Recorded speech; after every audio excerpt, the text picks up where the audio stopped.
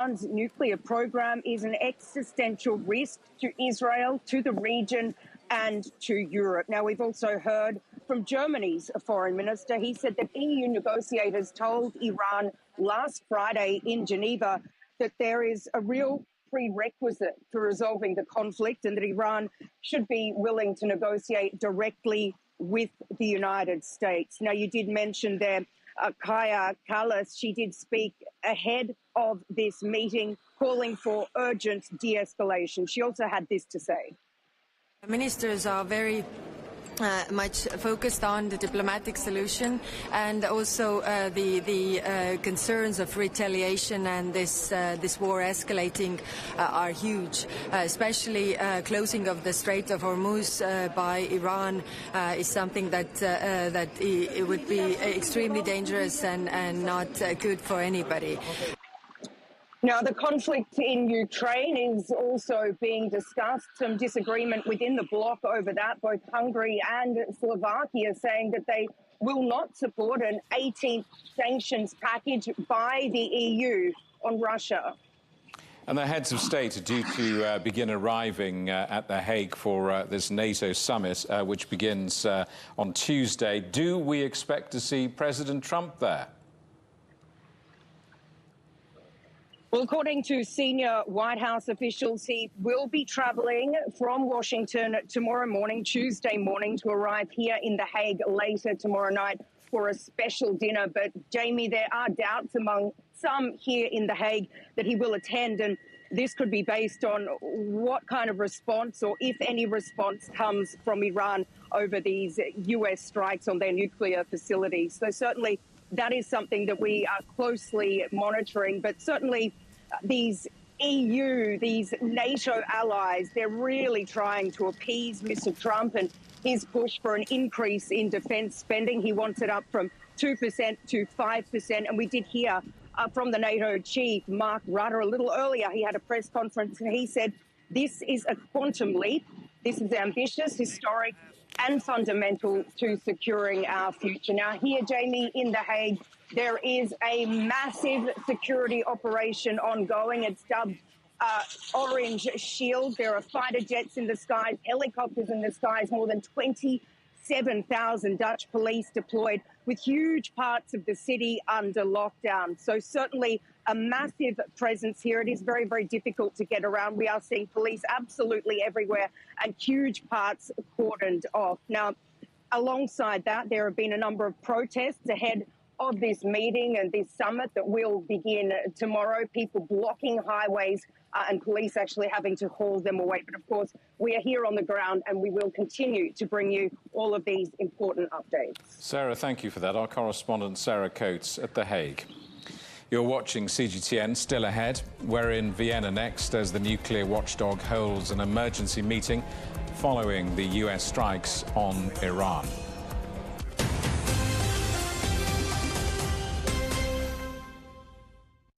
How do we make sense of China's economy? We examine how manufacturing is transforming into a high-quality powerhouse. We assess the progress in green development and rural revitalization. And we track how China's trade continues to connect with the world. China Eco Frontiers, your guide at the front line of China's economic landscape. Only on CGTN.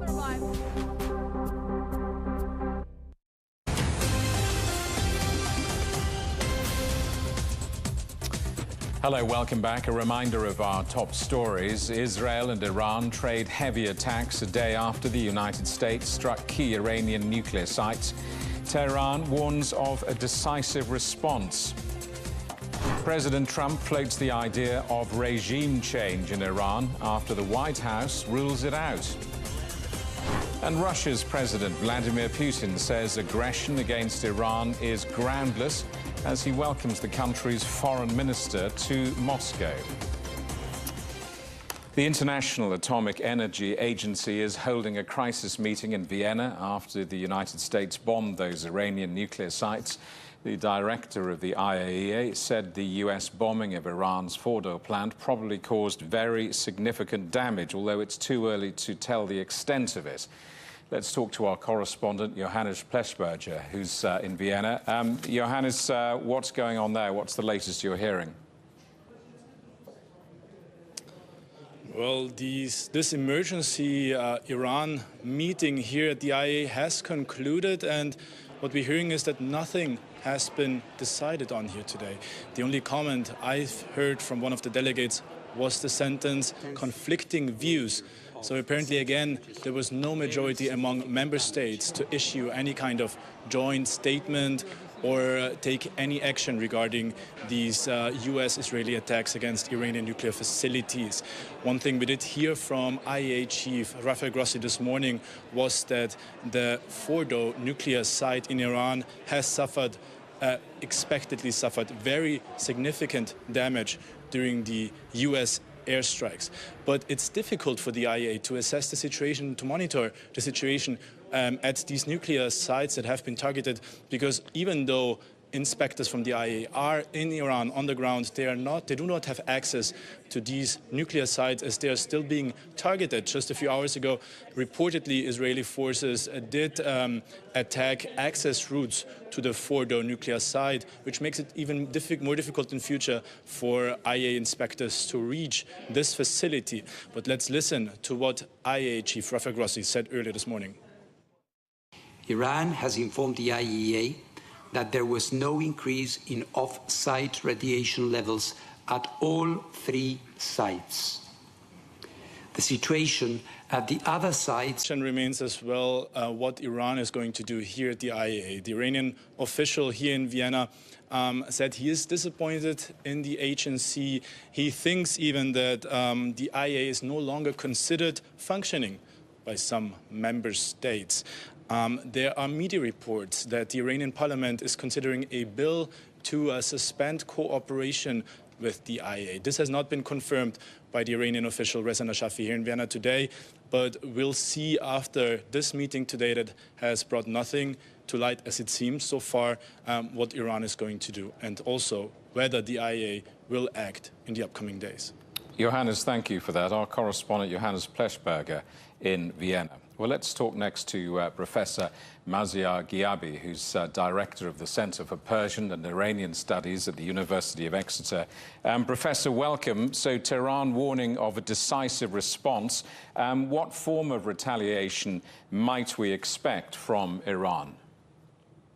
I think, as we've spoken so far, the first option might be some form of intervention within the Strait of Hormuz. This could be, for instance, targeting only US-bound ships, for instance, or a full closure, which might be probably coming at a later stage. This is a quite dramatic step, but I think the conflict, instead of sort of going towards a stalemate, is actually escalating further. Another option is Iran targeting US military bases in the Middle East and along the Arabian Peninsula, so the southern part of the Persian Gulf. Again, Iranian officials, I think, are wary of direct attack on military bases, because if it causes casualties or dead soldiers, that could bring in the US more actively in the war with repeated strikes. And Iranians are at the moment trying to avoid that, I would say. Fundamentally, I think there will be increasing attacks on Israel as well. I think that's part of the response. We're seeing somewhat confused messaging from the White House and President Trump about regime change in Iran. If regime change does go ahead, what might that look like? I think regime change is a word that is being used, but actually what it means is mostly a regime collapse or a situation of ungovernability.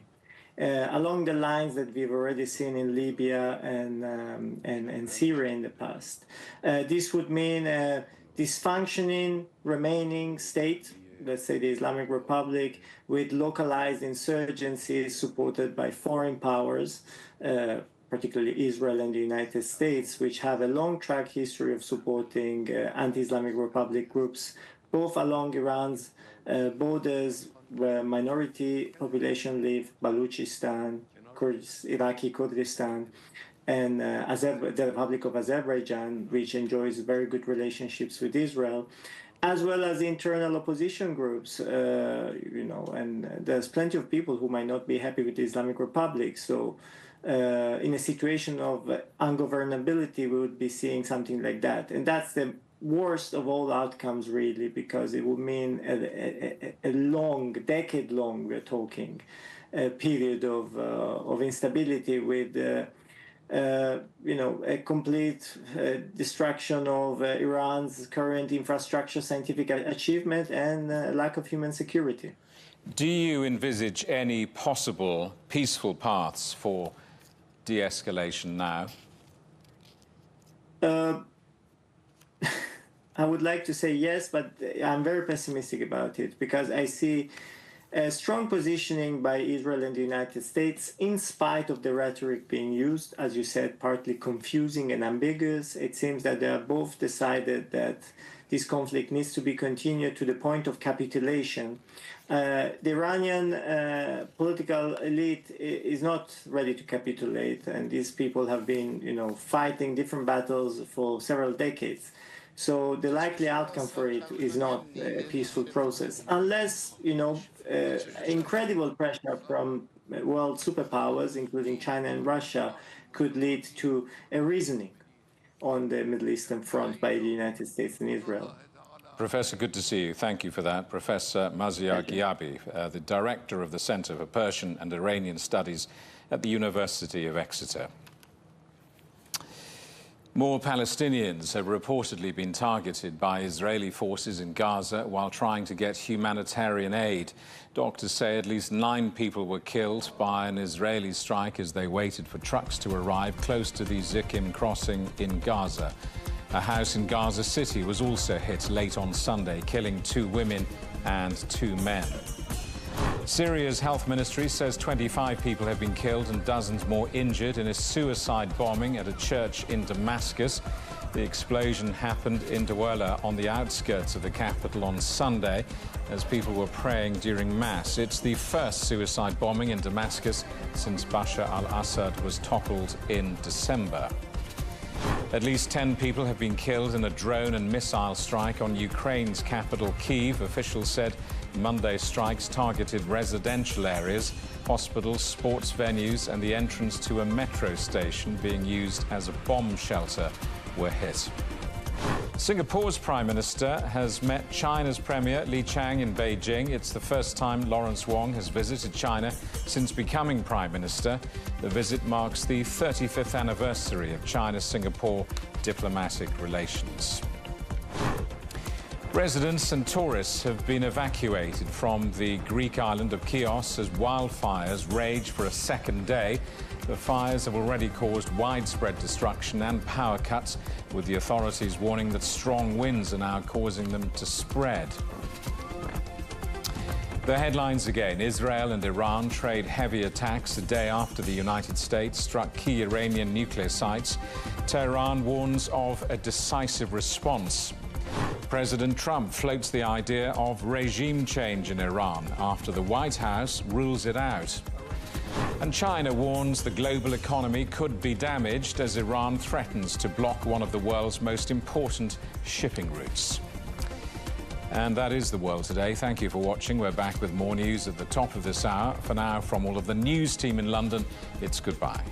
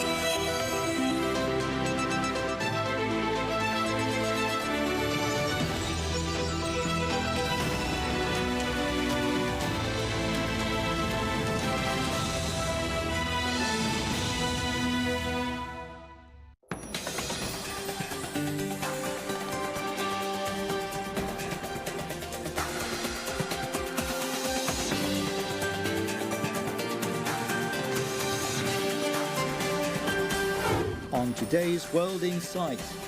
Amid escalating conflict in Iran, how can the world protect civilians and prevent a deepening refugee crisis? And at Tianjin Summer Davos, Volker Brender, President and CEO of the WEF, reflects on current geopolitical tensions and the path towards a multipolar world.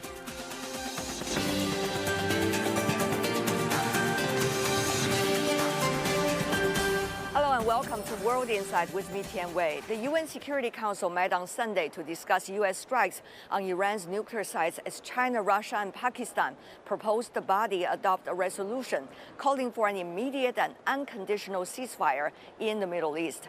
UN Secretary General Antonio Guterres called for action to immediately and decisively to halt the fighting and return to serious, sustained negotiations on the Iran nuclear program.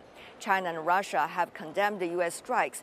China's permanent representative to the UN, Fu Cong, said the U.S. move seriously violates the purposes and principles of the UN Charter and international law, as well as Iran's sovereignty, security, and territorial integrity. Iranian president, on the other hand, said that on Sunday, the U.S. must receive the response to its aggression following its strikes on Iranian nuclear facilities. Israel's military said on Sunday it carried out a wave of airstrikes against military sites in western Iran and the capital Tehran, targeting infrastructure critical to Iran's missile and intelligence gathering capabilities. Every day, the conflict escalates further could trigger additional humanitarian needs in a region already hosting millions of refugees and internally displaced people. UN High Commissioner for Refugees Filippo Grandi said the time to de-escalate is right now. Once people are forced to flee, there is no quick way back. On these and more, I talked to Barbara Baloch, a global spokesperson for Asia at the UNHCR headquarters. Mr. Baloch, good to see you. Thank you so much for joining us. Thank you for having me. Now, UNHCR has called for an end to the conflict. Can you tell us as to what your primary concerns are? UNHCR, the UN Refugee Agency, for decades after the Second World War, has been dealing with the consequences of war and conflict.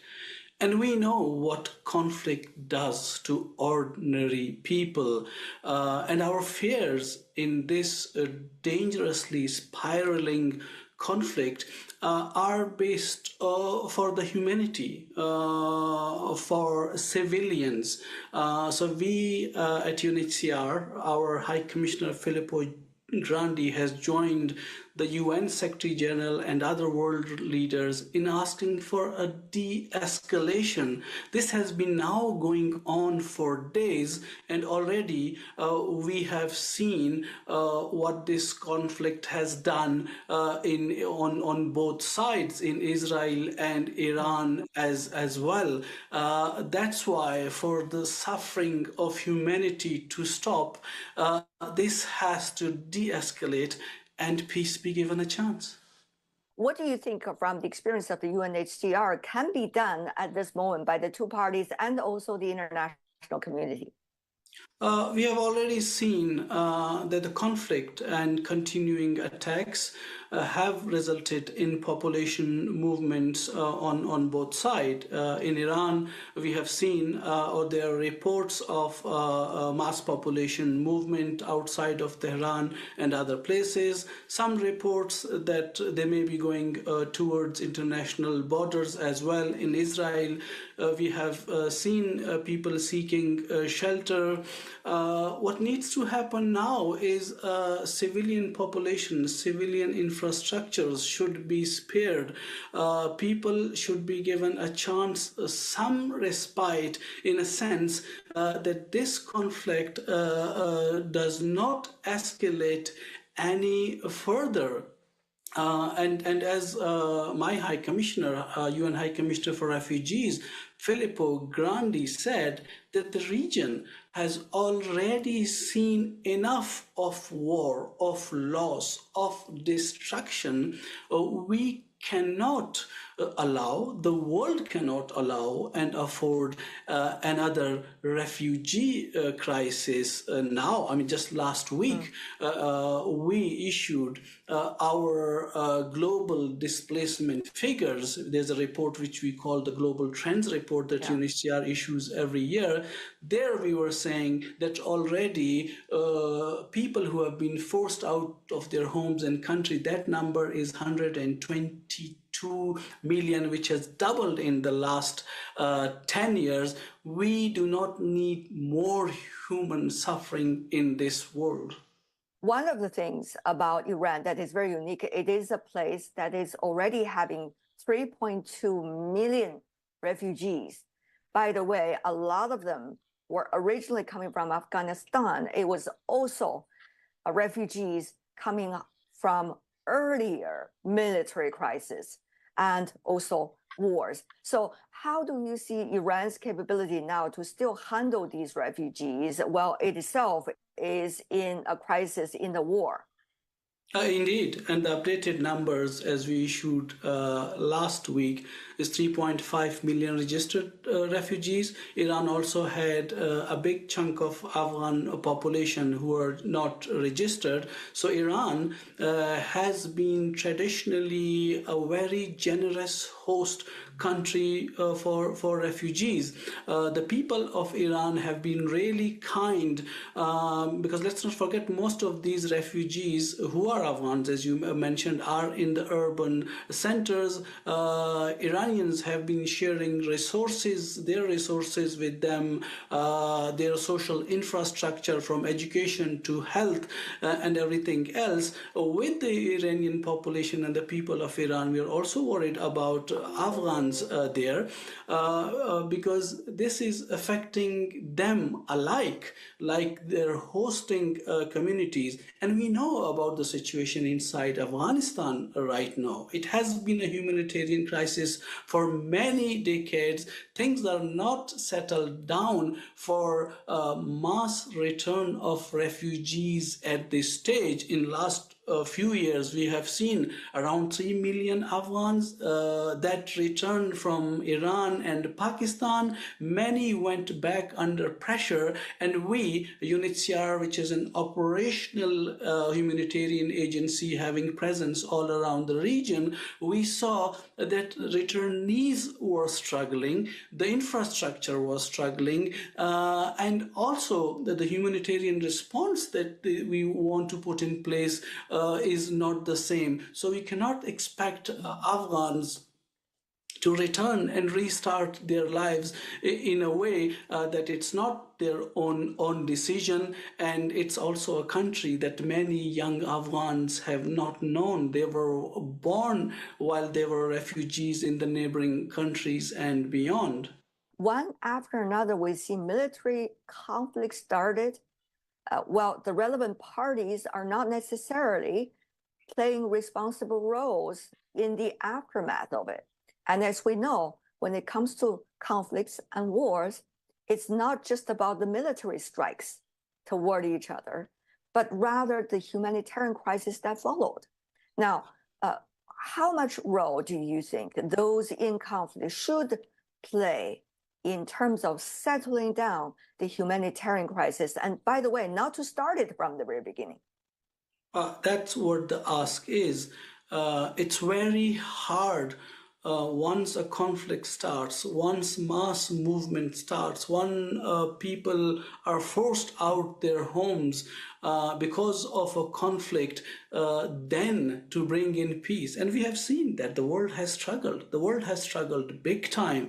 I mean, in recent days, the only bright spotlight that we saw recently was Syria, with 2 million former refugees plus others who were displaced. They could go back. High Commissioner Filippo Grandi right now is in Syria to meet those people and asking for support. But many other places, we have seen it. Sudan is a hotspot. Myanmar is a hotspot. Ukraine is a hotspot. You look all around, we have seen many other situations. Afghanistan hasn't settled down for the last 4 decades. The world knows, or they should know, they're probably easy to start a conflict, but then going back to restore peace takes much more effort and resources, and the human suffering that comes with it is unimaginable. Now, you earlier mentioned this, but I do want to highlight, as the world is becoming ever more fragmented, we see the credibility, rhetoric against the credibility of international organizations such as the UN system. So how do you see your role and others' role at this point to try to play your humanitarian hand at a time when the credibility had been undercut by some of the rhetorics, at least? It's quite worrying indeed, but what the world is forgetting, that humanitarian agencies like UNHCR after the Second World War, we did not come into being on our own. The countries, the members of the UN gave us a mandate because what they saw the consequences of the Second World War and say there needs to be an agency which needs to help people who become refugees and who become displaced. And the talk is always there, the misinformation is always there. But when the world see the work we do, the difference when we are in the locations, in the remote locations of the world, when there is no one for us to stepping forward, either with local communities, with local authorities, and restore the dignity, restore the lives of millions of people, the work tells for itself. But yes, there are noises, there are voices, but the humanitarian work is a noble tradition. We keep reminding people, for a human being, let's step back. And when we see someone, another human being, who's in pain, who needs help, irrespective of what background, what we have, we don't have, we will step forward to support. That humanity is not damaged, has not gone away yet.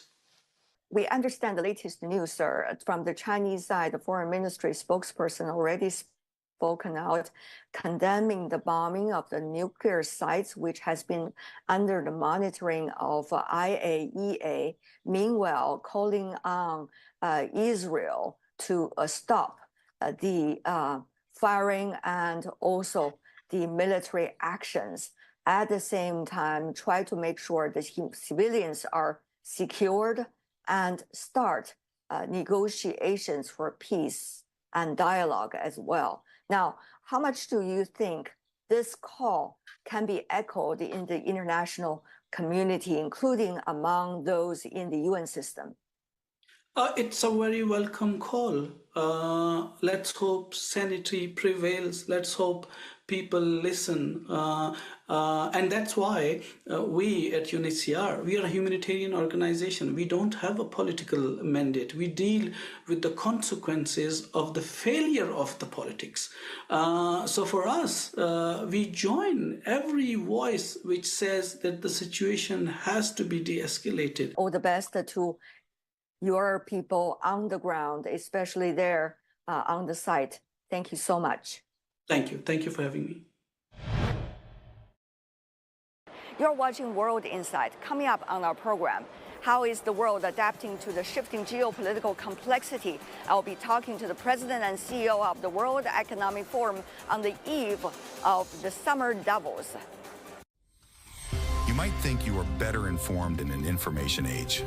The fact is, people are more often misled by misinformation. You might think every voice is heard in a digital world. The fact is, many nations and peoples are still underrepresented. And data poverty shuts out many. We at CGTN are committed to transcending the information gap and the digital divide. CGTN, bridging nations and civilizations. CGTN, see the difference. You're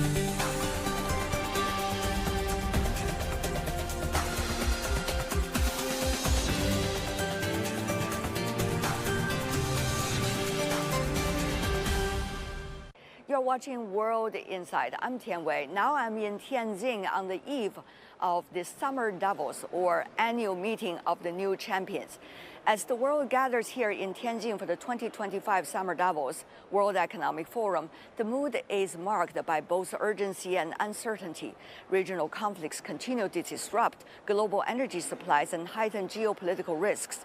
In the Middle East in particular, the political instability is growing more profound. Meanwhile, trade tensions remain a thorn in the side of the global growth. How much longer can the world economy afford to operate under the strain of protectionism? To unpack all these complex issues, I sat down with Borge Brande, President and CEO of the World Economic Forum, and other movers and shakers on their views on trade and tariff. There are so many things on the plate these days. First of all, we understand the Middle East situation continue to get worse as more stakeholders are getting into quote-unquote the war. Now, your immediate response where you are gathering the stakeholders together at the Summer Davos? So I have to say that the geopolitical backdrop that this meeting is happening against is the most volatile and complicated in the 15 years we have had Summer Davos in China, and maybe the most complicated since 1945. And we hope for also a de-escalation in the Middle East, so we don't see a full-fledged war. The biggest risk for global growth and global prosperity are potential wars that get out of control. So that's why a de-escalation and finding paths together moving forward is of critical importance. That's one thing, but the other thing is, what about the rules that already existed? For example, the rules regarding denuclearization and the political negotiations and discussion related to that. And also, what about the rules when it comes to what is peace and how to make sure the sovereignty is respected toward one another? All of these earlier well-respected, widely accepted rules now seem to have quote-unquote exceptions. So people are saying, are you in a Shangri-La when you are going to Tianjin and just talk about technology while the rest of the world is seeing a very different reality? So one can look at it like glass half empty or half full. What is surprising though so far, even with all the tensions, the war in Ukraine, also Israel and Iran de facto being at war with each other. With the US participating already. And you have seen a situation in Somalia, you've seen situations also other places where it is very close to a conflict. You saw also escalation between Pakistan and India that was also very worrisome, but it calmed down a few weeks ago. What has been surprising though is that all this geopolitical tension has not led so far to a situation where we have seen a recession, that global growth and the global economy has contracted. We are seeing a slowing growth. Let's see how increased oil prices will also influence this. We also will see how the global trade potential wars will influence on this. But if we, in addition to the conflicts we're seeing today, get into a situation where the global growth will not be there and you see a contraction, there's so little fiscal space for countries to face that, because many countries are so indebted. There's no ammunition. So let's see. If you ask me, I still do hope and think there is a possibility for a de-escalation when it comes to the wars, to find a path towards peace in the Middle East, but also in Ukraine, and that there is a way to work together also so you avoid trade wars. And based on that, the new technologies can increase productivity. And productivity, what is that? That is producing more for less, and that is prosperity. That's the only way to increase people's welfare, to have more resources, to invest in education, in health, and people's livelihoods. So I don't think we should lose the optimism in such a situation either. But one also has to be realistic and not naive. That's also true. So it is, as I said at the beginning, quite a balance. Most complicated geopolitical and geoeconomic situation, at least since 1989, that we are faced with in this meeting. But we're not giving up. We're not giving up.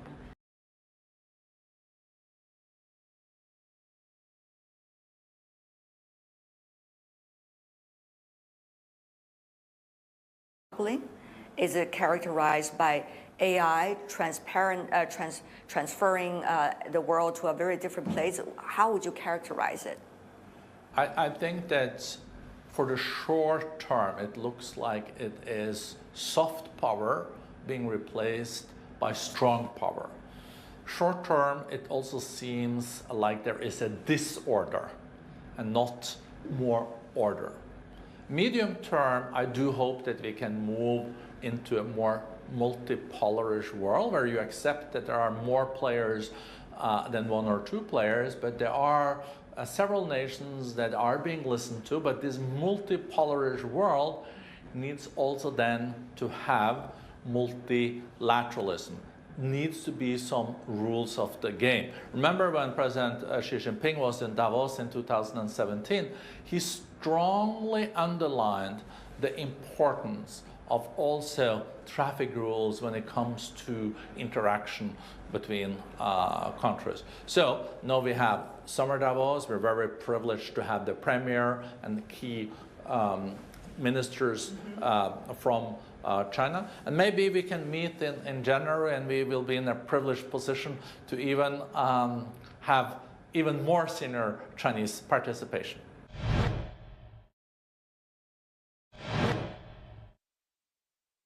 I think tariffs are a bad thing, putting up barriers, particularly at a time like this, when we need to be connecting our economies, connecting innovation, sharing our ideas, sharing prosperity.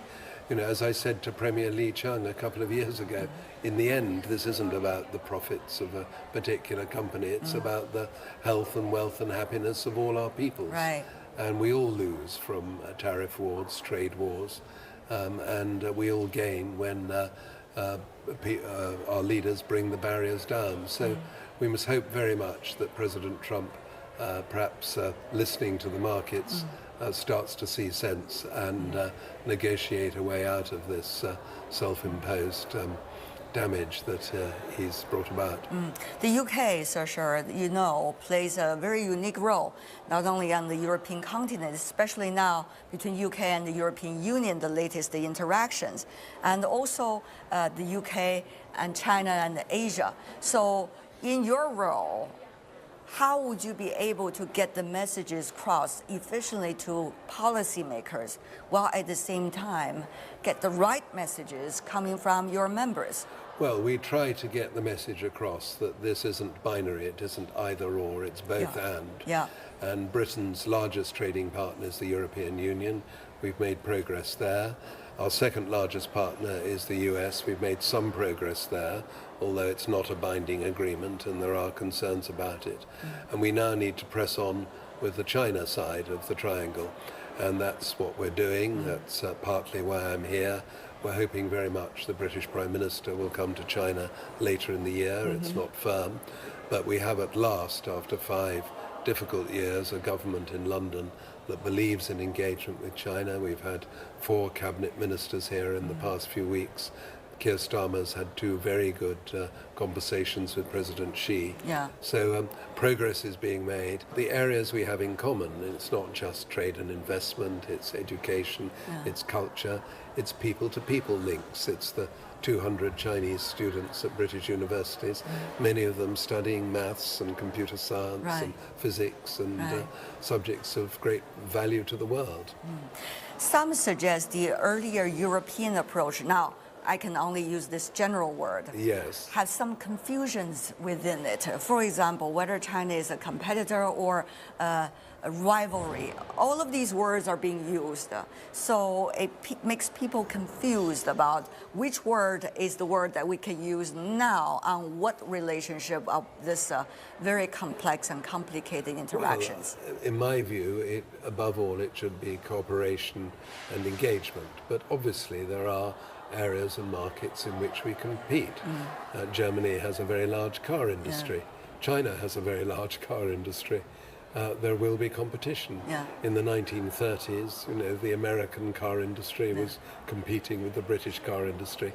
But if we have competition... But the nature of competition is very important, isn't it? It is, exactly. And it needs to be managed, it needs to be respectful.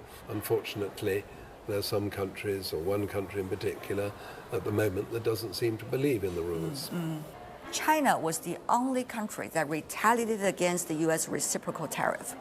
Yes. And the rest of the world observe as to what's going to happen to China. What is going to be the reactions coming from the current White House. Apparently, the two sides, even after that, could sit down and come up with a joint statement. Yes. What does that say to the rest of the world about this nature of the latest talks? Well, it says more about President Trump. He respects strength. I believe that in the end he wants to do a deal with China because he respects China. So China can retaliate. Whether lesser countries can retaliate without inviting even worse retribution is an open question. Personally, I think the British government judged it right by not retaliating.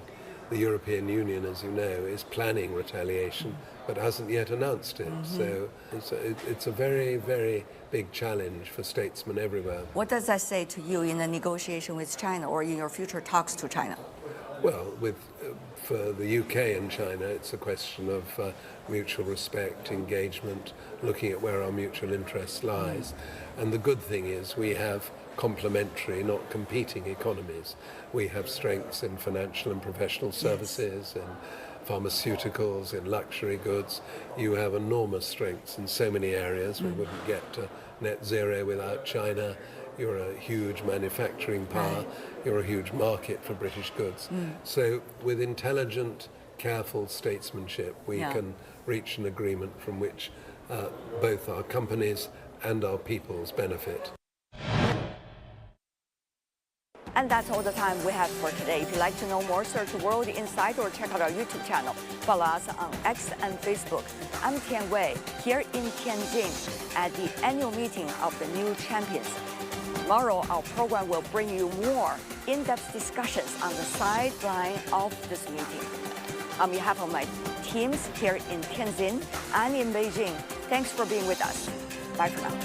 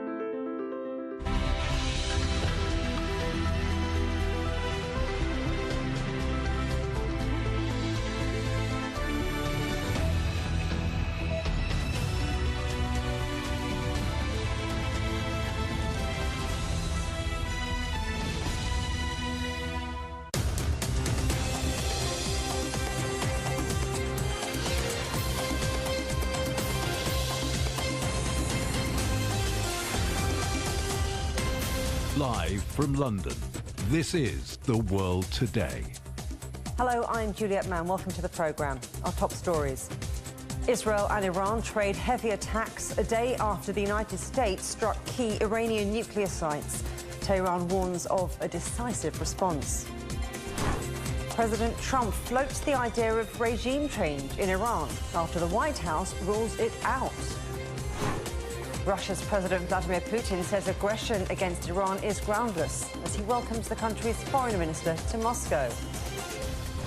And China warns the global economy could be damaged as Iran threatens to block one of the world's most important shipping routes.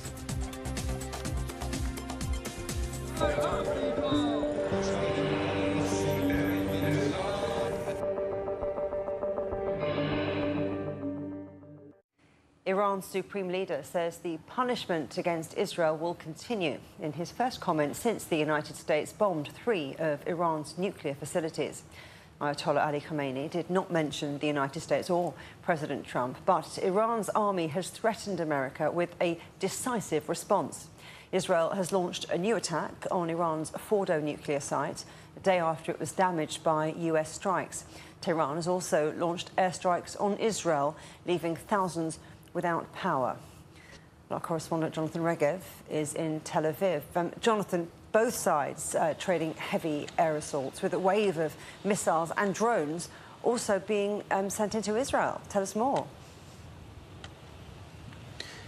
Yes, so there were sirens in Israel this morning, and the Iranian tactic seems to have changed a little bit. In previous days, especially at the beginning of the war, we saw massive launches at once, 50, 60, 70 or so at once, and even if just 1 or 2 of them go past the missile defense system, the impact they make is huge, and we saw it in the form of damage, injuries, and even fatalities. Now, as the Iranians are having trouble launching, not so much because ballistic missiles are missing, but because launchers are missing, as many have been damaged, the tactic is different. The Iranians are sending smaller numbers at once, but sending these barrages one after the other. What does that achieve? It keeps people in the shelters for a long time. Usually, when the launches are detected, people stay in shelters for 15, say 20 minutes until the statement arrives from the Home Front Command that they can leave.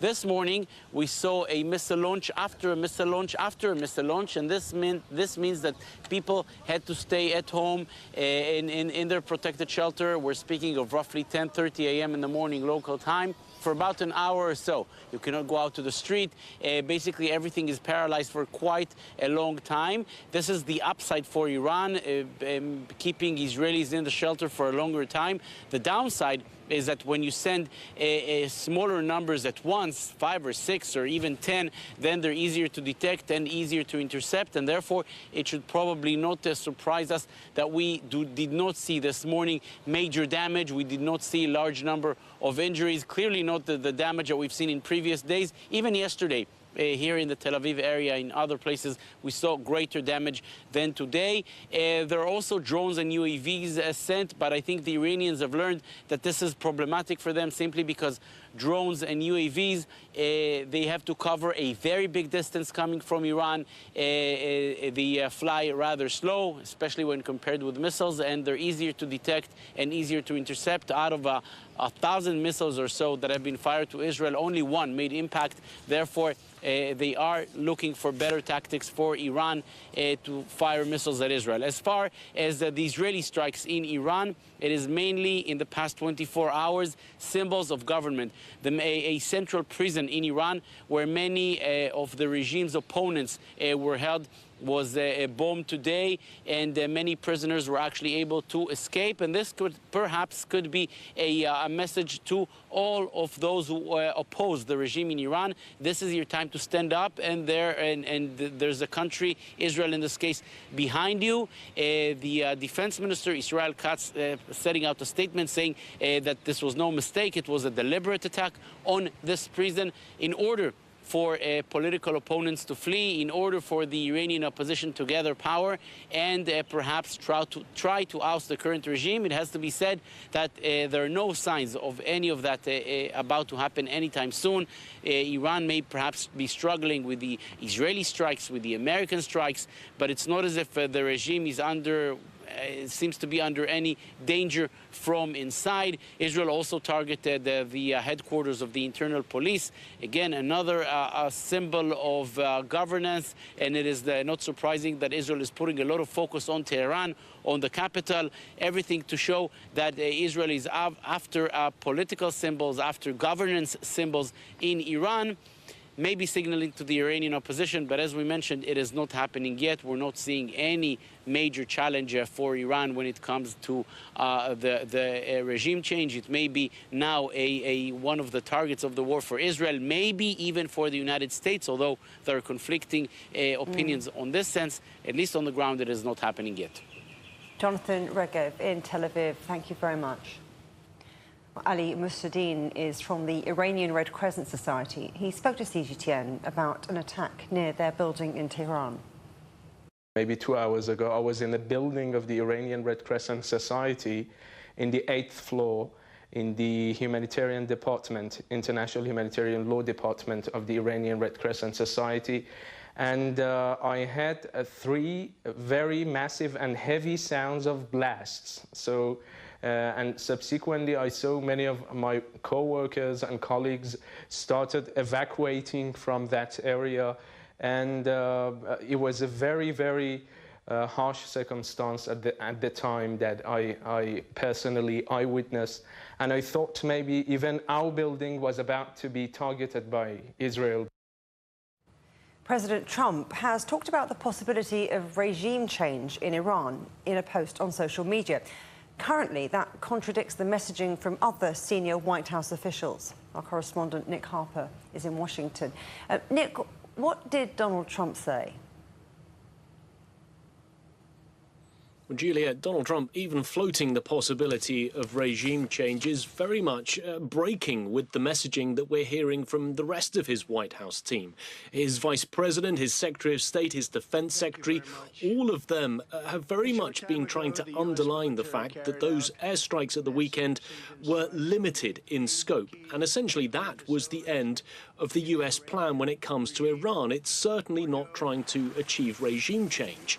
At least that's what they're saying. Donald Trump, on the other hand, with a post late on Sunday suggesting the exact opposite, putting out a message in which he wrote, if the current Iranian regime is unable to make Iran great again, why wouldn't there be a regime change? What we've seen is the White House having to clarify Donald Trump's comments. The press secretary, Caroline Leavitt, coming out just a couple of hours ago and speaking to reporters at the White House, she said the president's posture and our military posture has not changed. The president was simply raising a question that I think many people around the world are asking. And she went on to say, if Iran refuses to give up its nuclear program or engage in talks, why shouldn't the Iranian people rise up? And as we heard from Jonathan in Israel just a couple of moments ago, that seems to be the messaging coming from Prime Minister Benjamin Netanyahu's government, really suggesting to the Iranian people this might be their opportunity to make a change at the top in Iran. Here in the United States, though, we have seen protests over the course of the weekend, people very unhappy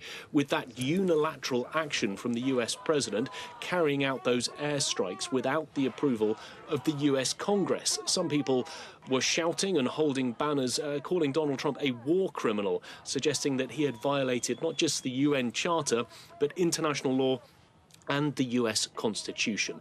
And then there are the US troops, about 40,000 of them, scattered around the region at a whole variety of US bases. They are now on the sharp end of a potential retaliatory strike from Iran. We haven't seen that take place yet, but we do know that they are braced. They're on high alert for the possibility of that. The US has been increasing its defensive posture in the region. It's been sending more fighter jets to the region. It's been sending a couple of aircraft carriers there as well. All of them standing ready just in case Iran decides to retaliate and target US personnel in the region. Juliet? Nick Harper in Washington, D.C., thank you very much. Russia's President Vladimir Putin has repeated Moscow's condemnation of United States strikes on Iran's nuclear sites, saying they were groundless. He made the comments during a meeting with Iran's foreign minister in Moscow. Our correspondent Dasha Chernysova reports. The Russian president has met with the Iranian foreign minister Abbas Araghchi at the Kremlin on Monday. The two have been talking about the ways out of this escalated tension in the Middle East. The Russian president saying that Moscow is indeed very much concerned about the developments of the situation in the region, and suggesting that Moscow has been offering a lot of help and support to the Iranian side. That is, the offer to mediate the conflict, as well as Russia internationally voicing its strong condemnation of the Israeli attacks, as well as the American attacks against the Iranian nuclear facilities. Russia stressing very strongly that Iran does have the right to develop its peaceful nuclear program. And we understand that the two have indeed been discussing all the issues in the region which are linked into the steering of this situation to the political dimension, so that this conflict could be resolved by the negotiated means. Let's have a listen to what the two have been talking about in the opening remarks. This is an act of aggression and an attack that must be unequivocally condemned. We appreciate Russia's stance in condemning this assault in the strongest possible terms today, and we hope it will be accompanied by practical support in the Security Council. This absolutely unprovoked aggression against Iran has no basis whatsoever and no justification whatsoever. So Russia is voicing concerns about the number of countries involved into this conflict growing, and Moscow says it is yet to be assessed how much damage has been done to the environmental radiological situation after those American attacks against the nuclear facilities of Iran. And Moscow is also stressing that it is ready to help Iran to provide its assistance, but that will depend on what sort of needs Iran has. And Kremlin spokesman did not reply whether Russia will be ready to supply its S-300 or S-400 air defense systems to Iran. Earlier, the Russian president was saying that Iran was not asking in this situation of the conflict with Israel for the Russian military assistance. It's unclear, however, whether that has changed following the U.S. strikes against Iran. China is warning continued tensions in the Middle East pose a threat to the global economy. It comes as Iran considers the closure of the Hormuz Strait, a key international trade route. Our correspondent Sun Ye reports from Beijing. China has again condemned the U.S. attack on Iranian nuclear facilities. This Monday, Chinese Foreign Ministry spokesperson Guo Jiakun, he has said the U.S. attacks violates and seriously violates UN Charter and its principles and its purposes, and it actually intensifies the instability in the Middle East. Attacking nuclear facilities under the safeguard of the International Atomic Energy Agency seriously violates the principles of the UN Charter and international laws. China urges all parties in the conflict to prevent any further escalations, resolutely avoid the spillover risk, and return to the path of political resolution. Guo also added that China is willing to strengthen the coordination and communication with all relevant parties to restore peace and stability to the Middle East. Now, this comes as China, Russia, Pakistan has jointly proposed a draft resolution to the UN Security Council calling for an immediate and unconditional ceasefire, protection of civilians, and engagement in dialogue and negotiation. Guo, the spokesperson for China's Ministry of Foreign Affairs, said this afternoon that this draft resolution reflects a voice of justice. It also reflects the strong desire of the international community. Also, when asked and questioned about the possible close of the Strait of Hormuz, the spokesperson said to keep the important channel of goods and energy safe and stable, that is in the interest of the international community. And he calls for the international community to work together and make efforts to keep this channel safe and secure, lest that instability in the region has a greater impact on global economy. The European Union's top diplomat says the closure of the Strait of Hormuz could be dangerous. Kaja Kallas made the comments ahead of a meeting of EU foreign ministers. She's also called for a de-escalation and a return to the negotiating table. But European leaders have responded differently to the US strikes. Our correspondent Sarah Coates is at The Hague, where a NATO summit will also be held later on this week. Sarah, EU foreign ministers are meeting now. What outcome are we expecting? Will they be able to reach a consensus on how to respond, do you think? Hello there, Juliet. Originally, this meeting was supposed to focus on the relationship between the European Union and Israel, and this is after the EU came out to say that it had indications of breaches of human rights obligations by Israel over its actions in the Gaza Strip. But of course, now this meeting is firmly focused on Iran. We have heard from France's foreign minister, he's called on Iran not to aggravate the situation, saying that Iran's nuclear program is an existential threat to Israel, to the region and to Europe. Now, we've also heard from Germany's foreign minister. He said that he told negotiators in Iran, in Geneva on Friday, that a real prerequisite for resolving the conflict is that Iran is willing to negotiate directly with the United States. Now, you did mention the EU's foreign policy chief there, Kaja Kallas, spoke about this, really calling for urgent de-escalation, also having this to say. Ministers are very much focused on the diplomatic solution, and also the concerns of retaliation and this war escalating are huge. Especially closing of the Strait of Hormuz by Iran is something that it would be extremely dangerous and not good for anybody.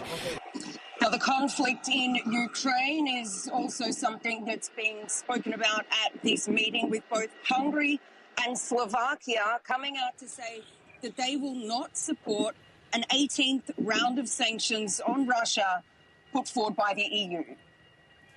And Sarah, heads of state are due to start arriving at The Hague for the NATO summit, which begins on Tuesday. Do you expect to see Donald Trump? That is yet to be seen. He is scheduled, according to senior officials at the White House, to actually leave Washington early tomorrow morning, Tuesday morning, and he would arrive here in The Hague tomorrow night, where he'd be hosted at a special dinner. But there is some doubt among people here at The Hague that he may actually come, and this could be over Iran's retaliation for these US hits on their nuclear facilities. So still a lot of people still wondering whether Mr. Trump will actually arrive. But really, these people here that are attending this summit, these NATO allies, what they're really trying to do is appease the president, who's been calling for greater defence spending from these NATO allies. He wants it up from 2% to 5%. And we did hear from NATO Chief Mark Rutte just a little earlier. He said that this is a quantum leap. This is ambitious, historic, and fundamental to securing our future. Now, when it comes to security, we are seeing an absolutely monumental security presence here on the ground. It is one of the biggest operations in Dutch history. There are more than 27,000 police that are being deployed over the course of these 2 days. There are frigates in the North Sea, there are helicopters in the sky, and there are also fighter jets. Now, many parts of the city have been cordoned off, so it makes it very, very difficult to get around. And while there haven't been any incidents as yet, there was an incident just a little earlier today, some scuffles on a major road that connects Amsterdam to The Hague, people blocking that major highway, and they had to be removed by police. So certainly we will be here on the ground throughout the course of the next few days to bring you all of the updates. Juliet. Good to hear. Sarah Coates at The Hague, thank you very much. You're watching CGTN. Still ahead, we are in Vienna as the nuclear watchdog holds an emergency meeting following the US strikes on Iran.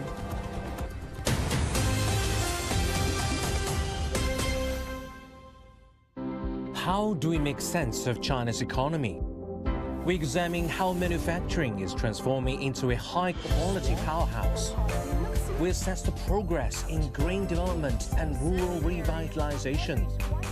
and we track how China's trade continues to connect with the world. China Eco Frontiers, your guide and frontline of China's economic landscape. Only on CGTN.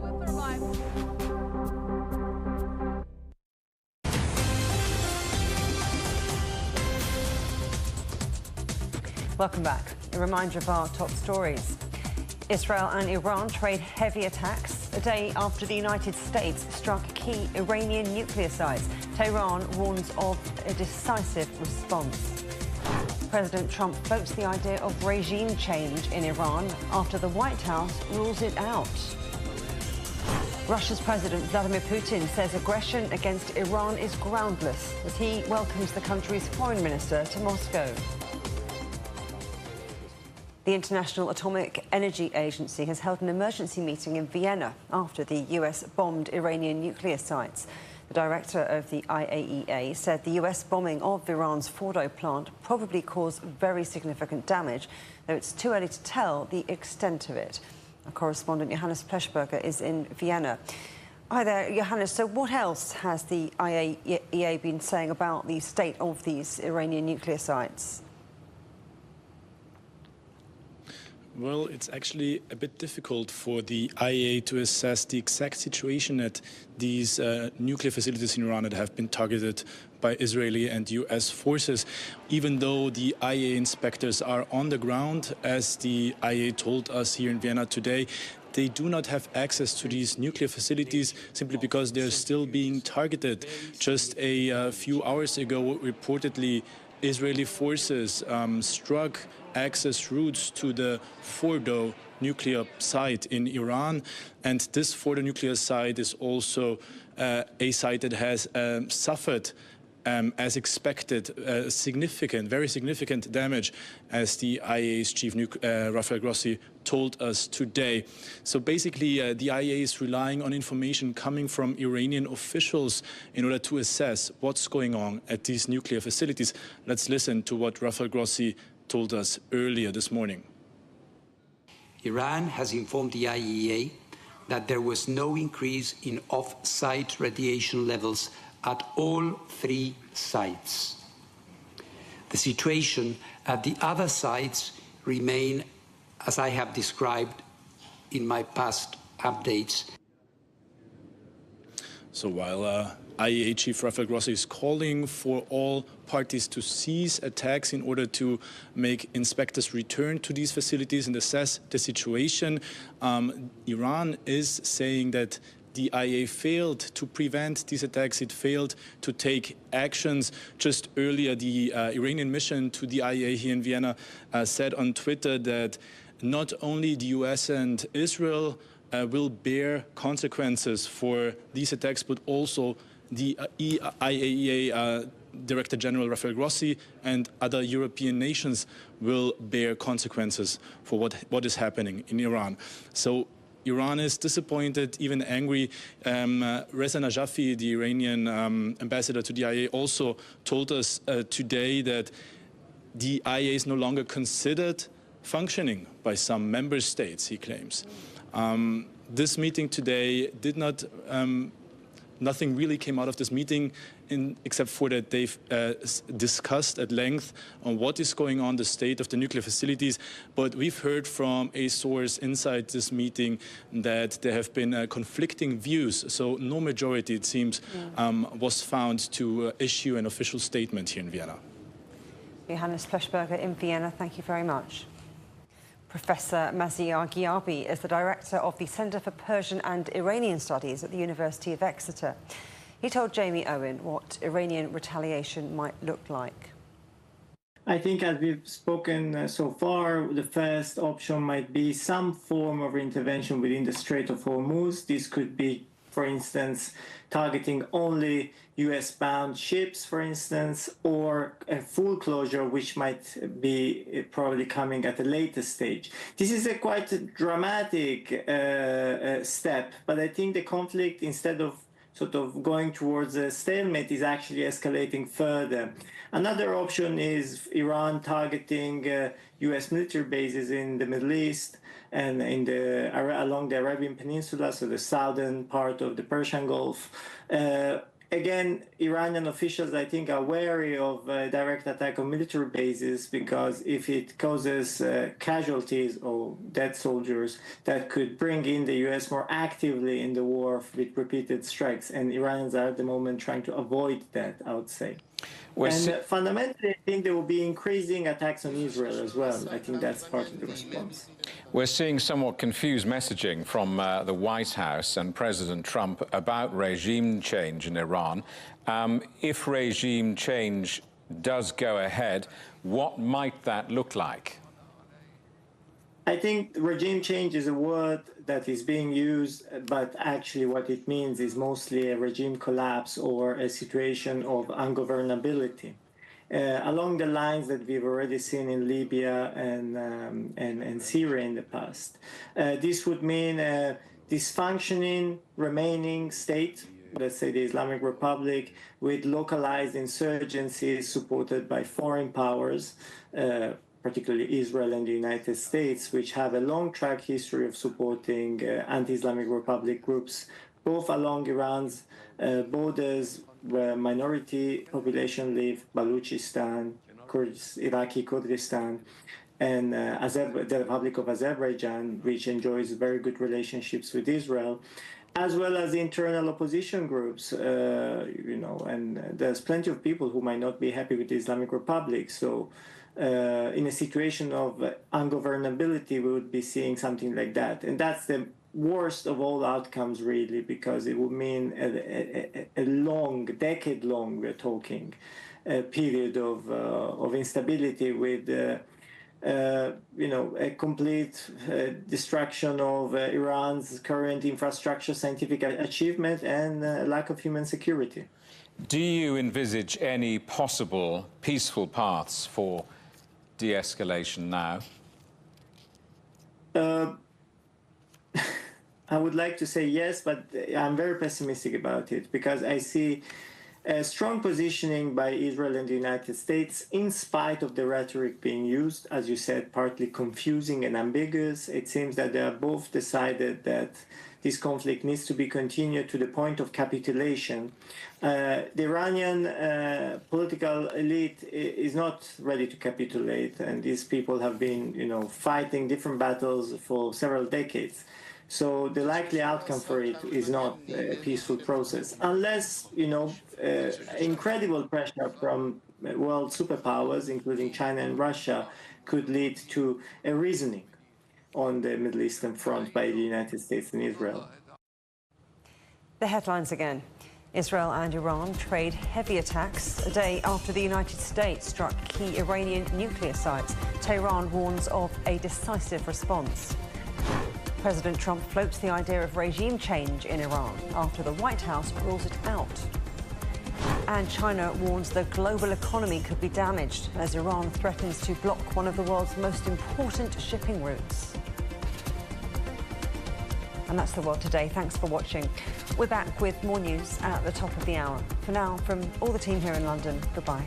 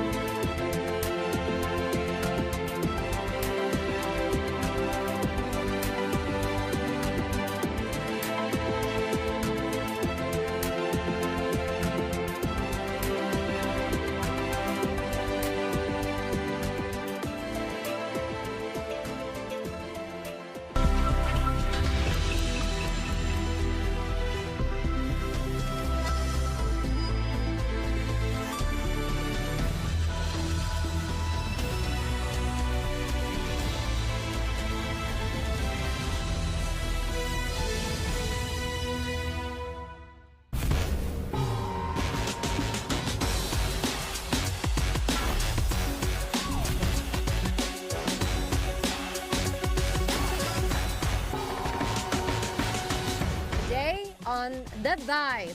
Always remember, China holds great importance on ancestors.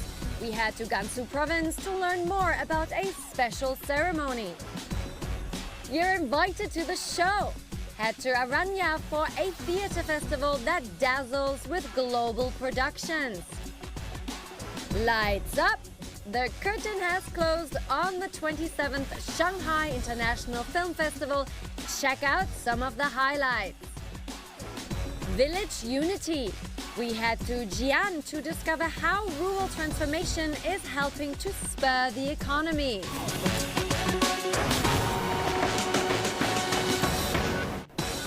Hey there, and welcome to The Vibe on CGTN. I'm your host, Leonie Zoomer in Beijing. Thanks for tuning in.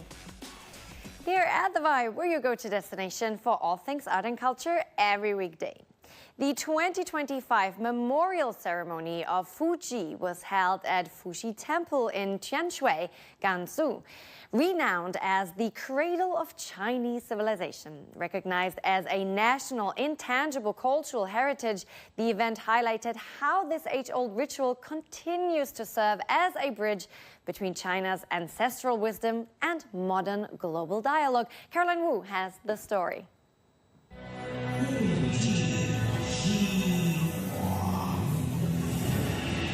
In the heart of China's Gansu province, an ancient legend comes to life. The Fuxi ceremony honoring the ancestors of Chinese civilization. What makes this 2,000-year-old tradition still matter today? Let's explore the modern vibrancy of Fuxi culture together. Tian Wei, the birthplace of Fuxi and a hub for Fuxi culture, has a long-standing tradition of worshipping Fuxi. In 1988, the Tian Wei municipal government officially initiated the public ceremony for Fuxi worship, with its scale and influence continuously growing. In 2006, the Fuxi Public Memorial Ceremony was included in the first batch of China's National Intangible Cultural Heritage List. 从哪方面，富硒大典它体现了中国人民对祖先文化的这个传承？中国人历来主张啊，要祭祀祖先，这个祭祀呢，一个是为了报答祖先对我们的开创之恩，另外一个呢，我们要有一种寻根的精神。通过祭祀返回到我们古老的根，使我们的这个民族生命啊，生生不息地延续下去。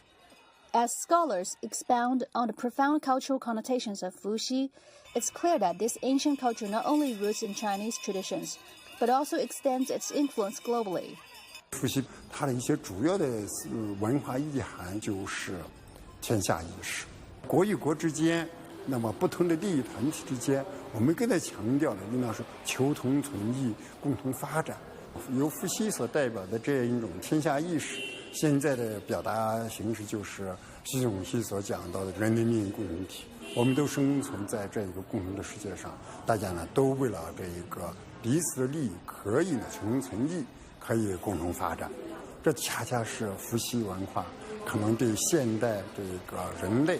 以及现代这个国际关系一个很重大的一个贡献。 The Fuxi culture, with its emphasis on harmony and unity, finds resonance in today's world, and the ceremony serves as a testament to its enduring significance. 如果用我们这种伏羲的智慧，这种和而不同的这种智慧啊。 你或许是解决当今的世界一些问题的一种东方的构想、东方的方案，是吧？所以呢，这个也是我们这个海外的一些学者他们的一些共识。历代都有这种各种形式这种公祭、私祭、伏羲的这种活动，是吧？到了当代，是吧？这个特别是这个80年代后期，是吧？这个伏羲的祭祀活动呢，这个不断的这个。 规格不断的扩大，伏羲的这个祭祀大典越来越受到这个海内外中华儿女的关注啊。同时呢，它也起到了一个凝聚人心啊，唤起这个海内外中华儿女的这种爱国情怀和这个民族认同感的这作用。Ma Ying-jeou, former chairman of the Chinese Kuomintang Party, led a delegation to Fujian, Gansu, and other regions from June 14th to 27th. During this visit, Ma Ying-jeou and his entourage participated in the 17th Cross-Strait Forum. the 2025 Fuxi Memorial Ceremony and engaged in activities for both sides of the Taiwan Strait to jointly promote Chinese culture. From ritual to resonance, the Fuxi ceremony isn't just about the past, it's a thread connecting generations, and now the world. Caroline Wu, CGTN, Tian Wei, Gansu Province. The Aranya Theatre Festival is China's first domestic coastal theatre festival, inaugurated in 2021. This year's edition, themed Sensibility and Sense, not like the Jane Austen novel, runs from June 19 to 29 and showcases theatrical innovation both domestically and internationally. Our reporter Yu Han-yi takes us right to the stage and the seaside. 3 hours ago, I was busy working in Beijing. Now I'm wandering on the seashore under the blue sky. Here is Aranya, a beautiful coastal seashore in Qinhuangdao, Hebei province, about 300 kilometers from Beijing.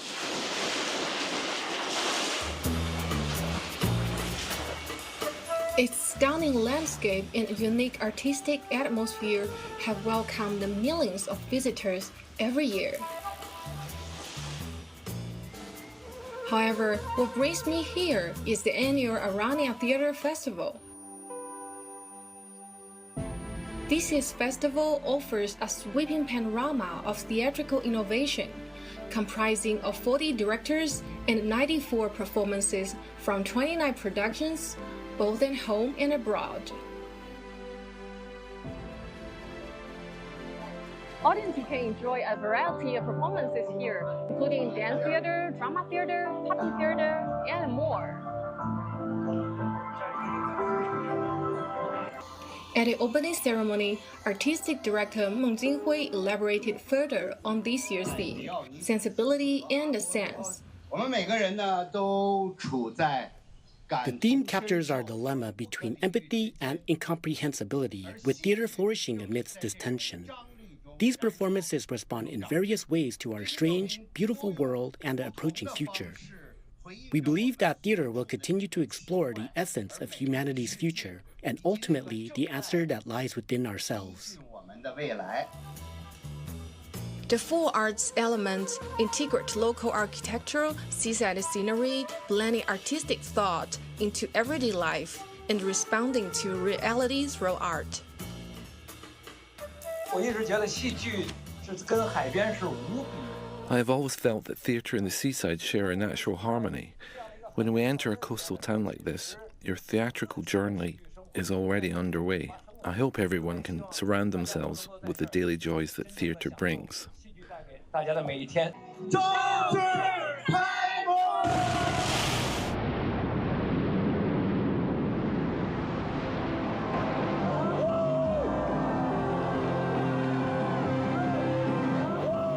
It's an engaging experience for everyone. Visitors can immerse themselves and participate actively, while artists from all over the world gather to live, think, and create at this year's Migratory Birds 300 project. From June 19 to 29, the boundaries of art and reality will be blurred. As the sea meets the theater, so shall people meet performance. Yu Han-yi, CGTN, Hebei Province.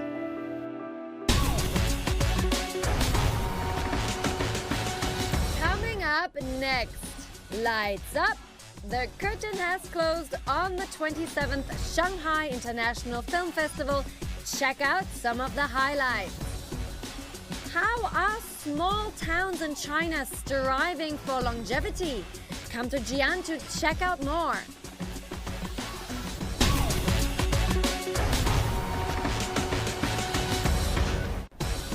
It's The Vibe here. Welcome back to this review. We continue with our program. The 27th Shanghai International Film Festival concluded on Sunday. Over the 10-day event, more than 400 films from 71 countries and regions were screened at 43 cinemas across Shanghai, with 49% making their debut. The film festival also featured a wide range of activities, including the Golden Goblet Awards ceremony, its top honor, as well as the 2025 China Film and TV Night and the Belt and Road Film Week.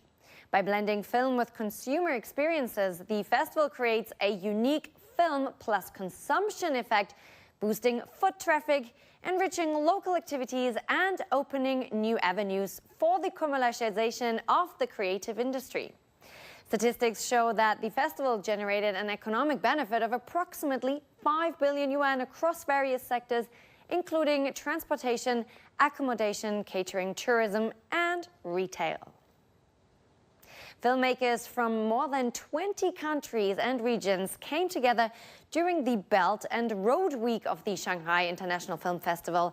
They explored Shanghai, shared their films, and connected with audiences, proving that great stories can bring the world closer together. Reporter Tang Xiaofan followed them on a trip to explore why Shanghai is such an incredible film city.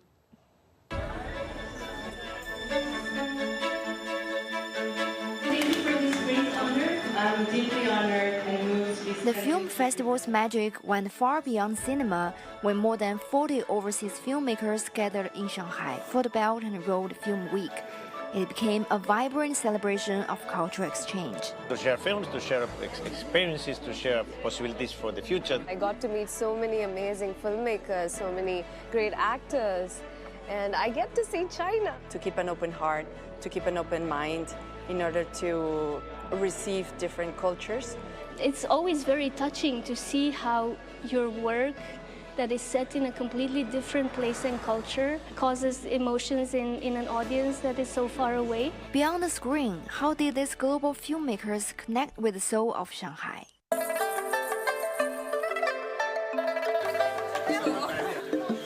Today, I'm on a trip with a group of overseas filmmakers to explore why Shanghai is the ultimate film city.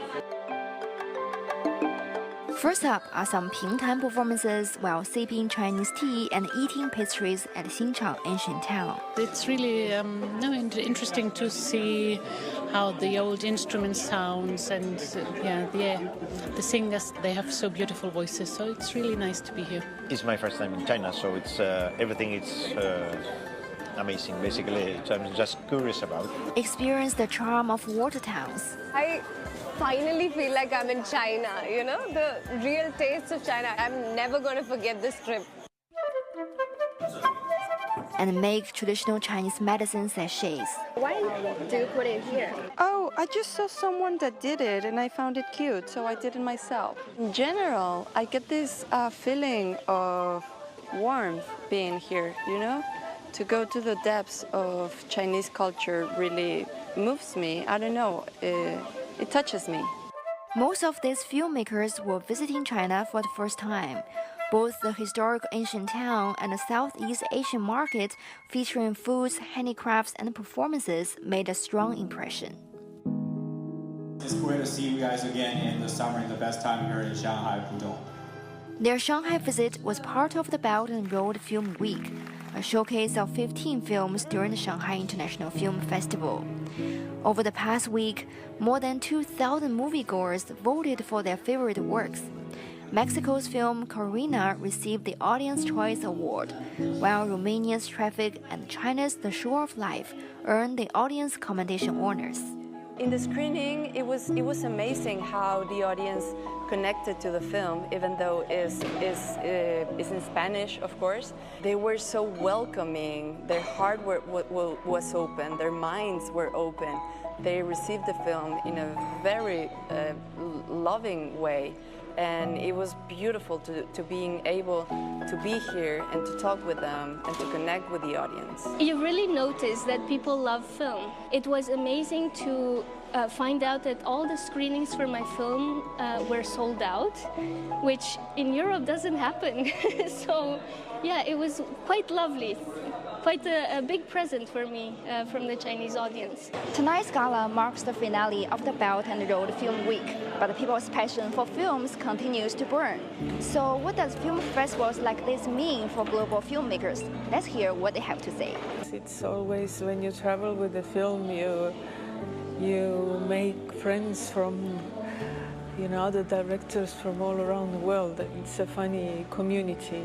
Just to see into different kind of cultures and sort of get a sense of what's happening in the world, and especially in these crazy times right now, to raise empathy. I feel there's always this common ground, which is the empathy we feel for the issues of the world, and sort of that always connects us very easily. It's hugely important because we want, we make films to be seen, and the more it travels and the more people it reaches, the more our work actually matters. It's a source of inspiration as well for new collaborations, for new stories, storylines. Who knows, one day I will make a story in China, why not? It's the effort of countless filmmakers and moviegoers that has made the Shanghai International Film Festival successful and endowed Shanghai with its moniker as a city of films. As the birthplace of Chinese film, Shanghai has spearheaded the evolution of the country's film industry and will continue to promote cultural exchanges through cinema. Tang Xiaofan, SMG International for CGTN, Shanghai. At the Shanghai International Film Festival, the cultural and creative industries have played a vital role in powering the city's economy. Shanghai's unique urban character and favorable business environment continue to elevate the global visibility and influence of Shanghai's culture, boosting the appeal of its film-driven economy. During the Shanghai International Film Festival, the entire city feels like a giant film set. From cinemas to galleries and marketplaces, Shanghai is transforming culture into a full sensory experience, bolstering the city's economy through film, art, and more. I love it. It's very similar to like Hollywood. Like if you go to Hollywood and go to like the regular Hollywood street, there's an entire space that you can see movies that were shot there a long time ago. The Griffith Observatory, for example, has that same kind of thing. I love that thing. I'm from Nanjing and I came to Shanghai for the film festival. I bought some souvenirs, watched a few movies and took a bit of city walk. It's been awesome. By blending film with consumer experiences, the festival creates a unique film plus consumption effect, boosting foot traffic, enriching activities, and opening new paths for the creative industry's commercialization. Walking along the old streets, the classic Shanghai vibe blends seamlessly with the atmosphere of the film festival. Surrounded by movie photos and posters, it feels as if film lovers are stepping straight into a movie scene. At Yuyuan Garden, visitors can scan a code to get film festival souvenirs and enjoy the charms of old Shanghai.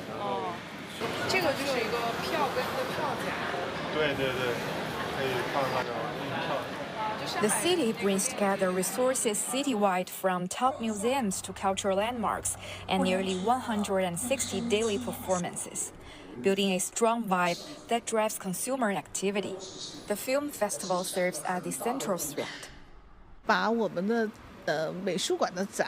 We've integrated our museum exhibitions with the SIFF, enabling cross-promotion and audience sharing. For example, filmgoers can get ticket discounts at the museum. This is something we're actively exploring in our current exhibitions. The Museum of Art Pudong not only hosts a range of lectures and exhibitions on classic Shanghai films, but also creates customized creative products, deeply integrating everyday cultural consumption with cinema. The cultural industry is now a key pillar of Shanghai's economy. In 2024, major cultural enterprises generated 1.3 trillion yuan, equivalent to approximately $79 billion in revenue. A thriving ecosystem of culture and consumption is driving the city forward. Bian, CGTN, Shanghai.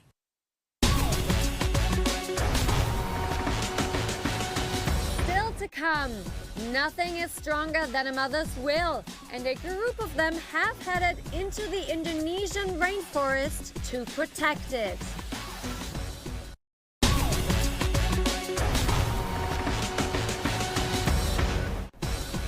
You're watching The Vibe, so good to have you with us because we have more stories for you. What does rural transformation really look like in 2025? We traveled to Jian, a border town in northeast China's Jilin province, for answers. There, the one village, one product strategy is turning heads by weaving together local industry, cultural identity, and tourism into a new engine of rural growth. At the foot of the Changbai Mountains in Gumaling village, we found a story of transformation, quite literally rooted in the soil. Thanks to the region's unique geography and climate, Jilin's Changbai mountain ginseng has become a renowned name, both at home and abroad. We're going ginseng harvesting.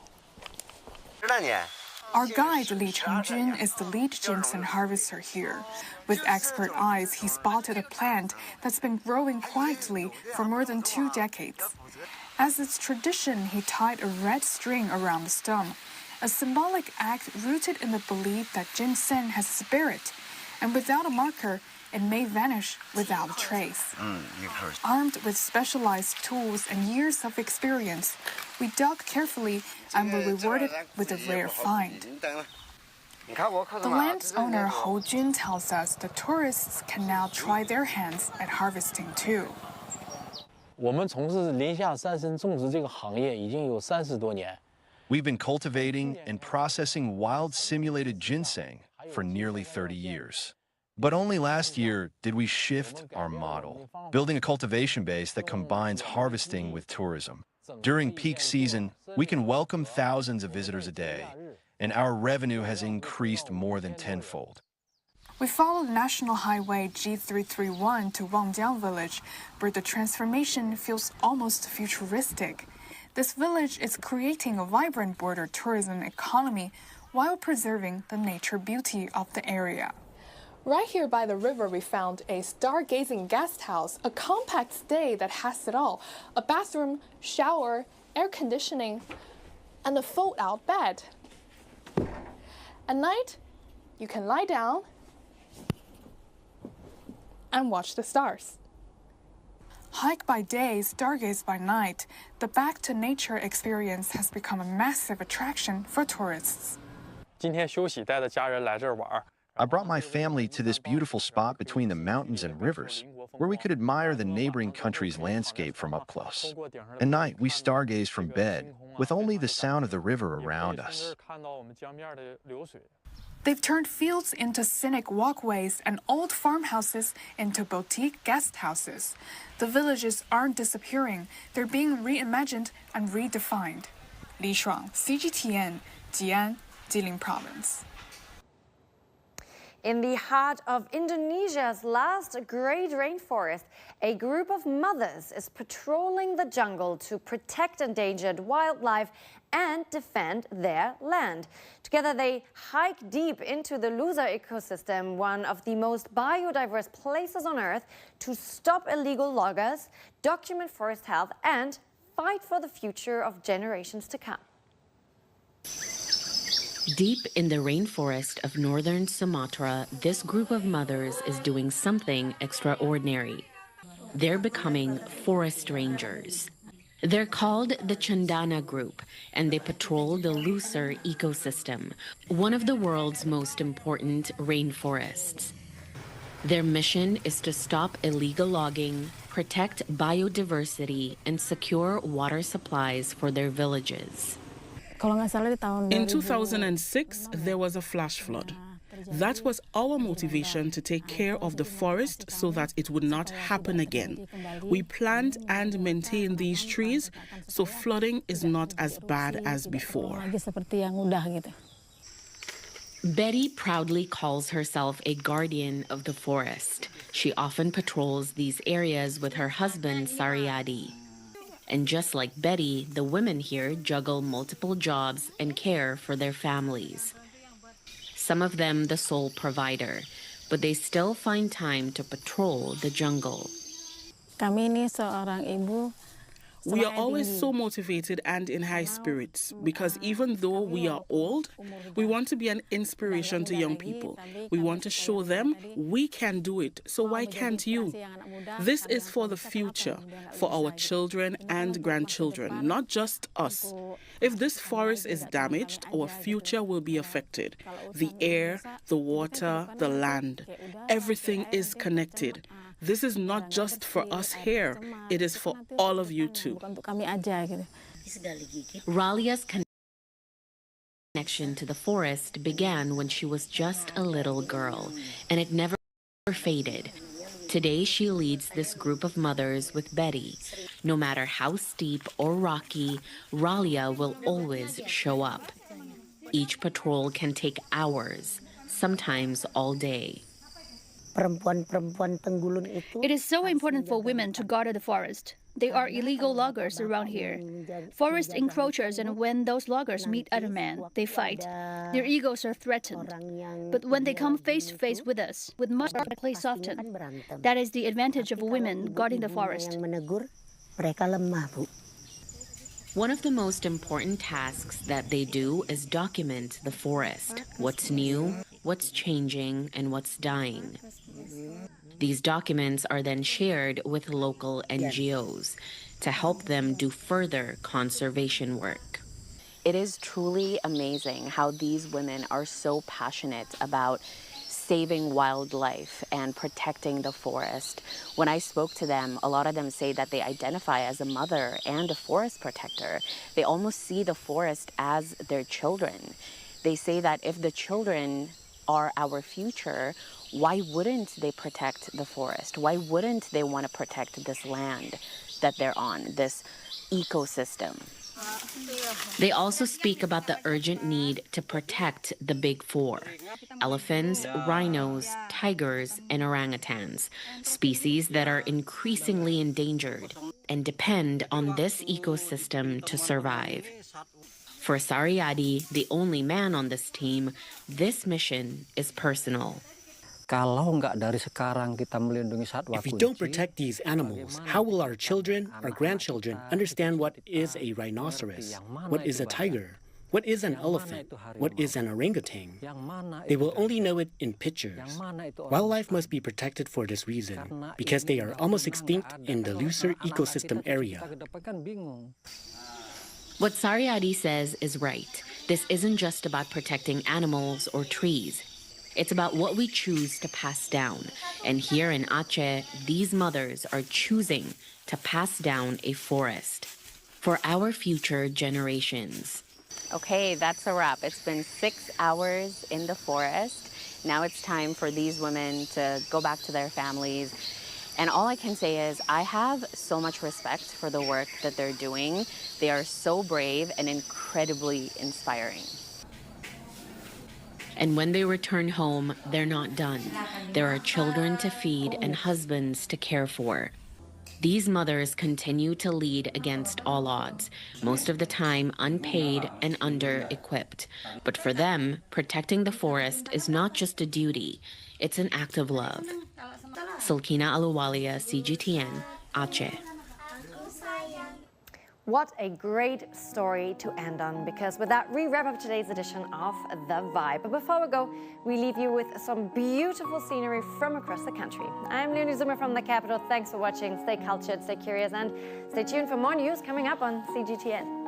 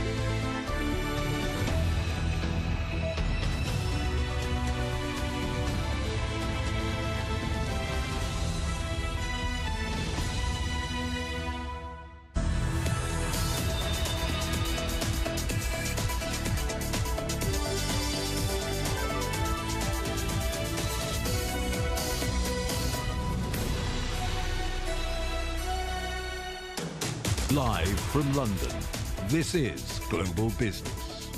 Hello, welcome to the programme. I'm Jamie Owen. And I'm Juliet Mann. Our top stories.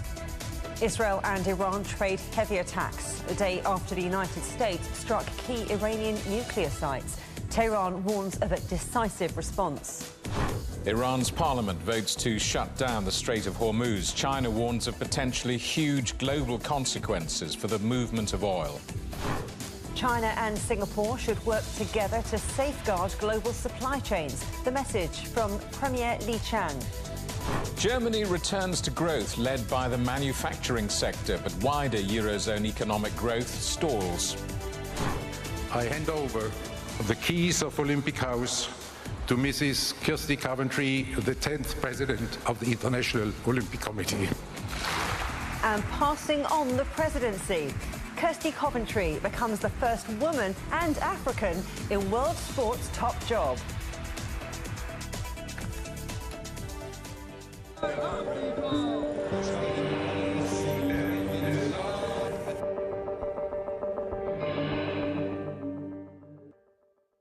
Iran's supreme leader says the punishment against Israel will continue in his first comments since the United States bombed 3 of Iran's nuclear facilities. Ayatollah Ali Khamenei did not mention the United States or President Trump, but Iran's army has threatened America with a decisive response. Israel has launched a new attack on Iran's Fordo nuclear site a day after it was damaged by US strikes. Tehran has also launched airstrikes on Israel, leaving thousands without power. Let's talk to our correspondent Jonathan Regev in Tel Aviv. Jonathan, so both sides trading heavy air assaults with a wave of missiles and drones also sent into Israel. A wave of missiles sent to Israel, as you mentioned, but with a tactic that is perhaps a bit different than we've seen Iran in previous days. Not the very big launches all at once. If we go back a week ago, we saw 50, 60, maybe even 70 launches all sent at once. Of course, when you send such a big amount together, then there's a better chance of 1 or 2 or 5 making it past the missile defense system. And we saw how much damage those missiles can inflict. Iran now is struggling to fire that amount, not because the missiles are missing, but because launchers are missing. Israel took care of a lot of the launchers. Therefore, Iran is firing at a smaller pace. And what it achieves by firing smaller amounts is trying to keep Israelis in the safe room for a longer time. That is why they fire 5 rockets at once, and then 20 minutes later another 5, and 20 minutes another 5. And that means that Israelis, instead of staying 15 or 20 minutes in the shelter, when it comes to just one specific launch, every time Israelis think they're about to leave the safe room, comes another launch and then another launch, and you don't need more than 2 or 3 or 4 missiles to send everybody back to the shelters. That is why this morning, instead of the 15 or 20 minutes that people usually spend in the shelters, they sat there for more than an hour. This is what Iran is achieving. That's the upside for Iran. The downside, of course, is that when you fire a smaller amount at once, they're easier to intercept. As far as Israeli strikes in Iran, what Israel is trying perhaps to do is go through symbols of governance, symbols of the Iranian government. For example, a main prison in Iran where many opposition leaders are being imprisoned. As far as we understand from Iran, many people actually were able to flee, to escape from that prison. And there's a hope perhaps in Israel that this would ignite some kind of a stronger opposition that could perhaps pose a challenge to those ruling Iran at the time. We're not seeing that happening. It's not as if there's any danger to the rule in Iran. Iran may be struggling with the American strikes and the Israeli strikes, but it's not as if the Iranian government, the president and the spiritual leader are under any kind of a struggle. Israel keeps on targeting those places, targeting in Tehran as well, the center of government of Iran. But it doesn't seem as if Israel is creating any real challenge for the rule in Iran. That seems to be withholding. And the big question now is what will Iran do regarding the American strike? Jonathan, thank you for that. Our correspondent Jonathan Regev in Tel Aviv. Israel has launched a fresh wave of airstrikes across Tehran, hitting what it described as regime targets. Our correspondent Eshan Kivani reports from the Iranian city of Yazd.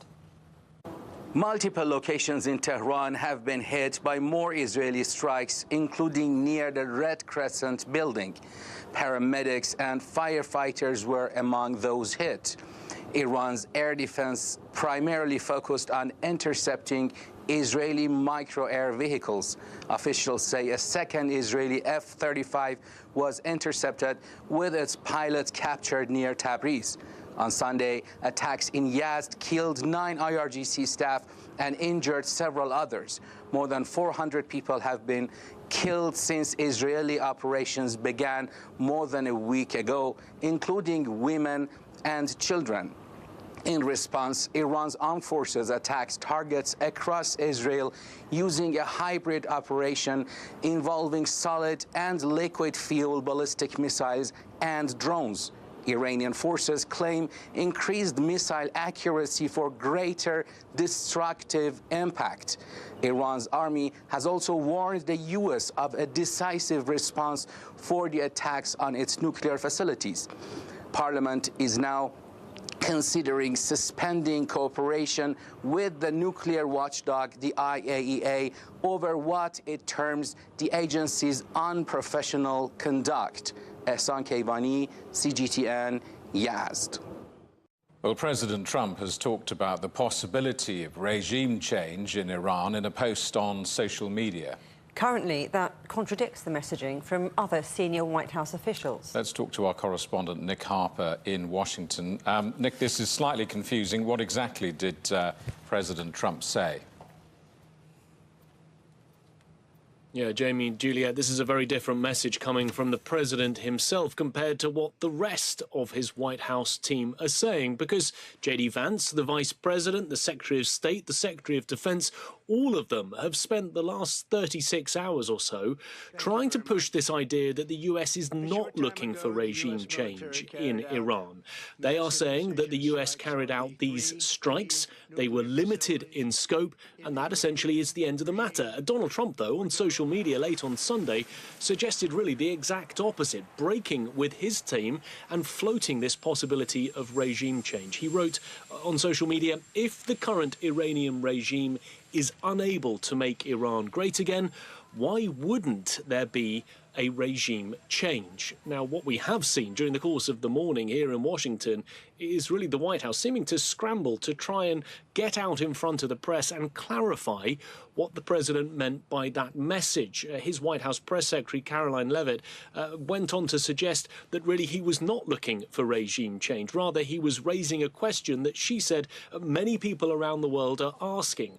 But Caroline Leavitt did say if Iran refuses to give up its nuclear program or engage in talks, why shouldn't the Iranian people rise up? And I think that is the message that now the White House is trying to put forward, that the US itself is not looking for regime change by any actions carried out by the US, but suggesting it's perhaps time for the Iranian people to make the change themselves. Donald Trump is sitting down with his national security team within the next hour in the Oval Office at the White House. We could get some developments coming out of that. But what we are seeing is, I guess, a growing sentiment in the United States from people, average Americans, who simply say that US involvement in the Middle East is not what America should be doing. The fact that the US has extricated itself from those foreign wars in the region, in Iraq, in Afghanistan, there is that fear amongst the American public that the president might be pulling the US back into another long-term conflict. We saw protests over the weekend with people calling Donald Trump a war criminal, saying that he had violated the UN Charter, violated international law, even violated the US Constitution itself. And then there are the servicemen and women in the region, about 40,000 of them, who are preparing for that possibility of retaliation by Iran. And they have been strengthening defences just in case that happens. Nick, thank you for that. Our correspondent Nick Harper in Washington. China is warning continued tensions in the Middle East pose a threat to the global economy. It comes as Iran considers the closure of the Hormuz Strait a key international trade route. Our correspondent Sun Ye reports from Beijing. China has again condemned the U.S. attack on Iranian nuclear facilities. This Monday, Chinese Foreign Ministry spokesperson Guo Jiakun, he has said the U.S. attacks violates and seriously violates UN Charter and its principles and its purposes, and it actually intensifies the instability in the Middle East. Attacking nuclear facilities under the safeguard of the International Atomic Energy Agency seriously violates the principles of the UN Charter and international laws.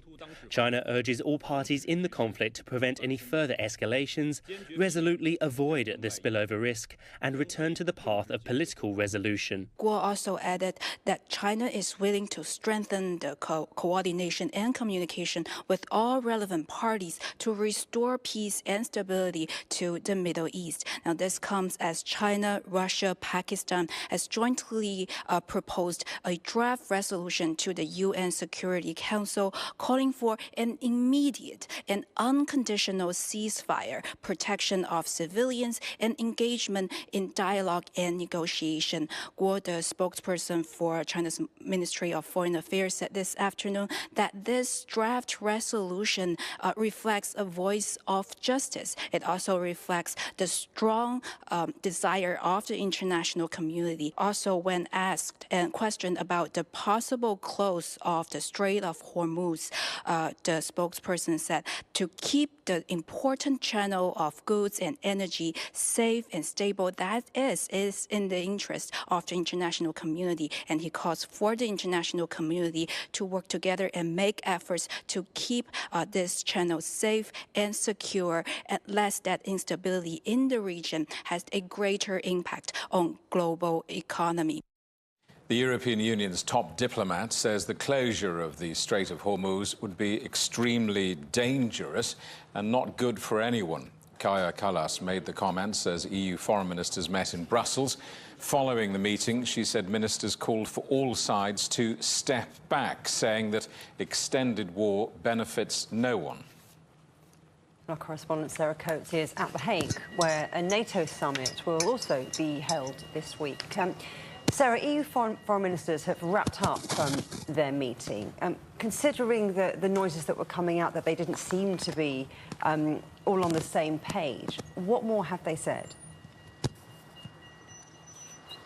Certainly a lot of urgent issues being discussed at that meeting, but of course the most pressing issue, Iran, and the immediate need to de-escalate the situation. Now, we did hear from France's foreign minister. He's called on Iran not to aggravate the situation, saying that Iran's nuclear program is an existential threat for Israel, for the region, and also from Europe. We also did hear from Germany's foreign minister. He said that EU negotiators told Iran in Geneva just last Friday that a real prerequisite for resolving the conflict is that Iran is willing to negotiate directly with the United States. Now, of course, this meeting was originally supposed to be focusing on the relationship between the European Union and Israel. We did hear some very strong words from the EU's foreign policy chief, Kaja Kallas there.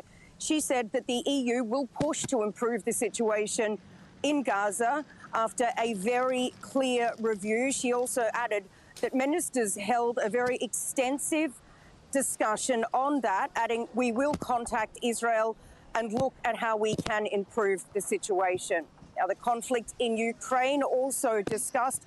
There is an 18th round of sanctions that the EU is looking to put on Russia, but that has so far been blocked by Hungary and Slovakia, although we do hear a lot of optimism coming in that that may still go through. And Sarah, heads of state are due to begin arriving at The Hague for the NATO summit, which begins on Tuesday. Are we expecting Donald Trump to be amongst the attendees? Well, according to the White House, officials from the White House, Mr. Trump will be attending. He's scheduled to leave Washington early tomorrow morning, Tuesday morning, to arrive here in The Hague tomorrow night, where he'll be hosted at a fairly lavish dinner. But there is some skepticism that he may actually come, and that could be based on what an Iranian retaliation on the US may look like and when it may actually happen. Now, there is really a push here ahead of this summit from these NATO allies to appease Mr. Trump, and that would be through upping defence spending from the current 2% GDP to 5%. And we did actually hear from the NATO chief, Mark Rutte, just a little earlier today. He said that this is a quantum leap that is ambitious, historic and fundamental to securing our future. Now, when it does come to security, a massive security presence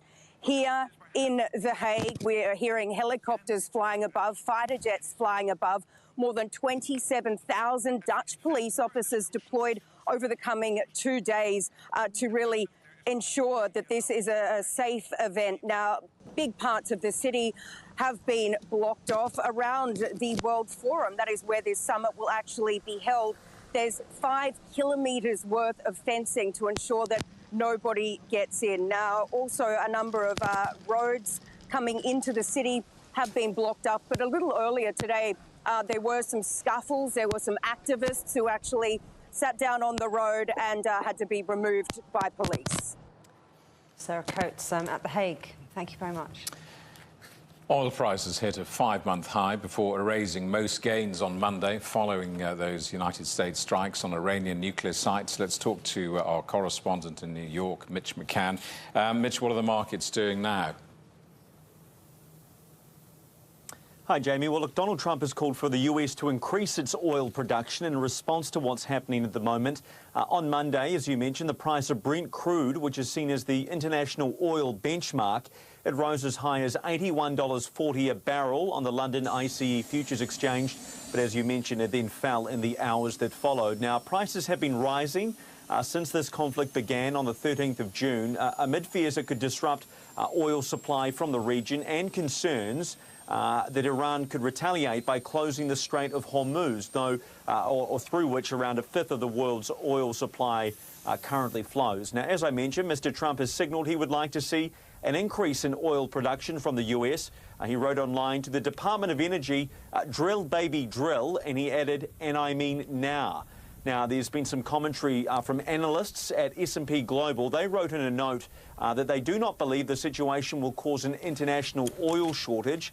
They cited increased oil production from OPEC plus countries, and they said that oil stocks globally should continue to build significantly. They also noted that they expect the Strait of Hormuz to remain open. That's critical, although it is very much a volatile situation, as we've seen, and it's one that could change very quickly if the situation escalates in the coming days. Mitch, thank you for that. Our correspondent, Mitch McCann in New York. Iran's parliament has approved plans to close off one of the world's most important shipping routes. It could affect oil exports from the Middle East and Asia especially. Our correspondent Europe David explains why the Strait of Hormuz is vital for global oil and gas exports. Hello. Yes, Juliet, we hear and read a lot about the Strait of Hormuz these days. It's a narrow and crucial route for international shipping that's used by many countries on either side of the Persian or Arabian Gulf. It's a strategic sea route that is only 33 kilometers at its narrowest point, with a shipping lane that is just 3 kilometers wide. Because of its location, its geopolitical importance to many countries, including the United States and China, it's a trade choke point. A fifth of the world's oil and gas is exported this way. Around 20 million barrels of oil and 300 million cubic meters of liquefied natural gas passes through. Data from analytics firm Vortexa covering the period from the start of 2022 to May this year shows that between 17.8 million and 20.8 million barrels of crude, condensate and fuels flowed through the strait every single day. If it's closed by Iran, the economic impact could be enormous for Iranians, but also the members of petroleum exporting countries like OPEC, who rely on the Gulf and the Strait of Hormuz to export most of their crude oil and natural gas. it would also impact the US Fifth Fleet, which is based in Bahrain and is tasked to keep this international sea route open. According to Iran's press TV, the final decision will be made by the country's Supreme National Security Council, chaired by President Masoud Pezeshkian. A fifth of the world's oil and gas passing through the Strait of Hormuz, closing it would be a hugely significant decision for Iran. It's probably one of the biggest decisions. What do they do? How do they retaliate for these attacks by the United States and Israel as well? And the economic one is the Strait of Hormuz, because they could control it between Iran and Oman. But of course, even if they export a fraction of that crude oil, the impact is enormous financially for Iranians itself. This 23-man committee of the Security Council and the Ayatollah Khamenei have a huge decision to make that impacts 90 million Iranians. So, you know, already unemployment is 7 to 8%. The cost of living has risen for decades in Iran. Now, this could be something else that could lead not just to energy disruption, it could lead to, obviously, the price of crude oil internationally, but it could lead internationally to vast political consequences for Iran and neighboring countries. So it could be isolated if it takes that decision. There could be regional tensions, especially because it does export a lot to China, to India, to Asian countries. So it could alienate allies. And then there is that military risk. If the Fifth Fleet in Bahrain, if that is affected by the Americans, then that could be a direct danger for Iran. There's lots of things that they have to consider. And also, as we've heard from President Trump, as we've heard from Prime Minister Benjamin Netanyahu of Israel, they're hoping for civil unrest. They're hoping for regime change. So that's another potential danger for the Iranians. And then, you know, that domestic picture could lead to long-term strategic crisis, not just for Iran, but for that entire region. That's why the stakes are so high. So high, the stakes. David, thank you very much. Well, let's pick up some of those themes and talk to Gaurav Sharma, the independent energy analyst. Gaurav, welcome back. Good to see you. I mean, is the world really so dependent on the Strait of Hormuz? Can the world's oil industry reroute and look for oil elsewhere? Good to see you, Jamie. I think one thing I would say is, yes, if you look at the figures themselves, they're tremendous figures. Not just 20 million barrels per day of crude goes through it. If you take the combined volume of liquids and gases and convert them in barrel terms, we're looking at 30 to 33 million barrels per day. That includes LNG, LPG. Now, almost half of those cargoes are going to the east, and in particular to China. And it's not just Iranian cargoes. We've got Kuwait, Saudi, Iraq, Qatar, all in the mix. Now, it's for that reason alone that it seems a bit outlandish that the Iranians would attempt to close off the strait. It's something they've been threatening. It's not a new threat. They've been threatening this from the mid-'80s. But the proof is in the pudding. They've always threatened, but they've never, ever attempted to do it, nor have they ever done it. And there are two simple reasons for this. Number one, you cannot upset your primary hydrocarbon or energy client out in the Far East, which is China. And number two, they'll be met by overwhelming force by the US Fifth Fleet. So it is kind of outlandish. Now, in terms of dependency, the world has changed, Jamie. If this was happening back in 2015 instead of 2025 at the same point in the year, we would probably be looking at $100 oil prices. The only reason it's not happening right now is there's an awful lot of non-OPEC crude out in the market from Brazil, Guyana, Norway, and the United States itself. And that's keeping a lid on things. So what's your guess? How will this play out over the coming weeks and months? I think what we are seeing right now is that the Iranians are trying to work out. They've been hit by a series of strategic strikes. Of course, they've retaliated. They're firing missiles into Israel. But some clear heads need to prevail. What is Iran's next strategy? Of course, it will need to save face. There will be some kind of retaliation, but that retaliation won't be in the form of closing the strait. It seems extraordinary that after the pandemic and after the world's experience of global supply chain crisis with so many of the things that have happened over the last 6 years, that we are back in a place of such dependence and concern about one particular choke point. I mean, that does seem extraordinary, doesn't it? Well, absolutely. It works out in terms of supply chains. There are a number of countries in this world who have diversified sources. And the big five, especially the big five, US, China, Japan, South Korea, and India, they have a diversified pool of suppliers, which is precisely why the oil price has not overshot towards 3 figures. But at the same time, there are a number of nations who are overtly reliant on Middle Eastern crude. So hence the tension, which then gives paper traders the sort of the room to say, well, what if? And the moment you talk of what ifs, the sentiment spikes the price up, and then reality prevails like it did this morning. We started at 80, now we're struggling to hold $76 per barrel with Brent prices, and that's really a sentiment-driven affair. Guru, I'm sure we'll talk again in the coming weeks. For the moment, thank you, Gaurav Sharma, the independent energy analyst. Thank you. You're watching CGTN. Still to come. Trade, artificial intelligence and the digital economy. China and Singapore agree to deepen their relationship.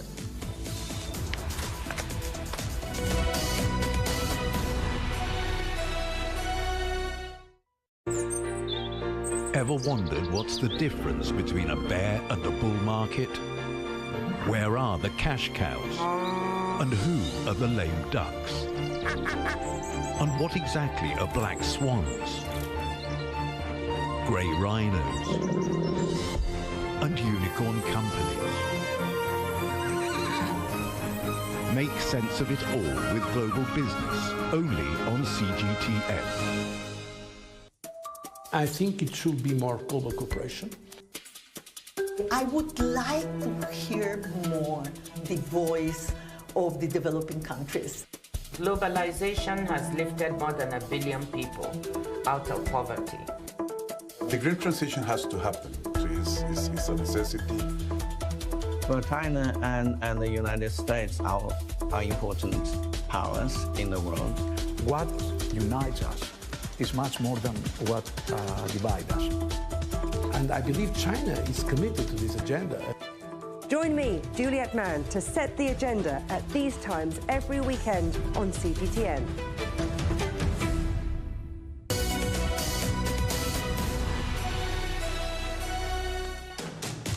Hello, welcome back to Global Business Europe. Chinese Premier Li Qiang has met Singapore's Prime Minister Lawrence Wong in Beijing. They agreed to strengthen trade ties and deepen cooperation on digital technology and artificial intelligence. Both sides expressed support for free trade. It's the first time Wong has visited China since becoming Prime Minister. The visit marks the 35th anniversary of China-Singapore diplomatic relations. Our correspondent Zhou Hu talked to Singapore's Prime Minister ahead of his visit to China, where he's set to attend this year's Summer Davos. We are in the midst of a profound global change, so my message at Tianjin will be the importance of upholding a rules-based multilateral order. Because without rules, without long-standing norms of cooperation, countries everywhere will be worse off. Small countries like Singapore, of course, are very concerned because we have limited bargaining power and we risk being sidelined and squeezed by the bigger powers. But I think big countries will be impacted too, because if we end up in a world that's more fragmented, where there's deep suspicions and mistrust of one another, this will be a world with great uncertainty and volatility, and you will have slower growth and higher inflation in the global economy, which means all countries will suffer and our people, at the end of the day, will be the ones facing the impact. So we have to do something about this. Of course, multilateralism today is not perfect. There are things that can be improved, but our response should not be to abandon the multilateral system. Our response should be to reform, change, improve, and make the system work better for the benefit of all countries. Well, the great and the good of business and politics are descending on what's known as the Summer Davos in China. Our correspondent Xu Yi looks at how the host city, the port of Tianjin, is using technology to boost efficiency and cut its carbon footprint. And welcome to the Tianjin port, one of the world's top 10 ports, linking over 500 ports across more than 180 countries and regions. And this is also the world's first fully automated zero-carbon port. Leveraging 5G and AI, we've achieved fully automated operations throughout the entire process. The system now boosts overall efficiency by 30%. We now handle over 10,000 TUs per day. The entire process achieves true carbon-neutral status through green energy generated by our wind turbines and photovoltaic systems. It now takes us just 90 seconds to pick up a single container, faster than before.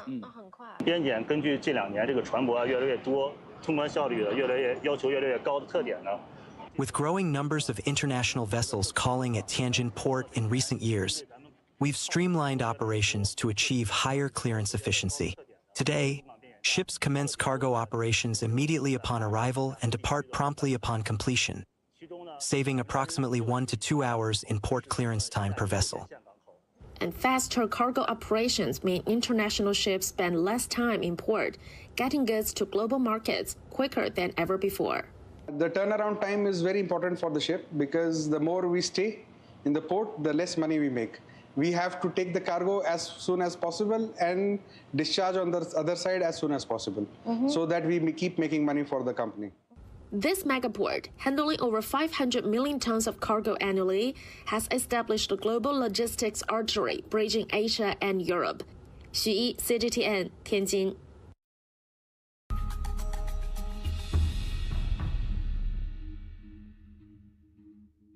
Now, imported household appliances like dishwashers, washing machines and refrigerators are now subject to United States steel tariffs. The levies on steel and aluminium are currently at 50% for most countries. Let's talk to our correspondent, Mitch McCann, in New York again. Mitch, well, bad time for you to rush out and fit out a new kitchen. What more can you tell us? Yeah, that's certainly right, Jamie. These new tariffs are in addition, as you both mentioned, to the President's 50% tariff on the importation of steel. These are going to affect the steel content within finished goods, and they'll apply to items like dishwashers, as you mentioned, food waste disposal units, fridge freezers, tumble dryers, washing machines, stoves and ovens.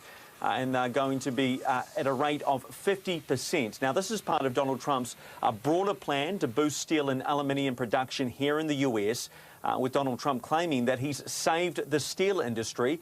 It's possible this could soon raise the price of household appliances like dishwashers and fridges, although it's important to note that the broader measures of inflation remain muted so far, but we are expecting more economic data in the coming weeks. So another steel tariff starting today from the President. That may not be the end of the story, of course. The World Trade Organization agreeing to consider a request from China in regards to additional import duties imposed by Canada on certain Chinese products.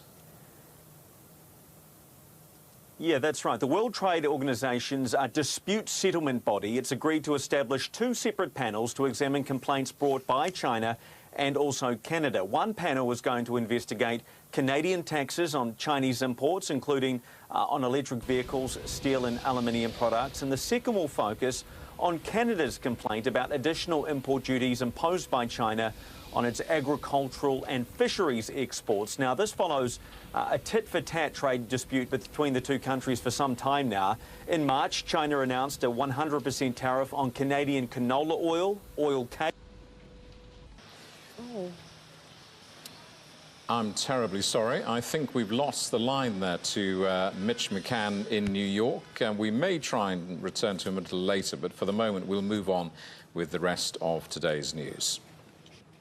Eurozone economic growth has stalled, although some countries in Europe did show signs of recovery. Business activity in Germany returned to growth, led by an expansion in the manufacturing sector. But France saw a further contraction, with weakness in both its manufacturing and services sector. Our correspondent, Peter Oliver, is in Berlin. Good to see you, Peter. So talk us through the details. Hi.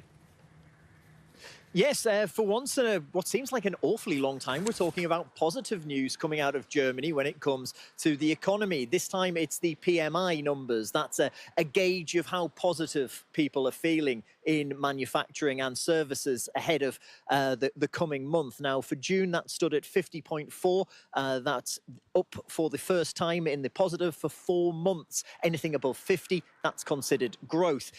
What's been driving that is the manufacturing PMI. That was up to 49 from 48.3 in the previous month. It's the first time that it's been that high in 34 months, if that tells you anything about how mired the economy has been for a while here. A lot of that in the manufacturing sector is due to a pickup in the amount of not just factory output right now, but also orders that are arriving onto the order books. When it comes to the services sector, that was up to 49.4, absolutely taking almost all analysts by shock, as by surprise. They weren't expecting it to be that high. They were expecting moderate growth. What this shows is it's good, but it isn't great. It's green shoots of recovery at best. But what it is a step in the right direction. And where those steps were predicted, the economy in Germany has gone further. Tentative for now, but certainly good news on that front. Well, tentatively going further for now in Germany, but of course the French figure's going down a bit, which balances it out, which is why Eurozone growth is still a bit flat.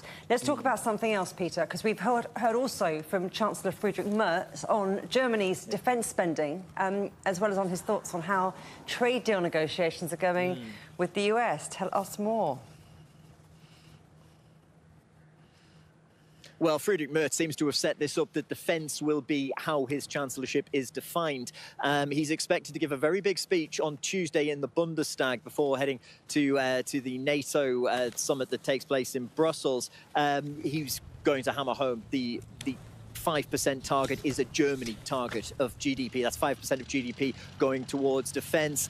He's also pushed through constitutional changes here, quite large constitutional changes in Germany that is going to allow for extra, well, hundreds of billions of dollars worth of borrowing, government borrowing, as long as that money is to be spent on either defence or infrastructure. And also when it comes to that trade side. Now, we've seen Merz in Washington meeting with President Trump. We are expecting him to come back and say that himself and President Trump are in lockstep when it comes to NATO and the demands for the European side to pay more, but also when it comes to Europeans taking a more active role in defence in Europe. Expect more on that to be incoming. When it comes to trade, Friedrich Merz seems to be sure, certainly from what we're hearing coming out of him from him in Germany on Monday, that he is happy that he can progress towards some form of trade deal with the United States, particularly when it comes to the German auto sector. Well worth keeping an eye on that, because those tariffs, of course, huge, not just for all manufacturing, but for German auto manufacturing, which is a crucial part of the German economy. If you can sort out any tariff relief there, he will be a very popular man in places like Mercedes, BMW and VW, 100% certainly. He certainly will. Peter Oliver in Berlin, thank you very much. Now, cutting energy costs for business, speeding up grid connections and approving medicines quicker. Just a few of the proposals outlined by the British government as it published its 10-year industrial strategy in a bid to drive economic growth. Let's talk to our correspondent, Jen Copestake, who's following the story. If you're an old person like me, of course, you remember we've been here many times before, an industrial strategy or picking winners, whatever you want to call it. What is the plan, a cunning plan? Yeah, it's a big plan. It's an ambitious plan. So the strategy is going to focus on 8 sectors that the government say have the greatest potential for economic growth. These include advanced manufacturing, life sciences, the creative industries, clean energy, defense and digital, and that includes artificial intelligence and quantum computing.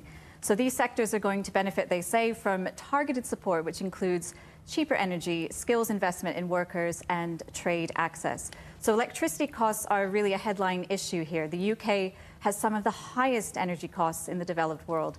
UK manufacturers pay about 5 times more for industrial energy than manufacturers do in the US. And those energy bills are higher in much of Europe too. Now, this is largely because the UK relies so heavily on gas for generating electricity and setting prices. So part of the plan that's outlined today is the British Industrial Competitiveness Scheme that will be launched from 2027. This will see energy prices cut by up to 25% for around 7,000 electricity-intensive firms. From 2026, so next year, we will see 500 manufacturers in the most energy-intensive industries like steel, ceramics, and glass manufacturing. They will see their network charge discount rise from the current 60% to 90%. Now, we also heard there will be plans to accelerate connections to the national grid, so new connections to the grid. That will include regulatory changes to help speed up that, which will be put in place by the end of the year. That's for firms who are trying to expand as well or build clean energy projects. In the defense industry, we're seeing that 10% of the equipment budget for defense is now earmarked for emerging technologies. So that includes drones and artificial intelligence. We're seeing a new UK Defence Innovation Agency getting almost $550 million to help scale those capabilities. So the Prime Minister has said that this strategy is about giving businesses long-term certainty and protecting the UK economy from global shocks like we're seeing now, the potential for volatile gas prices. But the Conservative Shadow Energy Secretary has said the government is now admitting through this strategy that they need subsidies to achieve their net zero targets. So he's calling for policies that will tackle the root causes of high energy prices. How are the manufacturers reacting to this? Make UK, which represents UK manufacturers, has said that the plan's focus on energy, skills and finance is very much welcome. But we're hearing also from hospitality industry, the UK hospitality industry's chief executive saying they had hoped that they would be included in this plan because the high street is also suffering with high energy costs too, high staffing costs. We see that the UK has actually the lowest levels of investment in the G7. So how this plan will benefit everybody across the economy in the next 2 years, we're not going to see some of these implementations happening until 2026 or 2027, is the larger picture, and will it stretch far enough? Jen, thank you for that. Our correspondent, Jen Copestake. You're watching CGTN. Still ahead. The International Atomic Energy Agency holds a crisis meeting in Vienna after the US bombed Iranian nuclear sites.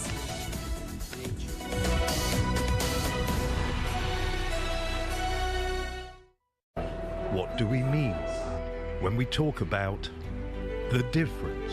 Brazen axe. The difference is in the detail, the background, Defense ministers from the wider angle and perspective of every story,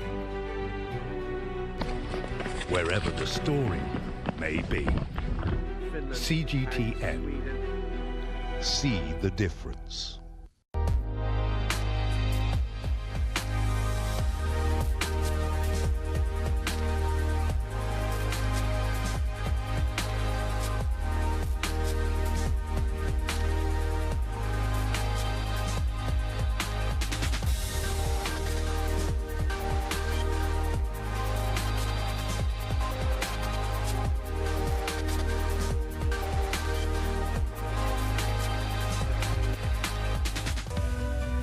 We are all connected.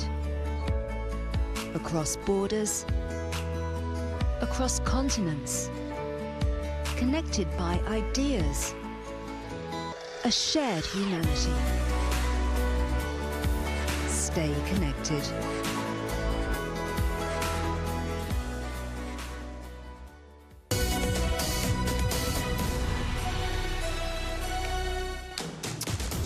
Hello, welcome back to Global Business Europe with Jamie Owen and Juliet Mann. Our top story. Israel and Iran trade heavy attacks a day after the United States struck key Iranian nuclear sites. Tehran warns of a decisive response. Iran's parliament votes to shut down the Strait of Hormuz. China warns of potentially huge global consequences for the movement of oil. And China and Singapore should work together to safeguard global supply chains. The message from China's Premier Li Qiang.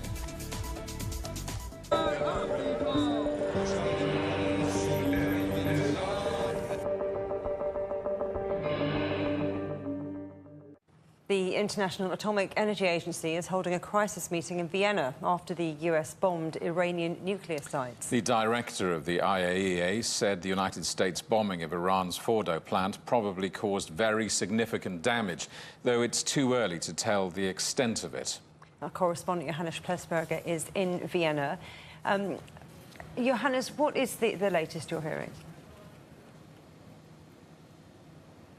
Well, during today's emergency meeting, the IAEA did not only provide a little more information on the damages at these Iranian nuclear sites, but it also called on all parties to immediately cease attacks in order for its inspectors to return to these nuclear facilities. Because right now, these IAEA inspectors, they are on the ground in Iran, but they cannot access the nuclear sites that have been targeted because the attacks are still continuing. Just a few hours ago, we've heard that Israeli forces reportedly struck access routes to the Fordo nuclear plant, so it might take even a little longer for these IAEA inspectors to access these nuclear sites and assess radiation, assess the exact damages. But the IAEA does have a little information also coming from Iranian officials. So let's listen to what IAEA Chief Rafael Grossi said earlier today. Iran has informed the IAEA that there was no increase in off-site radiation levels at all 3 sites. The situation at the other sites remain as I have described in my past updates. Another big question is, where are the 400 kilograms of uranium enriched to 600%, which are possessed by Iran? Have they been moved? Have they been damaged during these attacks? We've learned today that 10 days ago, Iran told the IAEA it would protect its nuclear material for the case of a possible attack with special measures. And we've also learned today that the IAEA responded back then saying that it's okay to protect the material as long as it's according to safeguard measures, and that Iran would need to notify the IAEA where it would move this material. So up to today, we are not sure, we do not know whether the IAEA actually knows about the location of this nuclear material, which could be the 400 kilograms of enriched uranium. Johannes Peschberger in Vienna, thank you very much indeed. China's foreign minister says Israeli attacks on Iran, which were carried out on the basis of a possible future threat, sets a dangerous precedent and sends the wrong signals to the world. Wang Yi made his comments during a meeting with the former British Prime Minister Tony Blair in Beijing. Wang said China and the UK must use their influence to promote a return to dialogue. Russia's President Vladimir Putin has repeated Moscow's condemnation of United States strikes on Iran's nuclear sites, saying they were groundless. He made the comments during a meeting with Iran's foreign minister in Moscow. Our correspondent Dasha Chernashova reports. The Russian president has met with the Iranian foreign minister Abbas Araghchi at the Kremlin on Monday. The two have been talking about the ways out of this escalated tension in the Middle East. The Russian president saying that Moscow is indeed very much concerned about the developments of the situation in the region, and suggesting that Moscow has been offering a lot of help and support to the Iranian side. That is, the offer to mediate the conflict, as well as Russia internationally voicing its strong condemnation of the Israeli attacks as well as the American attacks against the Iranian nuclear facilities. Russia stressing very strongly that Iran does have the right to develop its peaceful nuclear program. And we understand that the two have indeed been discussing all the issues in the region which are linked into the steering of this situation to the political dimension, so that this conflict could be resolved by the negotiated means. Let's have a listen to what the two have been talking about in the opening remarks. This is an act of aggression and an attack that must be unequivocally condemned. We appreciate Russia's stance in condemning this assault in the strongest possible terms today, and we hope it will be accompanied by practical support in the Security Council. This absolutely unprovoked aggression against Iran has no basis whatsoever and no justification whatsoever. So Russia is voicing concerns about the number of countries involved into this conflict growing, and Moscow says it is yet to be assessed how much damage has been done to the environmental radiological situation after.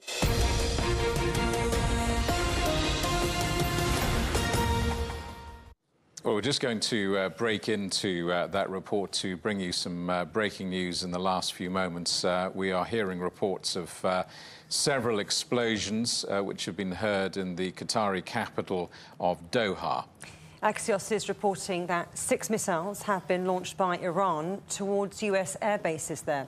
It comes after the United States struck Iranian nuclear facilities over the weekend. Well, let's talk to our correspondent, Yolo Abdavid, who's been following the events. First of all, what more do we know? It's literally happening as we talk. So it seems that the air defense system has been activated around the Al-Assad airbase in Iraq, and then obviously around the Al Udeid airbase in southwest of Doha, the capital of Qatar. Sounds of several explosions have been heard in the Qatari capital, Doha.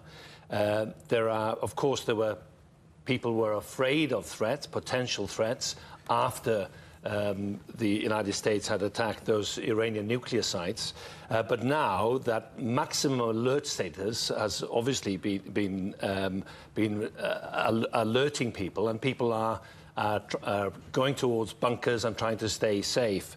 But the United Arab Emirates, as well as Qatar, have been following, of course, what had happened over the last few days and the threat because of it. Now, earlier we were discussing what kind of retaliation Iran would do, and there were several options available to them, potentially military, potentially the Strait of Hormuz. Neither one of them would be very palatable in terms of what the Iranian government and what the Iranian military are able to do. We discussed at length earlier the economic impact that closing the Strait of Hormuz for crude oil and natural gas to the rest of the world, especially Asian markets, what that would do. So it seems if we are to take these initial reports coming in, that there is a military reaction, potentially from Iran. Of course, it hasn't actually said that yet, but potentially we could say that this is part of the reaction. This story unfolding as we watch it, the White House and the Department of Defense have just commented and said that they are aware of and closely monitoring potential threats to the airbase in Qatar, that according to a senior White House official. For those who are not experienced in this region, why Qatar? What is the significance of any attack on Qatar? Quite simply, there are United States military air bases and military personnel stationed in strategic sites throughout the Middle East. And one of their main bases is on an Qatari airbase, Al Udeid, and there has 10,000 United States personnel just on this one base, attached to this one base. It's a very, very important part of the American military and diplomatic muscle in the Middle East, because from this base we know that planes have bombed Afghanistan, have bombed Iraq. They've been used in many, many different areas of the Middle East and Central Asia. So the importance of this base being targeted, if indeed it is being targeted by Iran, is hugely significant. But there are other bases too, in Turkey and in other parts of the Middle East, and there are tens of thousands of American personnel in that region. We know that world leaders are heading to The Hague for a NATO meeting. Big question marks over whether or not Donald Trump is going to go. This changes everything, right? I think it probably does. And, you know, Donald Trump as the commander-in-chief, which is different, right, to the presidents and the prime ministers of other NATO countries who are not commanders-in-chief of the armed forces, Donald Trump's role is actually different. So there was talk that he would go. There seems to be confirmation that he would be travelling to The Hague to talk to and discuss the NATO other members about the amount of national GDP spent on defence. Then there was some kind of, there was potentially some discussion whether he indeed would turn up. So, you know, that I think now, if this gets worse, if there's more retaliation towards American forces, as Commander-in-Chief, he may well decide to stay in Washington, D.C.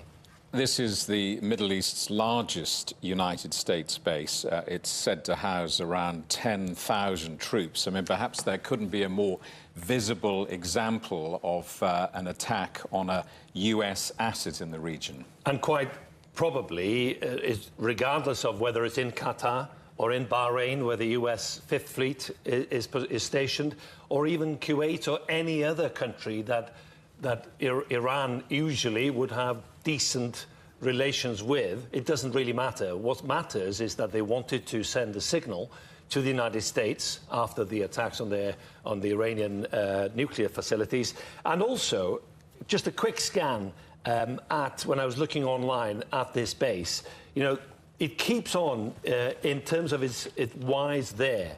What's the reason for having so many American personnel stationed in Qatar? Well, the strategic context is to deter Iran.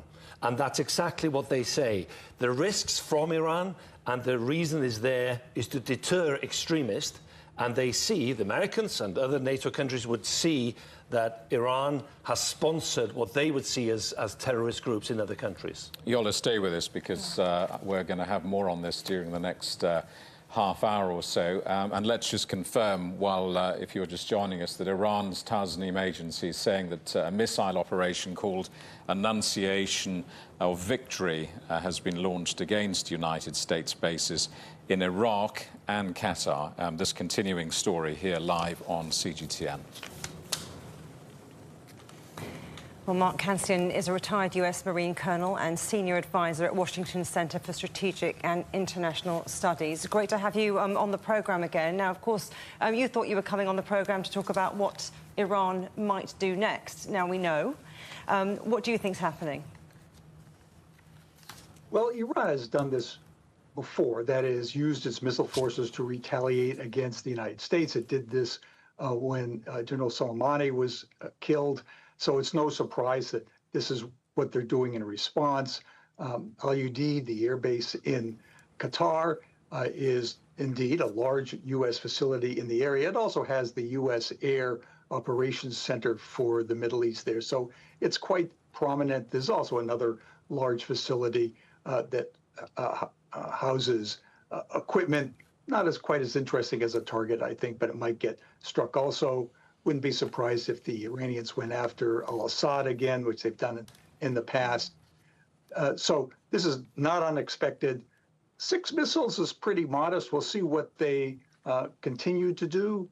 The Iranians are having a hard time responding, though, because they don't have many missiles left. They've been shooting a lot at Israel. They have lost a lot to Israeli attacks. They just don't have a lot to respond to. Taking on 2 major enemies is a big deal for them. It's interesting you say that this base is prominent. It's interesting, but there would be other targets that you think could also be significant if there was enough missile power. I think so. The United States has a total of about 40,000 service personnel in the region, and there are several other prominent facilities, as I said, al-Assad in Iraq, Bahrain, as we heard from your journalist, has several facilities. The problem with those is that they are close to the cities, Manama, so they don't make as good a target, whereas these air bases, they're sort of isolated, so the Iranians won't be causing a lot of civilian casualties. You talk about the options for Iran, and that this 6 missile attack was quite modest. So let's talk about what they might do next. I mean, do you think Iran will now race for a nuclear bomb for deterrent purposes or otherwise? Well, they might want to do that, but they will have a very difficult time doing that, both because of what's happened so far. In other words, they've lost a lot of their capability, and what might continue to happen in the future, which is to lose even more of that. It will set back their program many years. If they really wanted to rebuild it, they could. You know, they still have technicians and scientists who could develop a program from the wreckage of the old one, but they might also decide that it's not worth it. It costs billions of dollars. It might just be taken out again, and might try to make the best deal they can. The Iraqis did that when the Israelis took out their reactor in the 1980s. They decided not to rebuild their nuclear program. Mark, what do you think is going to happen next? Are we going to see a wider war? Or has what the US has done so far contained that? I think you'll see maybe some U.S. air defense forces moving into the region. There are already a lot of them there. A lot of people watching the Gulf of Hormuz because, of course, or the Straits of Hormuz because Iran has threatened to close those. They don't have the military capability to close the straits. The straits are actually fairly wide and difficult to close, not great for mine warfare, but they can harass the traffic. In other words, they could drop a few mines. They might launch a few missiles to just cause a disturbance in global trade and hope that that makes global partners more nervous and puts pressure on the United States. And in terms of grand symbolic gestures beyond the military, do you think Iran might withdraw from the Nuclear Non-Proliferation Treaty? I mean, is there even any room left for diplomacy? Well, right now, unfortunately, it doesn't look like a lot of overlap between the positions. The United States and Israel have taken the position that Iran cannot get nuclear weapons, and that has been a U.S. position for 20 years. It's not just President Trump. On the other hand, the Iranians have indicated that they're not going to give up their nuclear program. They deny they even have one. You heard what they were saying in the UN. This is unprovoked. There's no reason for it. They're acting as if they have no nuclear program. So, given that situation, there doesn't seem to be a lot of overlap. We may well see continuing attacks. The big question here in the United States is, will there be another U.S. attack? And I'm sure the Pentagon is considering that now. They're looking to see what the effects of the earlier attacks are. They might re-attack. Mark Cancian, thank you so much. I'm sure we'll have you on again later. This conversation will continue. Mark Cancian, a retired US Marine Colonel and Senior Advisor at Washington Center for Strategic and International Studies.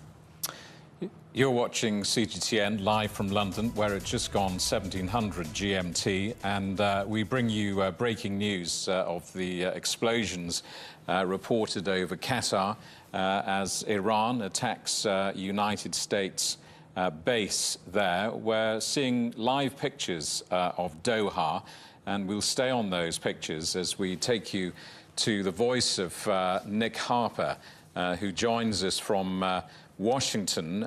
Nick, what, if anything, from the White House? Any word yet as to what they're seeing or what they might be thinking, or any reaction? Well, Jamie, just brief reaction so far from the White House. They've put out a statement really just in the last few minutes saying that they are aware of what is taking place, writing the White House and the Department of Defense are aware of and closely monitoring potential threats to that airbase in Qatar. But also, we're getting reports that it's not just Qatar that's being targeted, also Iraq as well. Iran suggesting that it has fired missiles at both countries targeting US personnel in the region. As for Qatar, we know that that has the largest US airbase in the whole of the Middle East. About 10,000 US personnel are stationed in Qatar. These reports that explosions have been heard in the capital Doha will, of course, come as a great worry to the United States, because this appears to be the retaliation from Iran that was feared in retaliation to those US airstrikes on Sunday. And of course, the United States had said throughout, including the US president, making it very clear that if Iran were to retaliate, as it seems to be doing now, the US would be standing ready to retaliate in return. The real fear that this is now producing a much wider regional conflict than those localized precision strikes that the US was saying that it carried out on Sunday. It said that those were really all that the United States intended to do, but it was standing ready and ready to retaliate if need be. Nick, Mr. Trump, of course, campaigned and has said many times that he didn't want any more of those expensive foreign wars. Domestically, how do you sense this might be received tonight on the evening American news shows? well, potentially not well. There simply isn't the appetite in the United States, and there hasn't been for some time, for the US to be dragged back into one of those so-called forever wars. The US really took some time to extricate itself from the Middle East, get out of Iraq, get out of Afghanistan. The withdrawal there not taking place until 2021, a very messy withdrawal from Kabul. And of course, Donald Trump campaigned on that not happening again. He said that his America First agenda was all about isolationism. It was about putting America first, not returning America to the Middle East, to these long-running, drawn-out, protracted conflicts.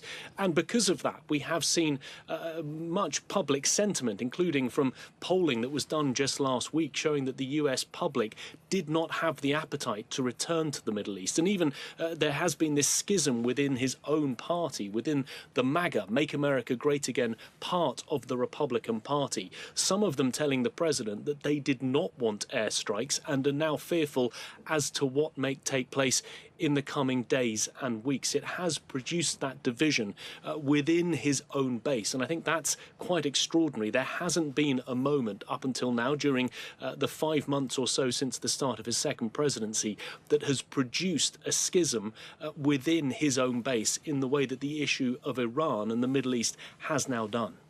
Nick, thank you for that, and we'll return to you, if we may, during the course of the coming hour or so, if there's further comment from the White House. But for the moment, our thanks to our correspondent, Nick Harper in Washington. And a reminder, the breaking news we're talking to you about is Iran launching 6 missiles at a very large US base in Qatar. We're hearing Donald Trump is in the Situation Room with the Defense Secretary and Joint Chiefs after those ballistic missiles have been sent that way. But let's go to Israel right now and see what's happening there. Jonathan Regev is in Tel Aviv. Jonathan, what are you hearing? So Israel is monitoring the situation just like every other country, the United States, of course, and everyone else. The reports in Israel, and they're unconfirmed at this time, but what we're hearing here is that some 10 missiles or so were fired at this very big American base in Qatar, and one more to an American base in Iraq. The other American bases in the region, in Bahrain and in the United Arab Emirates, have been told to remain in the highest level of alert. There were reports throughout the day indicating that this was about to happen. I'm not sure we can speak of a very big surprise in the United States as this is happening, as all through the day it seemed as if an Iranian retaliation to that American strike some nearly 48 hours ago was practically imminent. It seems as if it was coming, and if we said since the American attack, which we said nearly 48 hours ago, up until now, we said the ball is in the Iranian court. Iran made its move, as it seems, and now it's up to the United States to decide. Of course, it does not seem like a major attack. Iran has capabilities to fire much more than 10 missiles to one base and 1 missile to another base. Iran fires on a daily basis much more to Israel, which is much farther away. Qatar, from the southern shores of Iran, is quite close. Iran has the ability to fire much more, but it did not. Maybe signaling to the United States, we could have retaliated in a much stronger way, but we did not. And now it's up to you, Trump administration, to decide. As you said, President Trump is in the Situation Room assessing the situation. First and foremost, I think the U.S. will want to learn what exactly was hit, how many people were hit. We know that those bases, those American bases, were cleared of a lot of people, a lot of assets. But still, this is quite a significant event. Iran targeting American assets in the region. I think we can probably expect the United States not to sit quiet. How big the U.S. reaction will be, now it's up to the Trump administration to decide. Now the ball seems to be on the American court. Certainly does. Jonathan Regev in Tel Aviv, thank you very much for now. I'm sure we'll be bringing you in a little bit later on as well. Thank you very much for now. Well, let's update you on what we know so far. Iran launching missile attacks on US bases. Iran striking US bases in Iraq and Qatar. This is, according to Iranian media, a number of explosions heard over Doha. A little earlier, Britain's and other nationalities evacuated from Israel in an RAF plane. All of this following President Trump suggesting earlier today that he was open to regime change in Iran. We're going to take you around a number of our correspondents in the region, and in London, our correspondent Yolo Abdavith watching events. So stay with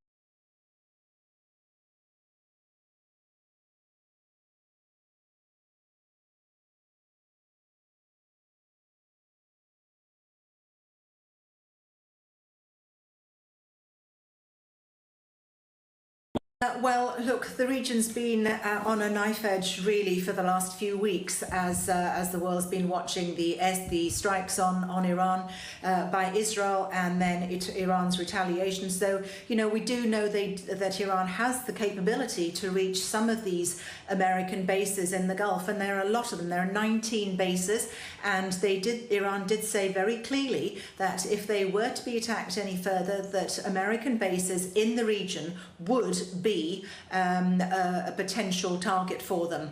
So here we are. Iran has just launched attacks against Qatar and Iraq, and Qatar, for instance, is one of the biggest bases here. It's got over 10,000 US military personnel there. So, you know, it's a large base here. They have got the home of the 5th Fleet in Bahrain as well. That's another potential target. But at the moment, they seem to be targeting Iraq and Qatar at the moment. There's no idea at the moment as to who's been injured, any fatalities, or what the extent of the damage is. But we'll be trying to keep up to date with that as we go along. Nadia, what about the, if I can put it like this, the civilian response there? It's clear the military concern would have been building for a number of days, but what of the civilian concern in Dubai? Do you know, the residents of Dubai and basically the UAE as well, a lot of us have been through several of the conflicts in the region, whether it's the Iran-Iraq war, whether the war in Afghanistan, the Gulf War. So it's been fairly calm, but we're now approaching the time of year where it's the summer holidays. A lot of people do leave the area for a long period of time. So many people have actually left anyway. However, that's been disrupted really by the fact that many flights across the region, across the Middle East, inbound from international airlines and outbound from local airlines like Emirates, like Etihad, have had to either be rescheduled or cancelled or rerouted. So the civilian population in Qatar earlier on, as we were hearing, Qatar civilians in Qatar, Americans, were told to stay indoors and to take shelter, as were UK citizens there as well. We haven't had any such warning in the UAE so far from any government authorities, and as far as I know, in any of the Gulf states as well. In Bahrain, they were told yesterday that they should stay off the main roads and they should leave those clear for authorities if they need them. So there have been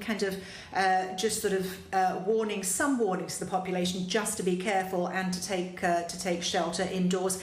But no one's really known what the Iranian reaction was going to be, whether they were actually going to launch attacks as they had threatened to do against US military interests in the Gulf. Clearly military interests are a target for them, but so far no kind of inkling of getting any civilian injuries, and they haven't targeted civilian structures to the best of our knowledge so far. Nadia, I just want to ask you to paint a picture of Dubai, if you would. For those who don't know the area, this is a very cosmopolitan place, isn't it? I mean, the nations of the world live there. It is. It is a real melting pot, or a very cosmopolitan, as you say. We have well over 100 nationalities, and really everybody lives in harmony, and there isn't that conflict. Many nationalities live together there, and there's never really been any unrest to speak of. So it's very unusual for the civilians to be now thinking, well, do they leave the area? We've had the attack on Iran's nuclear enrichment facilities, and of course a lot of civilians in this area, because we're just across the Gulf from Iran. All of the Gulf states are, and if there's any contamination in the air, or particularly if the Gulf waters are contaminated, that is what provides all the water for our desalination plants. Up to 80 to 100% of several of the countries use the Gulf waters for desalination for their population, be that civilian or otherwise. So yes, Dubai itself is very international. It attracts a lot of tourists from all over the world. The entertainment, the culture, the weather. So yes, it's very, very unusual for people to be sitting there worrying about whether they can go out and whether they're likely to hear any missiles overhead. So it's been a very, very long time since that's been the case. Nadia, thank you for the moment. We may return to you in the coming hour if we may, but for the moment, our correspondent Nadia Swan in Dubai. And just before we move on, Juliet, just a word from Qatar's Defence Ministry, which is saying it's ready to deal with any danger, and Iran's top security body telling Qatar this action does not pose any threat to our friendly and brotherly neighbour. That's a statement out of Qatar suggesting this is very much targeted action on military bases rather than a wider assault. Well, we'll take you now to Doha. We can speak to our correspondent, Zara Al-Derzi, who is there right now. Zara, can you talk us through what's happening? Set the scene for us. Tell us what you can see in the night sky. Okay, like 30 minutes ago, we have heard in Doha explosions. They were huge explosions, and there was missiles or something in the sky, but no one was realizing what is exactly happening. Then the authorities, it was very clear that the IRGC, as they said, they attacked Al Udeid, the U.S. base in Qatar. The Defense Ministry of Qatar said they intercepted the Iranian missiles that targeted Al Udeid U.S. base, and they failed the attack. They also preserve their right to react to such attack according to the international law. The Qatari Foreign Ministry also released a statement saying that they called for an immediate cessation of hostilities and return to negotiations and to the diplomatic path to resolve the conflict in the region. And Zara, we're reading reports that people are fleeing the area. What are you hearing? Okay, maybe we heard that some people were screaming, they were terrifying because they were not realizing what is really happening. But the explosions were far from the center of Doha. But people, as I said, they heard something for the first time. Explosions. We felt also here the explosions. But the Defense Ministry of Qatar said that there are no casualties reported and no victims were reported, and they called the Foreign Ministry of Qatar told the people and the residents in Qatar to act according to the precautions the instructions by the Qatari government.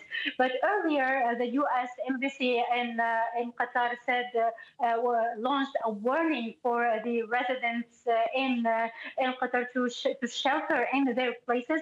Also, shortly before, or maybe a few minutes before the Iranian attack, the Qatari authorities closed or blocked the Qatari airspace, as there seems they were expecting such a retaliation by the Iranians, or specifically by the IRGC. Zara Al-Derzi in Doha, thank you for bringing us up to date. I'm sure we'll be speaking to you again a little later. You're watching CGTN live from London, where we're bringing you the breaking news of Iran launching missile attacks on US bases, Qatar condemning the attack on US military bases in the last few moments, Iran striking US bases in Iraq and Qatar, according to Iranian media. And we're showing you pictures of the night sky in Doha. Our correspondent Yolo Abdavid is following events here for us. Just bring us up to date. We know that there have been explosions, as we've heard in Doha and in Qatar. I'll explain why and more about the base before long. But the announcement of this attack was made on Iranian TV, on state TV, saying that a mighty and successful response by the armed forces of Iran had been made to American aggression. So we now know that they've actually accepted that they were attacking American bases and they're attacking American assets in the Middle East. Why this base? Well, two bases, one in Iraq and this large base, Al Udeid base, to the southwest of Doha, the capital of Qatar. Well, simply because it is a major American military base with 10,000 military and civilian people on that base. And also, it's quite a crucial and central air base in terms of how many sorties have been done from this base and attacked as far back as Afghanistan in 2001, Iraq in 2003, and it's very much a huge part of the Middle East presence by the American military. So there's heavily fortified air defenses there. They were on alert after the Americans bombed those nuclear sites in Iran. So now we have also the Qatar Defense Ministry saying that it had intercepted some of the missiles coming in with no casualties. And as far as we know so far, no deaths and no injuries. And it does seem now that this is part of the retaliation by the Iranian government against the Americans, and now we do have confirmation of that. How much do we know about Qatar's relationship with Iran and what implication this might have for that? Well, I mean, they're obviously neighbours, and they're neighbours in terms of the Persian Gulf. But actually, there has been some discord and controversy in the past in terms of the very professional and wide liquefied natural gas and gas fields that is out there in the Gulf, which Iran years ago complained about and saying that actually Qatar had gone further in terms of the fields rather than just Qatari waters. So it hasn't been as friendly or straightforward, but it's not an easy neighbourhood. And it's not an easy neighbourhood between, for instance, Qatar and Saudi Arabia and the United Arab Emirates a few years ago in 2017, 2018 and so on. So it's not an easy neighbourhood. There are always difficulties. And of course, it is an area, a strategic area. The United States, Russia, and now India and China are very, very, they find very important because of the energy. Can I just ask just for a brief comment on this? The New York Times is reporting that Iran coordinated these attacks on the American airbase in Qatar with Qatari officials and gave advance notice that the attacks were coming to minimize the casualties. Just a quick thought on that before we move on. That's not impossible, simply by they didn't want to telegraph it to the Americans. They didn't want to telegraph it on social media. So there are other ways of doing it. It's not impossible that they did that to show strength, to show retaliation, that they're showing to the Iranian people that they're doing something and not cowering after the attack by the United States, and it's quite possible that they would have notified to try and minimise any casualties on the ground. Yolo, we'll come back to you again in just a few moments. Our correspondent, Yolo Abdavid. Let me tell you that we're also hearing now, while we watch these pictures from Doha, that Bahrain is saying that it's shut down its aerospace temporarily amid fears of retaliation by Iran against those United States attacks. Let's bring in Sean Bell, the retired RAF Air Vice Marshal and military analyst. Sean, you were here sitting in the studio just a few days ago when we were talking about what might happen in coming days. What do you now make of what has happened? Well, Jamie, it's all breaking news at the moment, isn't it? As I understand it, there were a handful of missiles, potentially up to 10, fired. Qataris have closed their airspace down. The target appears to be, apart from one of the airfields in Iraq, the main one seems to be Al Udeid Air Base. I've been based there once before. It's an enormous base, but it's fairly isolated out in the desert. There's well over 100 aircraft can be based there. And it's also the home for the Combined Air Operations Center, from which the US and others control air power over a lot of the other parts of the region. Up to 11,000 military personnel from various different countries, including the Royal Air Force from the UK. But I think over the last few days, my understanding is many of the aircraft have been deliberately moved away from the region.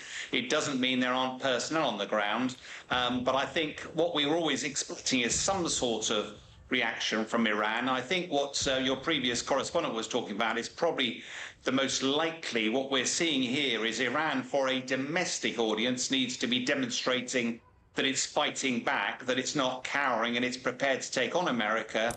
But it will also be aware that if there were any American casualties, particularly any deaths, that would put President Trump in a very difficult situation and would almost certainly cause a form of escalation. So I think what we've seen at the moment, however dramatic, if it turns out to be a one-off barrage, and if it turns out that the defences work well and there are no casualties, although I do note there's a report of a fire on the ground, but if it is a minimal effect, then it may have been the least worst option.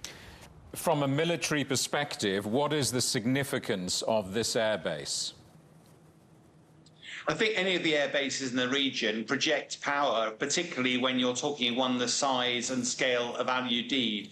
As I said, I've operated out of it before, and it provides an enormous bit of real estate, structure and focus, particularly command and control, for American forces in the region. It's a very symbolic base. I think the other thing, though, if you were choosing a target, you'd want one that's far away from any Qatari built-up areas, because whilst there is little love lost at times between Iran and other of the Gulf regions, the Iranians will not want to be targeting Qataris, and therefore it wouldn't be at all surprising if they gave a heads up that this attack was coming, to make sure the Qataris were ready, make sure it was very clear that they were targeting Americans and other military personnel on the base, and trying to make sure that they limited the amount of collateral damage that would happen. But I do think strategically it is one of the targets which America must have been expecting would have been under the crosshairs of Iran. I suspect what President Trump's doing at the moment is just hoping this is a one-off attack and he's not forced to take this escalation further. Well, that's the point, isn't it? Is this the end, or is this the beginning? Does this retaliation by Iran, does this now signal the possibility of a wider conflict? Well, Jamie, if I was looking at this from a purely military lens, if you were Iran and you genuinely wanted to pick a fight with America, there are lots of ways of doing it, and you wouldn't be providing warning to people. I think you would be targeting places where there are aircraft, where you can inflict big casualties. I think, therefore, from a military perspective, I would read the writing on the walls here that Iran, for a domestic audience, needs to demonstrate that it was doing a big swipe at America, taking on one of the biggest bases in the region, but also knowing that if it does it in a measured way, it might not incur the wrath of America. So I do think there's lots of indications at this stage, and it's always dangerous to make a prediction like this, Jamie, but I do think at the moment it's looking likely this is a one-off, a measured response, and an effort to placate a domestic audience in Iran. Sean, it's Juliet here. I'm just picking something up off X here. The spokesperson of the Qatari Foreign Ministry saying, "We affirm that Qatar reserves the right to respond directly in a manner equivalent with the nature and scale of this brazen aggression in line with international law." That almost scotches this concept of giving advance notice and maybe having a plan alongside Iran, doesn't it? Well, Juliet, you might be right. I mean, there's a lot of conjecture here. What I would say, having served a bit of time in the region, there's a great deal of pride associated with this. So the very fact that Qatar has been subject to Iranian missile attacks will prompt a response from the Qataris. They will not want to take this simply lying down. But rhetoric is one thing. Taking military action is quite another. I'd be very surprised if Qatar wants to pick a fight with Iran. America caused this response from Iran. America will be dealing with Qatar, placating them, and it will be, I suspect, they'll be looking to America to take any escalation action should it be required. So there'll be lots of diplomacy happening behind the scenes. Qatar will want to make sure that it's not being abused as part of this attack, but that doesn't necessarily mean Qatar will take military action. Sean, well, attacks on US air bases. I mean, the United States has lots of other assets in the region. I'm thinking about vast amounts of shipping, airlines, embassies, multinational companies, ordinary civilians. What does this mean for the safety of Americans in the region and their allies? Well, Jamie, one of the worries was that when you looked at what America took on when it did this sort of possibly one-off strike against Iran, was it did open a Pandora's box of potential options that Iran could respond with. Now, from a military perspective, Iran has been badly pummeled. Its air defences have been laid waste bare, but Iran still has the best part of 1 million soldiers under arms, and of course it can sponsor terrorism all over the place if it chose to do so. But before we go down that path and wonder if we've started a completely new round of offensive action by Iran, one thing to remember is that the Iranian the leadership will be desperately keen to stay in charge, and one of the things they will not want to do is risk taking on America in a full-blown war where they know they will have no chance at all. And therefore, I think we're always looking at the least worst option here. Straits of Hormuz was another one that was possibly going to be closed by Iranians, but of course that is used more by China's to access oil. China's not involved in this, and I suspect China's brought a lot of diplomatic pressure to bear. So this attack, because it's high-profile Al Udeid, it's a high-profile, big military target, it's far enough away from the civilian population that it might actually tick most of the boxes for Iran, providing America doesn't conduct another attack against Iranian nuclear facilities. Sean, stay there just for a second while I read some more lines as we're hearing them. The main United States base in Syria, we're being told, is now on full alert in case of possible attack by Iran or Iran-aligned groups. This is according to the Syrian security source. And as we were reporting earlier on, confirmation that Iran gave advance warning of the attack to Qatar, prompting airspace closure. I want to ask you something we've been reporting on extensively in this programme about the damage and the threat to the Strait of Hormuz and what this means for global shipping. And you've said that the military capability of Iran has been greatly diminished. You don't need a huge amount of people to cause global chaos in a world shipping channel, do you? This is one of the real concerns about what happens here, that small groups of aligned military in the Strait of Hormuz can cause considerable disruption, can't they?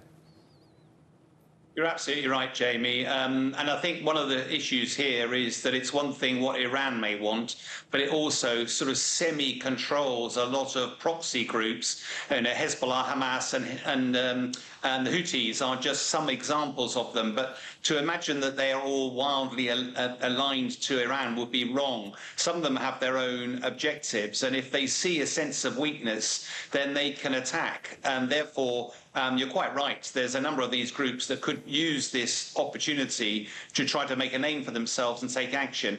I do think, though, the Straits of Hormuz is an interesting one because there is so much energy pours through there. And as I said, China's economy is heavily dependent. I can't remember the statistics now, but it's a massive majority of the oil that flows down through there goes to China. And therefore, it would be a very, very damaging for China if, for any reason, Iran was to close that. So I suspect, whilst it's a threat, I'm not sure we'll see that happen as yet. But we're trying to predict here in a very uncertain world of exactly what the balance is, what each of the leadership's going to do. We didn't really expect President Trump to take the action he did, but he did. We haven't had any proper battle damage assessment of that nuclear facility yet. What happens if it wasn't destroyed? What happens if those bunker busters didn't get all the way through? And therefore, will America go back again? And if that does happen, then as we've seen from Iran's response, this could spiral. There's a lot still to play for. Sean, I'm sure we'll return to you in coming hours, but for the moment, thank you for that. That's Sean Bell, the military analyst and retired RAF Air Vice Marshal. You're watching CGTN, and we're bringing you this fast-moving story about Iranian strikes on a big US base in Doha. Sirens sounding at US bases across the Middle East, including Syria, as Jamie was mentioning, Iraq, Jordan, Saudi Arabia, Kuwait, Bahrain, Qatar, the UAE and Oman, all on high alert now. Let's head to Turkey. Our correspondent Evangelos Sipsas is in Van, which is quite near the border with Iran. Evangelos, you've been speaking to people who've been fleeing across the border from Iran into Turkey. What are they telling you? Well, what they have been telling us the past few days are just images of complete destruction, and not only from targeting from the explosions and the bombs. They're telling us that everyday life is pretty much in a breakdown. They're saying that there's no internet. There's a lot of internet that it just stops working. There's constant blackouts. The banking system goes up and down. It's crazy. Sometimes they can't even go to the bank to withdraw money. And they're describing us an image that is quite difficult. A lot of these people that were leaving Iran coming to Turkey, they just, as a middle country, they're planning to go somewhere else. But a lot of people that come here, actually, what they're telling us also is that it took them a very long time to get here. One, because, of course, the distances in Iran are quite big, especially if you're, long if you're coming from Tehran, but at the same time, it's very difficult to be able to driving through cities and towns and areas that are being bombarded by air, and they're telling us these kind of stories that we just pick up whatever we can and we leave. Like every night, the thing that we hear is explosions going off, and especially what they have telling us the past 2 days after the explosions from the U.S. airstrikes. They're telling us that is what really concerns them, because it won't only be those airstrikes, it will be a retaliation from Iran, and then perhaps it could escalate, and that's what they were concerned of. And it seems like actually their concerns are pretty much becoming true. And in terms of the numbers that people are coming across, have you noticed, does it ebb and flow, or does it tend to be people in great numbers? Well, I have to say, in the first few days, we were in the Gerberlach crossing border point, which is about 2.5 hours north from where we are at the moment. It was a steady flow of people coming in from Turkey, but a great amount of people going back. Coming here in Kapıköy, the past 2 days, the flow of people coming into Turkey were much higher than the previous days. I have to say that a large amount of people have been coming through. There's no official numbers from the ministry, the foreign ministry of Turkey, but speaking to border guards, to police, to military personnel on the border, what they've been telling us is that the number has grown significantly, from 3 to 5 buses pretty much that came before this escalation took place. Now they're seeing 30 to 50 buses a day of people coming into Iran and into Turkey, and we have been seeing it ourselves. We've been seeing this buildup of people coming into the country over the past few days. Nothing like a mass exodus, I have to point here, but there is a steady flow of people coming in, more and more every day, with more and more buses now actually coming to the border, and a lot of foreigners are actually now leaving Iran. We spoke to Canadians, we spoke to people from the Philippines, from Chinese nationals, we spoke to French. A number of people now have been leaving, and just over the past 2 days, we know that more people from other African nations, from other European nations, and in the coming days, there are more escorts like that, with personnel from the embassies going here in Kapikoy, where the border with Iran is, to pick up their nationals and take them to safety. Evangelo Sipsas in Van, in Turkey, on the border, very close to Iran. Thank you very much. You're watching CGTN live from London with breaking news from the Middle East. Let's tell you what we know so far.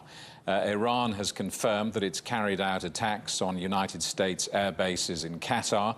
The Iranian armed forces confirmed that they targeted the Al Udeid site in Doha in a devastating and powerful missile attack. Tehran said it will not leave any attack on Iranian territory unanswered, following those United States attacks on nuclear facilities in Iran over this weekend. Qatar has also commented on this attack, strongly condemning it and saying it reserves the right to respond. Qatar says there have been no casualties.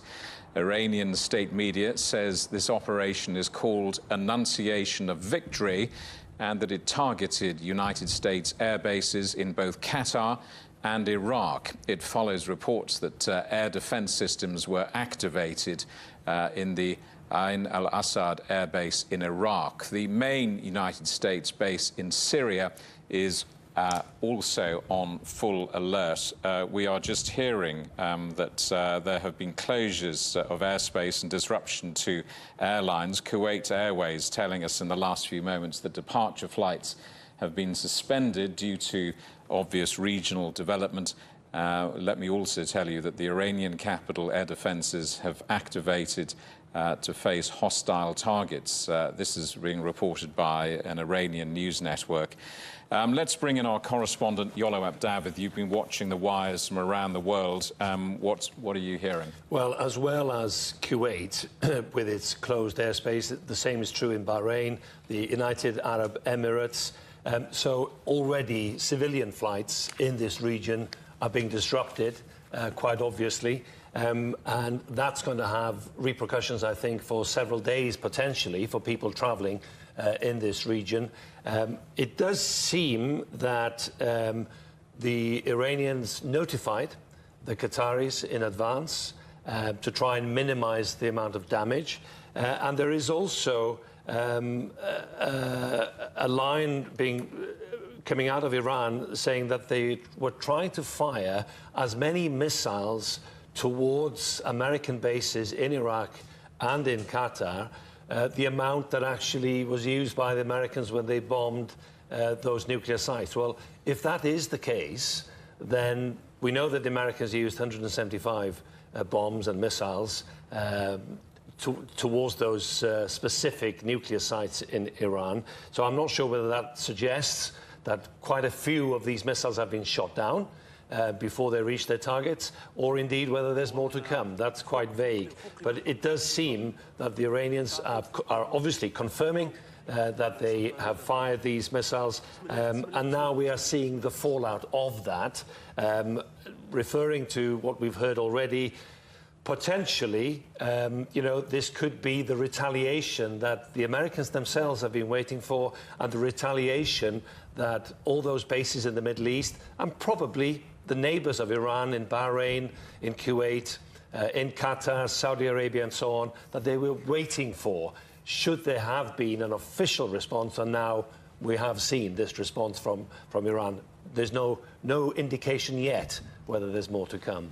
Yolo, thank you. Our correspondent, Yolo Abdavid. We're just hearing the Trump administration was aware in advance of Iran's attack on the airbase.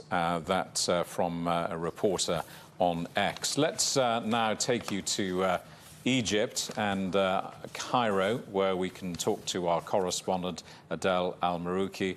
Adel, welcome. Good to see you. What reaction there? Well, the region, I don't want to say surprised, but because the attacks were anticipated, as we've just heard you also saying. Basically, throughout the past 3 days, there has been a state of an emergency all across the GCC countries, specifically the countries that host U.S. military bases in them. You have a country like Bahrain, for example, it has given directives to put about 80% of its public servants on work-from-home directives. It also gave citizens instructions to avoid the streets. There has been several reports that U.S. military bases in Bahrain, in Qatar, and in Kuwait emptied from essential hardware and vessels. So it seems that this was the expected retaliation that everyone knew about, that the air space for Qatar was shut before the strikes took place. So the coordination is there, and therefore there isn't a kind of surprise, but there is a sense of concern about what will happen next. This is an escalation. No one is expecting the United States to stay without response to that. Hopefully it will, which can contain this escalation. But if it retaliates, then this means that the fears the leaders of this part of the world has been warning about for the past few days is becoming a reality. The war is expanding. Chaos and instability can spread because of an expanded war in the Middle East. And now we're seeing Arab countries being part of this war, whether they like it or not, because they're hosting U.S. military bases, and Iran is retaliating to respond to a U.S. attack on its soil. Adel, just explain to us, what would a wider escalation mean, for example, in Egypt? Well, Egypt has been already impacted for nearly 2 years now since the war on Gaza began. And the impact comes to the volume of tourists the country receives, the number of vessels and ships that go through the Suez Canal, which has also significantly dropped because of the attacks on the U.S. and Israeli vessels in general, the Houthis were launching. And now a wider impact means that more deterioration will happen. Industries, as I said, like tourism, will be hit even more. Egypt, for example, imports about 2 billion cubic feet of natural gas daily. Half of that comes from Israel. And this has already been affected. It went down 20%. Further impact is expected specifically after Iran and Israel were targeting oil targets in both countries. And also the contracts that Egypt has for oil and gas supply from the east most likely will be affected if anything happens to the Strait of Hormuz as well. So in general, there's massive concern. And this is just, like direct impact on the economy. We're not talking about mass deportation from Israel, which has been taking place, but not in a mass figure. We're not talking about even getting some missiles or projectiles falling on Egypt that happened before when the Houthis missiles just miss Israel. They most likely go to either Jordan or Egypt. So there is many repercussions to a wider expansion of the war, and no one knows exactly when it will stop.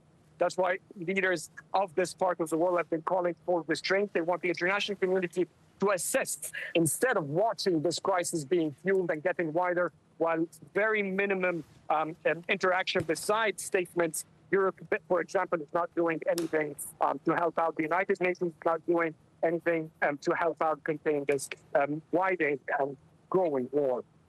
Adel, thank you for that. I'm sure we'll come back to you during the course of the coming hours. But for the moment, our correspondent, Adel Al-Marouki, our correspondent in Cairo, in Egypt. Let me just tell you that Reuters reporting that Iran informed the United States via 2 diplomatic channels a number of hours ahead of these attacks on Qatar. Tehran also informed Doha. This is according to the Reuters news agency. Trump, as Juliet was reporting earlier on, Juliet saying that Mr. Trump is in the Situation Room with Hegseth and Kane amid the Iranian attack on U.S. bases. The U.S. Joint Chiefs of General Dan Kane and Defense Secretary Hegseth in the Situation Room right now, monitoring potential Iranian retaliation. This according to a White House source. Well, this seems like a moment then to bring back our correspondent Nick Harper, who's in Washington for us. Nick, so we're hearing that Donald Trump did have was aware in advance of this, and you'd already mentioned earlier, and when we spoke to you, that the White House has been closely monitoring this particular airbase, the Al Udeid airbase in Qatar. A base that's home to US CENTCOM's headquarters, as well as British military personnel who serve there on rotation. We do understand that many aircraft were already moved ahead of time as a precaution. What more can you tell us about the response from the White House? Yeah, that's right. I think it's interesting to note that that meeting with Donald Trump and his national security team was pre-arranged. It was set in his calendar for 1 p.m. today. It is now 1:48, and news of those strikes coming out just ahead of that scheduled meeting.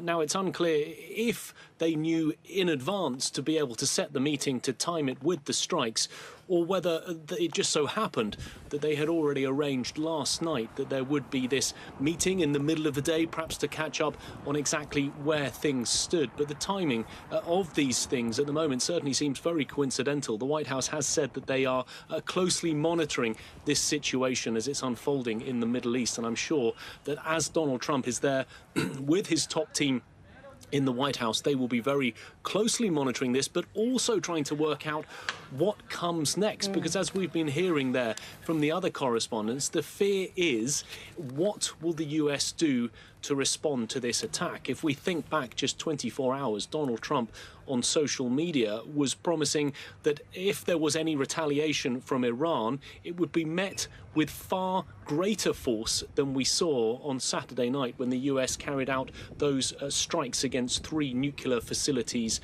in Iran. And of course, the fact that this seems to be not just targeting one US base, this very large base in Qatar, but potentially others in Iraq and maybe others throughout the region, will be worrying not just the United States, but international partners, regional partners in the Middle East, as they try to work out how the US might decide to retaliate in turn. Because Iran seems to be saying that it was carrying out this in a proportional way, a like-for-like type scenario, saying that it was using the same amount of missiles and bombs that the United States used against those 3 nuclear facilities.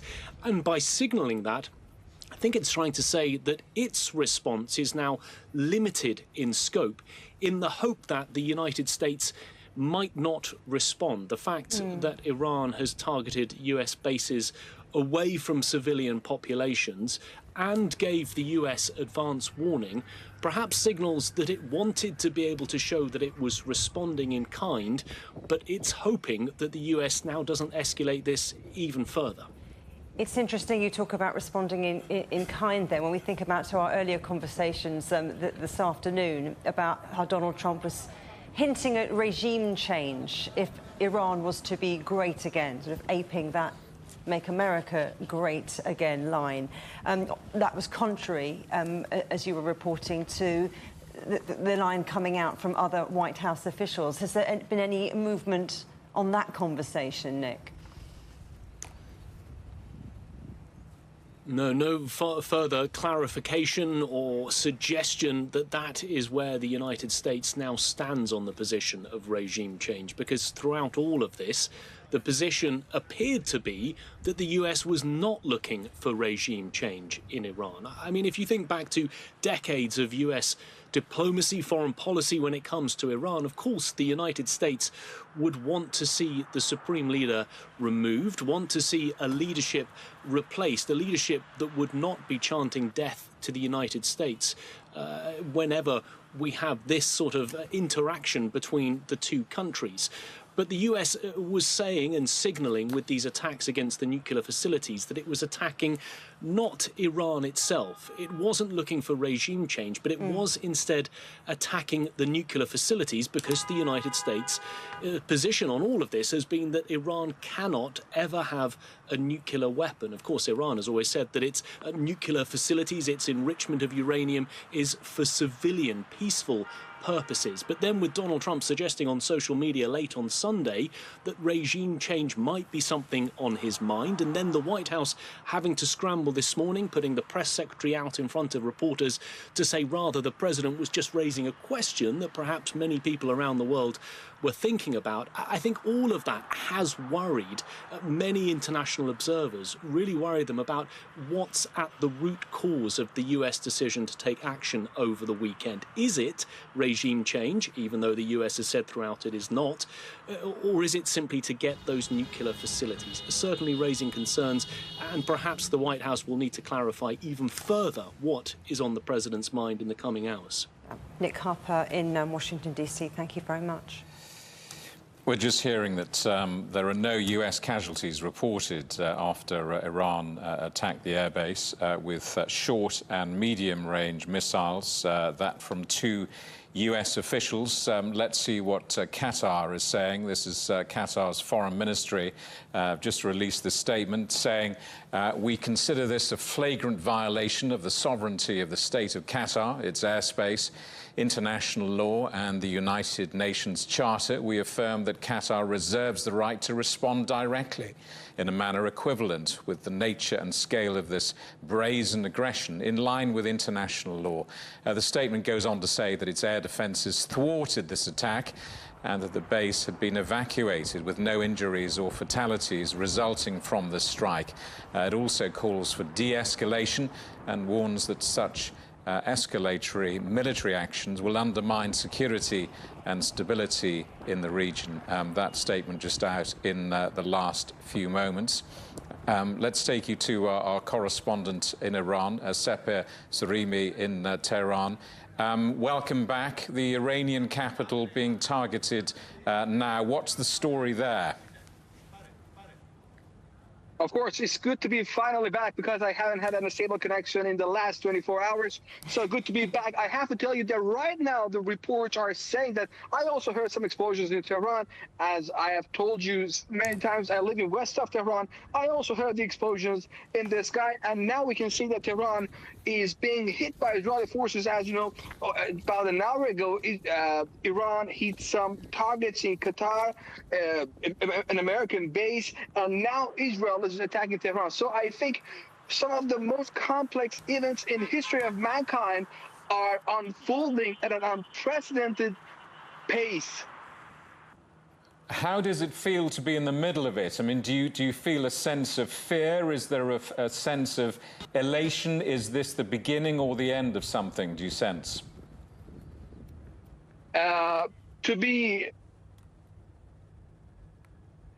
I think and this is happening all the time, and you'll understand why. Sepir Sarimi, our correspondent in Tehran, and we get contact with Iran fairly regularly and then lose it. We may return to him in the coming hour, but for the moment we'll leave that and move on. Juliet. Let's go back to our correspondent Sarah Coates, who's at The Hague, where that NATO summit is going to be held later this week, although where EU foreign ministers have been meeting to come up with a line that they all agree on in response to what's going on in the Middle East. Sarah, so people are arriving for the NATO summit. This attack now has taken on a new level and seems to be set to dominate the agenda. What are you hearing? You're certainly right. We're still yet to hear any statements, especially from NATO's chief, Mark Rutte. I just checked his social media, his Twitter, just before coming on air, and he hasn't yet put out a statement. But certainly you were right. This is set to dominate discussions here. I think it's pretty safe to say that the US President Donald Trump, who was expected to travel from Washington tomorrow morning to arrive here in The Hague tomorrow night, he will be probably not travelling, rather, given he's in the Situation Room. And from what we do understand here, that this attack by Iran on that base in Qatar is not actually covered by Article 5. That is because it is on non-NATO soil. From what I do understand, the US can potentially request assistance from these other NATO members, but once again, not covered by Article 5, which states that if a NATO ally is a victim of an armed attack, every other member of the alliance will consider this an act of violence against all and take the action necessary. So certainly we are waiting from reaction to this latest development here in The Hague. But certainly, once again, it doesn't seem as though Donald Trump will now be travelling from Washington. Sarah Coates in The Hague, thank you very much. We've got a matter of seconds before we finish our coverage. Yolo Abdavid, just in 2 sentences, where are we tonight? Well, more lines coming in from the US Navy ships that the forward deployed at the naval support activity in Bahrain, that they left the port last week. No sign of where those planes and ships went to. Yolo, thank you, our correspondent, Yolo Abdavid. So before we go, a reminder of what we know so far this evening. While we've been on air in the last few minutes, Iran has confirmed that it's carried out attacks on a US airbase in Doha in what they describe as a devastating and powerful missile attack. Tehran said it will not leave any attack on Iranian territory unanswered, following those United States strikes on nuclear facilities in Iran over this past weekend. The Reuters news agency is reporting that Iran informed the United States hours before carrying out this attack on its bases in Qatar. The Iranian state media says the operation is called Annunciation of Victory and that it targeted US air bases in both Qatar and Iraq. This follows reports that the air defense systems were activated in the Ain al-Assad air base in Iraq. The main US base in Syria is also on full alert. Well, that's it for this extended version of Global Business Europe. Thank you for watching. Coming up next on CGTN, it's Africa Live. We'll see you tomorrow, same time, same place. Meanwhile, from all the team here in London, goodbye. Goodbye.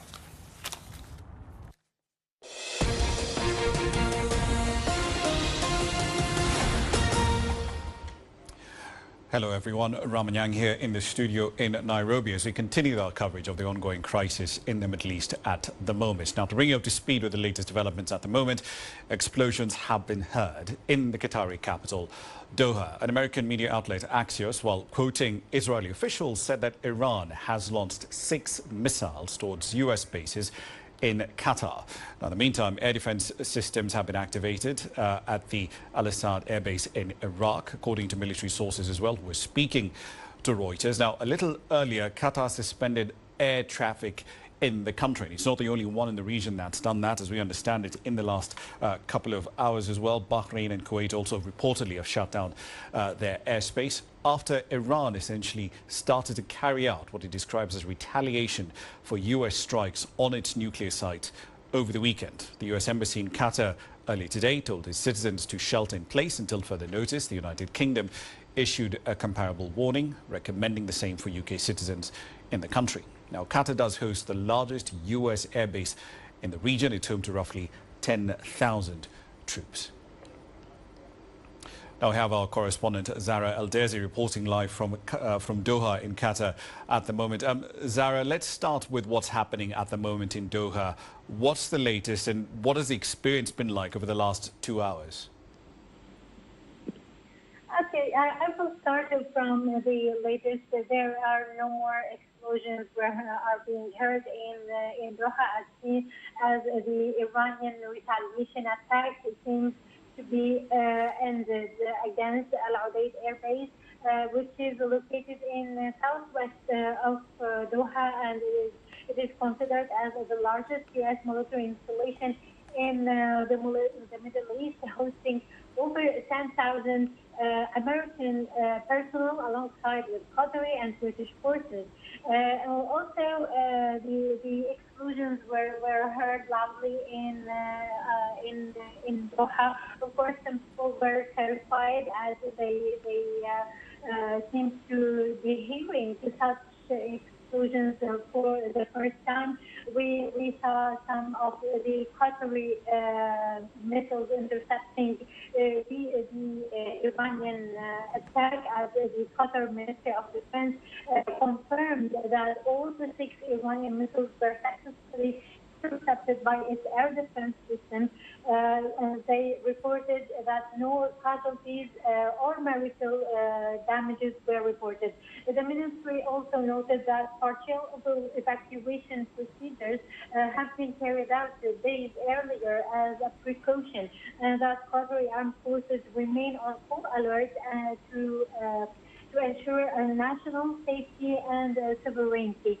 The Qatari Ministry of Foreign Affairs also condemned the missile attack in the strongest term, calling it as a serious violation of Qatar's sovereignty and international law, and emphasized that Qatar reserves the right to respond proportionally, and they called for an immediate cessation of hostilities or the escalation in the region, and to return to diplomacy to resolve the regional tensions.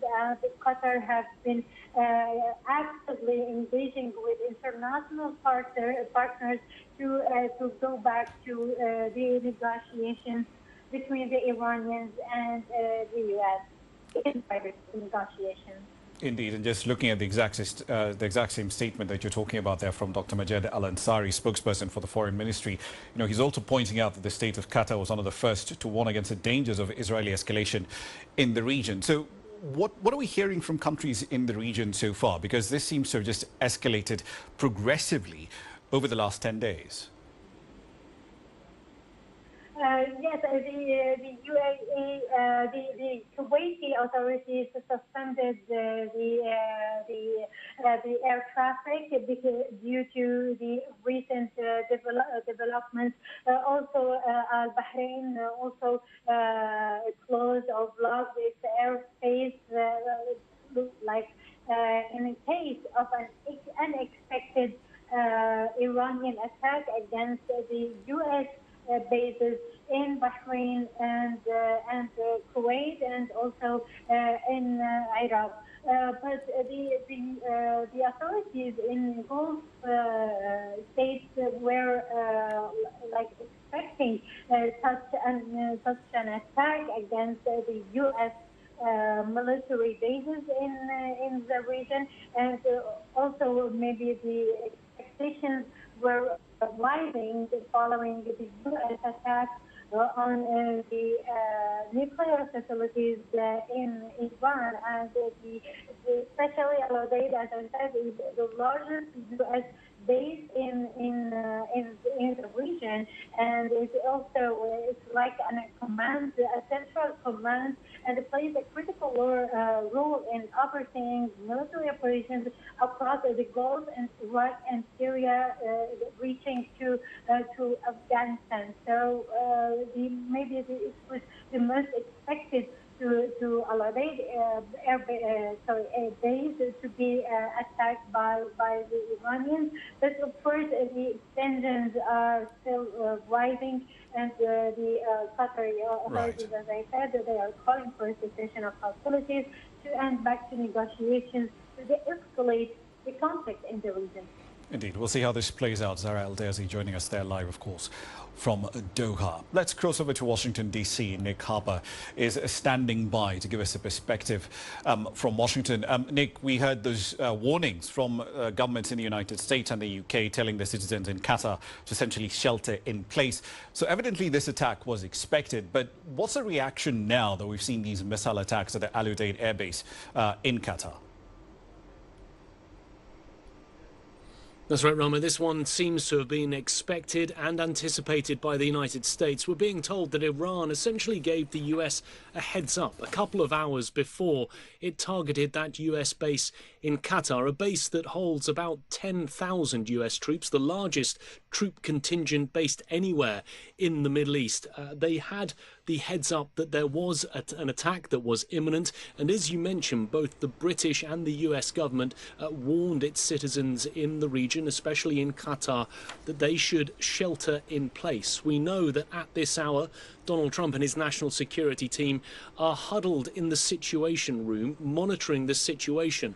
They're there was a pre-planned meeting with the national security team that was meant to be taking place in the White House Oval Office, but instead the Trump administration has moved that to the Situation Room, very much signalling that this is a much more serious situation than they had anticipated. But of course, a retaliatory strike by Iran was something that had been feared and perhaps anticipated. But remember, Donald Trump did warn just on Sunday that if Iran were to retaliate, the US would respond with force even greater than the US used against those 3 nuclear targets that it struck late on Saturday night, Washington time.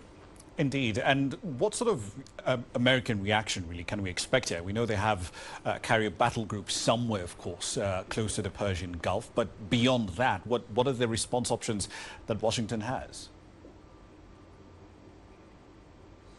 Well, the response options could potentially be more strikes on Iran, and that is really the fear for the international community, that we could see this sliding very quickly into an escalatory response from the United States, where we see strikes and counterstrikes being carried out by Iran and by the US. We are, however, hearing that no US casualties have been reported and that short and medium-range missiles were used against the airbase in Qatar.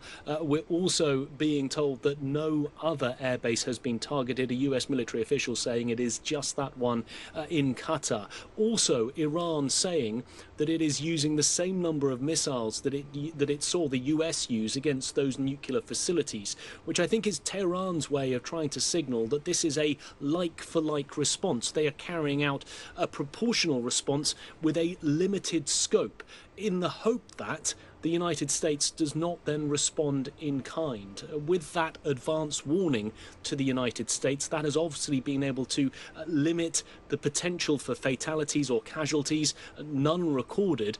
The United States therefore may decide that it doesn't need to respond. But of course, that is a decision for the US president, and trying to work out what is in Donald Trump's mind is almost impossible, especially when you bear in mind that just yesterday he suggested that maybe there should be regime change in Iran, a position that has not been held by the rest of his cabinet or other top officials. It's very unclear what the next moves will be, but there could potentially be a response from the United States now against Iran. Indeed, and I'm sure there's going to be a lot of comparisons between what's happening now and the response from the Iranians after the targeted strike that took out Qasem Soleimani back in 2020. Nonetheless, the US attacks on Iranian nuclear sites, Fordo, Isfahan, among others, did get a bit of a mixed reaction in the United States. Tell us what you're hearing so far. In terms of the reaction against those 3 facilities, there seems to be some question marks about exactly how much of those 3 sites were, in the president's words, obliterated. Because coming straight out of the attacks, the US president speaking very quickly after the news broke, his defense secretary speaking the next morning, both of them saying that they had completely obliterated those sites and therefore degraded Iran's ability to create and enrich uranium, to create nuclear technology, potentially nuclear weapons. However, there is a suggestion from the United Nations Atomic Agency that they simply don't know if that is the case, and there is the potential that some of that enriched uranium was moved away from those sites, in particular Isfahan, ahead of the US attacks at the weekend. So it's still unclear exactly how much of the Iranian infrastructure and the uranium that was enriched by Iran was actually obliterated in those US airstrikes. Indeed, all 400 kilograms of it. Certainly an element of that story we'll keep following. Nick Harper from Washington, D.C. Thank you. Let's bring in a bit more analysis on this. Sarah Kira is a political analyst and the director of the European North Africa Centre for Research. She's joining us now live on the programme from Cairo. Sarah, let me start with you, because I mean, this story really has taken on a completely different dimension at the moment. What's your assessment of Iran's military strikes that we've seen in the last hour? Is this a symbolic strike, or is there more to come? Thank you first for having me. Well, it is a symbolic strike. Thank you for saying that. Because this is the kind of escalation no one in the Middle East wanted, but it was kind of expected. Because as it was mentioned in one of the reports, this is the biggest U.S. Air Force base in the Middle East, and it is the nearest to Iran. Everyone in the Middle East, we hear, expected that Iran's next step would be towards the Gulf for the kind of relations that the U.S. has with the Gulf as well. And now with the U.S. stepping into this war, kind of punishing Iran for responding to Israel's first strike. So it's a very big, complicated issue that the U.S. It was a really hard decision for the U.S. or it was a critical one for the U.S. to start this strike against Iran to start with. So that was expected, and this is what no one in the Middle East wanted, because that's like the first weapon Iran would use against the U.S. the Air Force bases in the Gulf states. What do you think, just looking down the game ladder, right? Because Iran supposedly would still have a fair bit of military assets in play, both conventional and non-conventional. They've got naval assets right across the border, or rather right across the Persian Gulf. You've got non-conventional forces over in Syria, Lebanon, and so on and so forth. Do you think this might have potential to escalate beyond where it's at now, or might it stop similar to what we saw back in 2020 after the Americans took out Qasem Soleimani?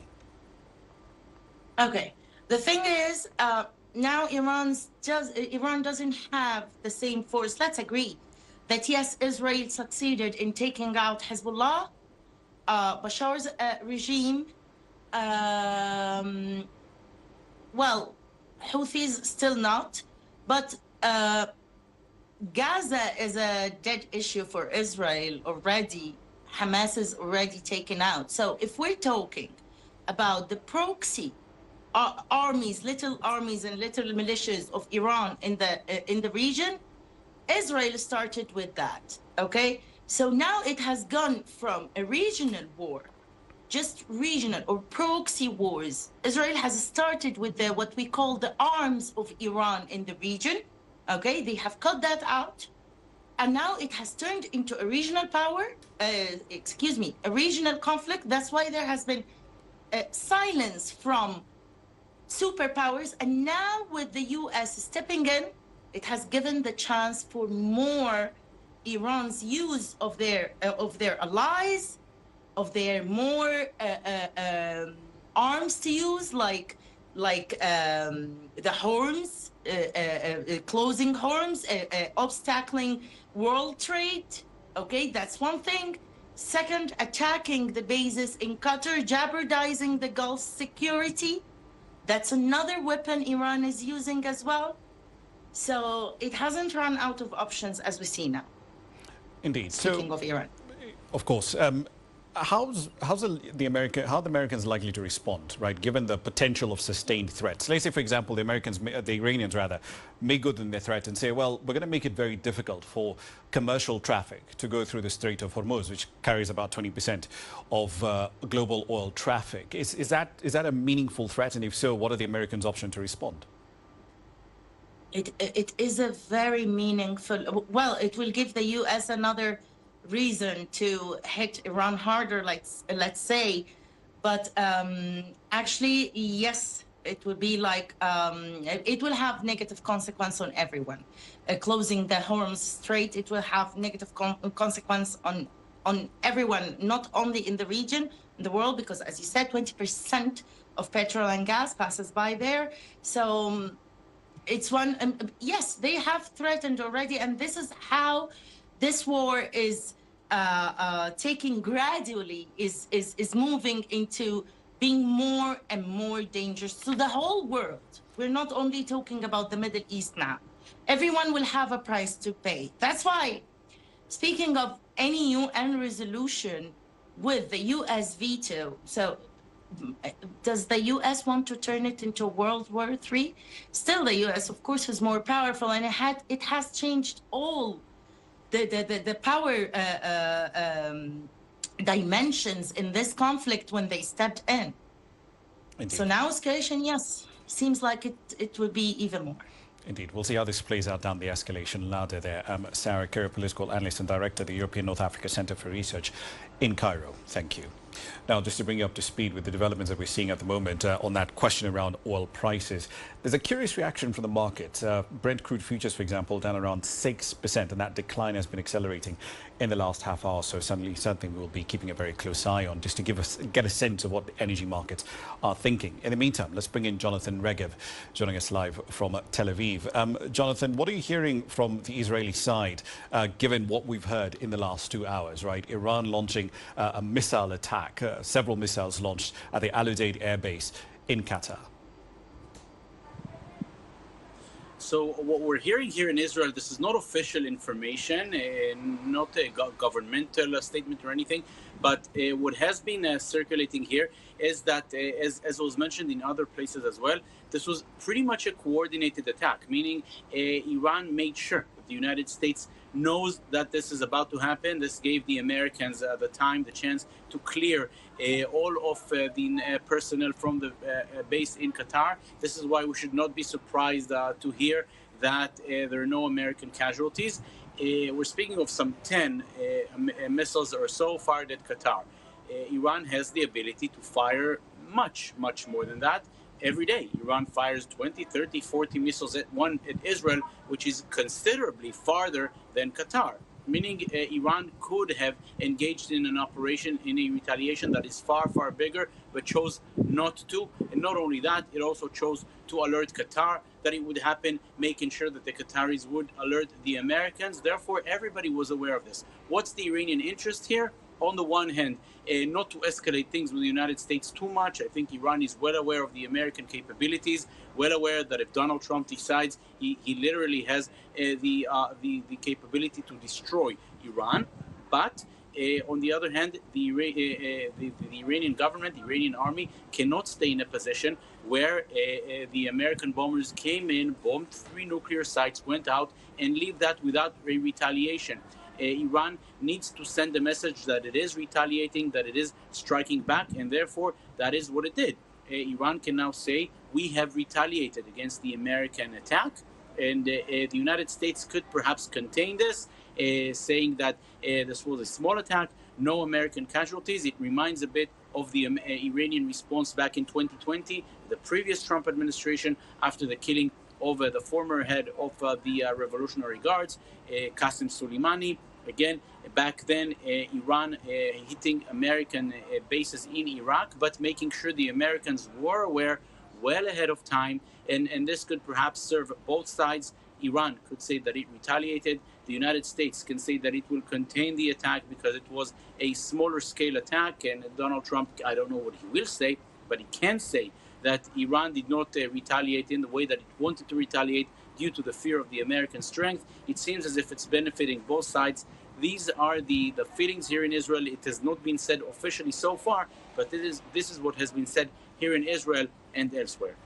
So what's the expectation from Israeli authorities on what may happen next? Do they think that this face-saving strikes, right, given some of the analysis that we're seeing coming through at the moment, do they reckon that this might essentially play out in the same way as 2020, or might this potentially escalate even further?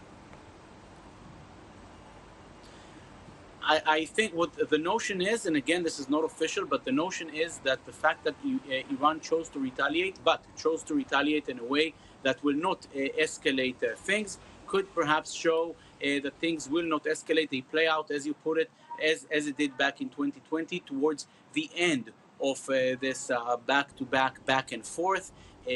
Perhaps Iran showing that on the one hand it has to retaliate. Such a thing cannot go without retaliation, but a retaliation that will not escalate things even further and could perhaps signal to the Americans, even to Israel, that Iran is in a place where it wants to end things pretty soon. But of course, now the ball is in the hands of the United States. The Trump administration will have to decide how to react. On the one hand, this is clearly a small-scale operation, something that did not put any American forces in danger. On the other hand, Iran attacked an American asset. It's loud and clear. Therefore, it's up to the United States to decide how to react. Indeed. And of course, the bigger question is whether or not those strikes that we've seen from the IDF will keep continuing. We'll have to leave it there for the time being, though. That's Jonathan Regev joining us here live in Tel Aviv. Now, let's zoom out for a regional perspective. The United States, as you've heard us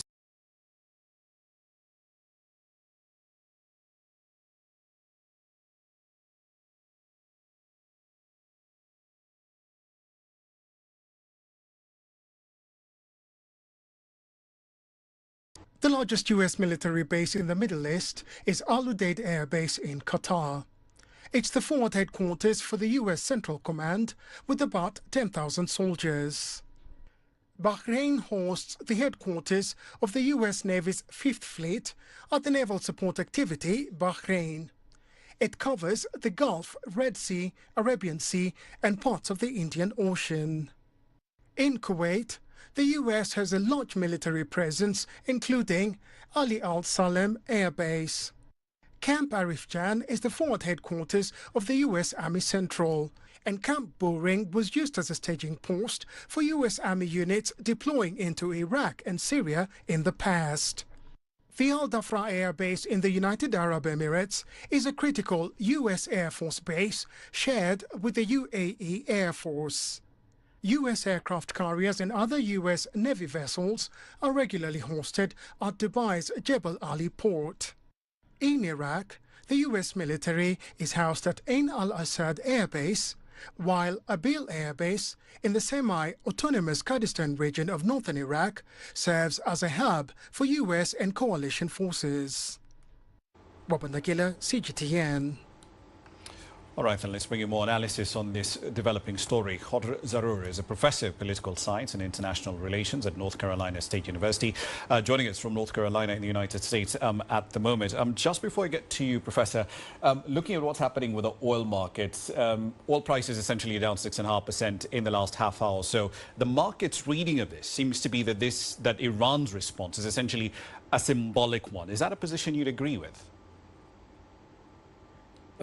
Possibly. It depends what happens the next 24 hours. I think closing the Strait of Hormuz will definitely raise the prices worldwide, and the United States will be forced to respond possibly in less militaristic tone and more in negotiation terms. So this will remain to be seen at this time.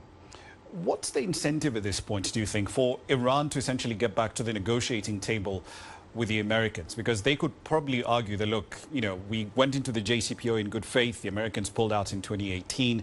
We were negotiating in good faith again in Oman not too recently. And then, of course, these Israeli strikes happened, killing quite a few individuals. From that perspective, what's the incentive to engage in negotiations again?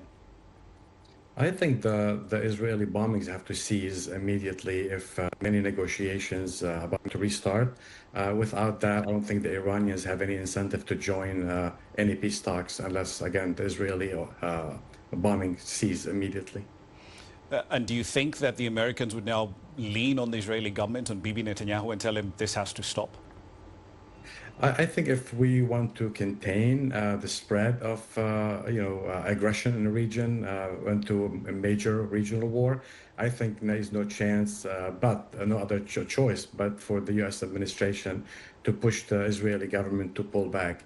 And the Israeli actions were not really done, without a green light from Washington.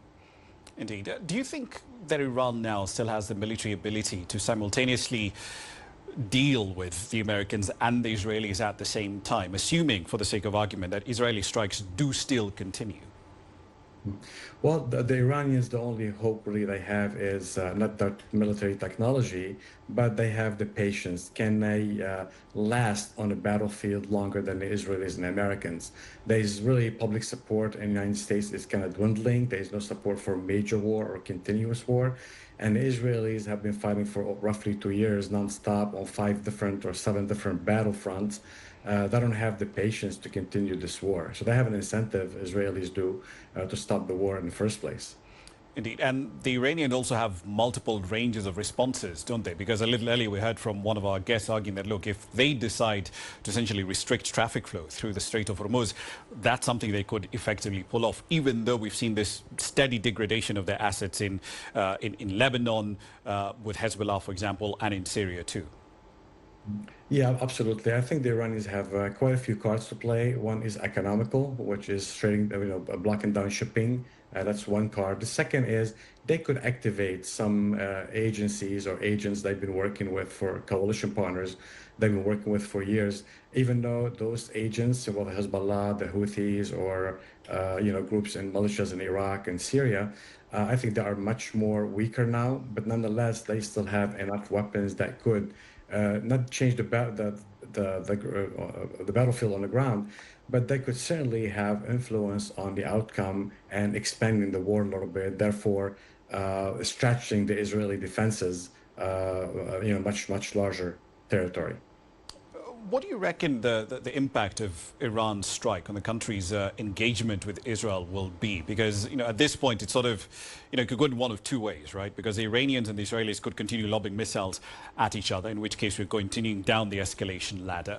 Alternatively, both sides could potentially pull back. But the odds of that happening right now, what do you assess them to be? Yeah, I think, what's happening now is chaos on the ground. We're not sure who's in charge of what is the causation. And we don't really know, again, who the leadership in the area that could actually pull both forces or three forces, the US, the Israelis, and the Iranians, from the brink of a major war. I think they are much weaker. They depend heavily on the US military defenses. And the US military in the region, even though they have quite a few bases, they are overstretched, monitoring other places in the world like the South China Sea. So the US military is overstretched, and that's why public support is not supporting this conflict. Where do you think this leaves the nuclear non-proliferation treaty? Because going back to some of the things that we spoke about a little earlier, right? Negotiations for multiple years leading up to the JCPOA, and then the Americans pull out. We engage in talks again in 2025. It follows that we have this wave of strikes. At this point, doesn't that leave the credibility of that treaty essentially, shredded? Yeah, absolutely. I mean, since 2015, we have a deal. The new administration, the first Trump administration, pulled out of it. And now, even if there is an agreement reached, what guarantees the Iranians to the Iranians that the next president will? Indeed. We'll leave it there for the time being. Khadr Zarour is Professor of Political Science and International Relations at North Carolina State University, joining us here live from North Carolina. Now, we'll, of course, just be keeping tabs on developments at the moment. In the half hour that we've been seated here, crude prices have essentially dropped by around 7%. Brent crude futures down to around 6%. Hello, everyone. Thank you for joining us. I'm Asiye Namdar in Washington, D.C. Iran has launched retaliatory strikes targeting a U.S. airbase in the Qatari capital. Explosions were heard in the skies over Doha earlier.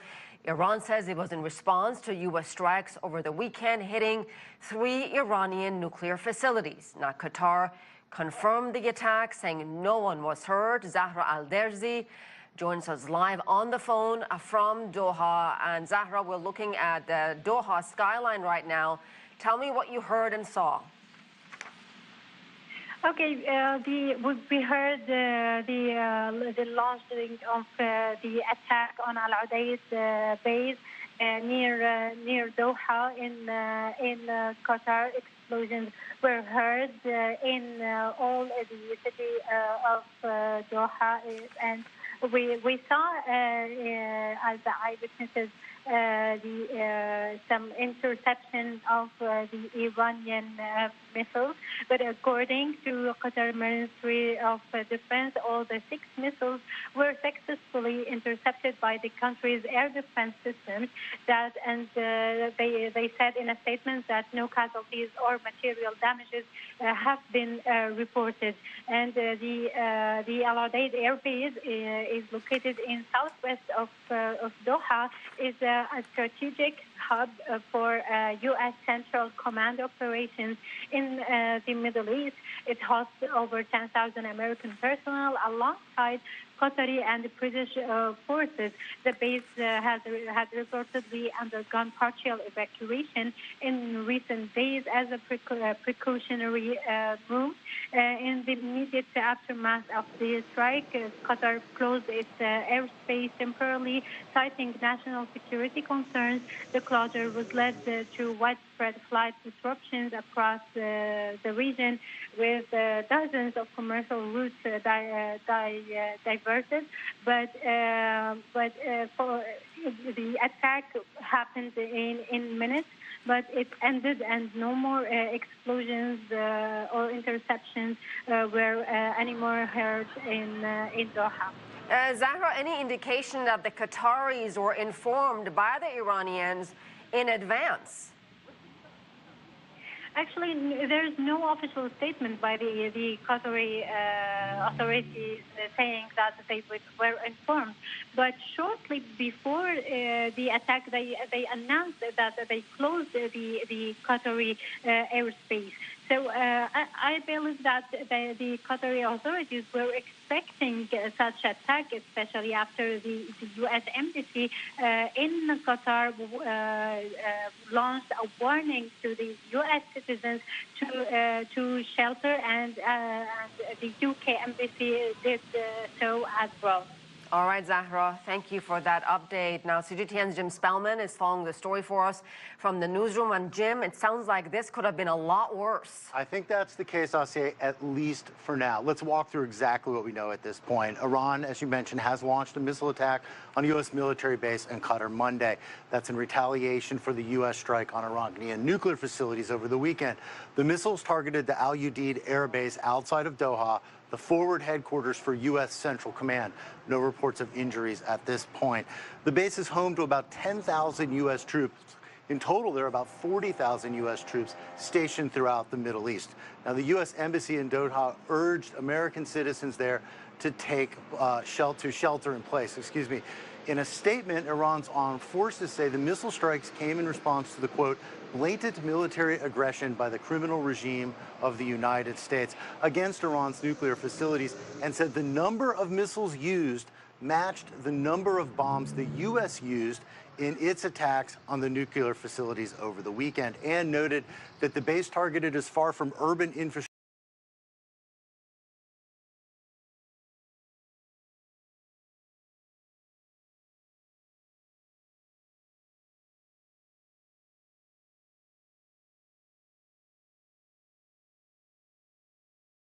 is whether this attack is essentially a symbolic attack by Iran, a way to retaliate designed to not expand the conflict, or the beginning, or rather, if it's the beginning of a more serious escalation, Asiye. And Jim, any reaction or response from the White House at this point? Not yet. President Trump scheduled to meet with his National Security Council in the White House Situation Room last hour. No readout on that meeting or official statements from the White House on the Iranian attacks yet. The big question now is, how will President Trump choose to respond? Over the weekend, he posted this on social media. He wrote, quote, any retaliation by Iran against the United States of America will be met with force far greater than what was witnessed tonight. Thank you, Donald J. Trump, President of the United States. Trump has made it clear he hopes the U.S. attacks over the weekend are a one-off, but it may be hard for him to stick to that when he's making statements like that on social media. Asiye? Yeah, Jim Spellman, a lot of mixed messages. Thank you so much. Khodr Zarour is a professor of political science and international relations at North Carolina State University. Professor, we talked over the weekend, and of course, 3 days later, things have changed with Iran attacking U.S. bases in Qatar. The fortunate news at this point, it seems there's no serious damage or injuries. What do you make of Iran's response? Well, that was definitely expected. I wasn't expecting Qatar to be a target because they have good relationship with Iran. So that's a surprise for me. But it was expected, definitely. The next step is what really determines what happens in the next few days. It's remained to be seen whether the Strait of Hormuz will be shut down to choke off maybe the European and American markets and shipping lanes. That's probably, if that's going to be the next level, then that will determine the outcome of the next few days. But in terms of a military response, do you believe the Iranians at this point may be done in order to de-escalate what's going on? They may be done. It's a face-saving attack. Certainly, we don't know the assessment of the damages at this point, but I think they should be done. But again, it's a divided polity in Iran. You have the reformers and you have the far on the right groups who are pushing for more escalation. So that will depend on what the leadership, Khamenei, decides in the next few days. And shortly after this attack in Qatar, Bahrain, which is home to the U.S. Fifth Fleet, headquarters temporarily suspended flights in its airspace, which is similar to what Qatar did shortly before this attack. I mean, should we be anticipating another strike in neighboring countries like Bahrain, Professor? I don't think so at this time. I think the next step will be for the Israelis and Americans to stop bombing and the Iranians to understand that continuing this is not in our favor in the future. So I think negotiation will be the next step.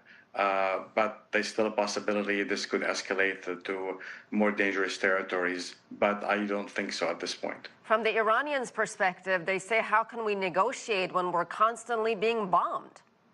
Yeah, exactly. That's the point. Once the Israelis and Americans cease bombing Iranian targets, then the Iranians will pull back from the brink.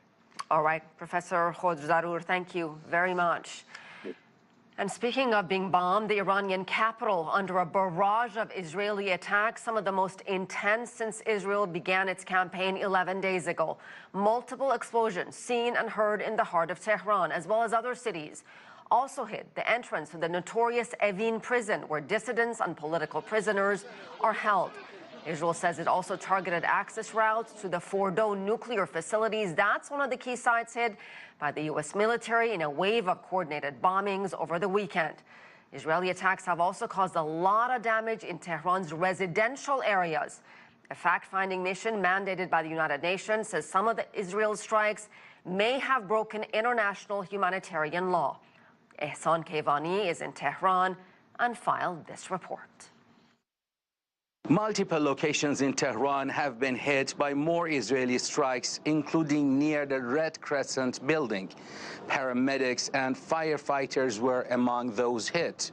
Iran's air defense primarily focused on intercepting Israeli micro-air vehicles. Officials say a second Israeli F-35 was intercepted with its pilot captured near Tabriz. On Sunday, attacks in Yazd killed 9 IRGC staff and injured several others. More than 400 people have been killed since Israeli operations began more than a week ago, including women and children. In response, Iran's armed forces attacked targets across Israel using a hybrid operation involving solid and liquid fuel ballistic missiles and drones. Iranian forces claim increased missile accuracy for greater destructive impact. Iran's army has also warned the U.S. of a decisive response for the attacks on its nuclear facilities.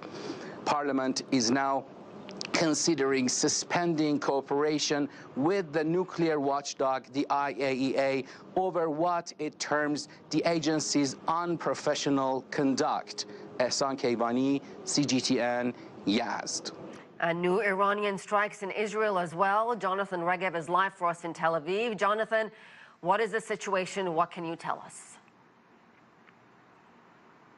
So we had sirens here in Israel, Astia, this morning. It was at about 10:30 a.m. local time. It's just about 11 hours ago. It seems as if the Iranians are perhaps changing tactic due to their difficulty of sending large quantities of missiles. So instead of sending 50 or 60 at once, as Iran did about a week ago, and then the chances of one of them or 2 or 5 going past the Israeli missile defense system and making landfall and creating the massive damage. We saw that happening last week. Now, due to the lack of not so much missiles but launchers, Iran can fire less.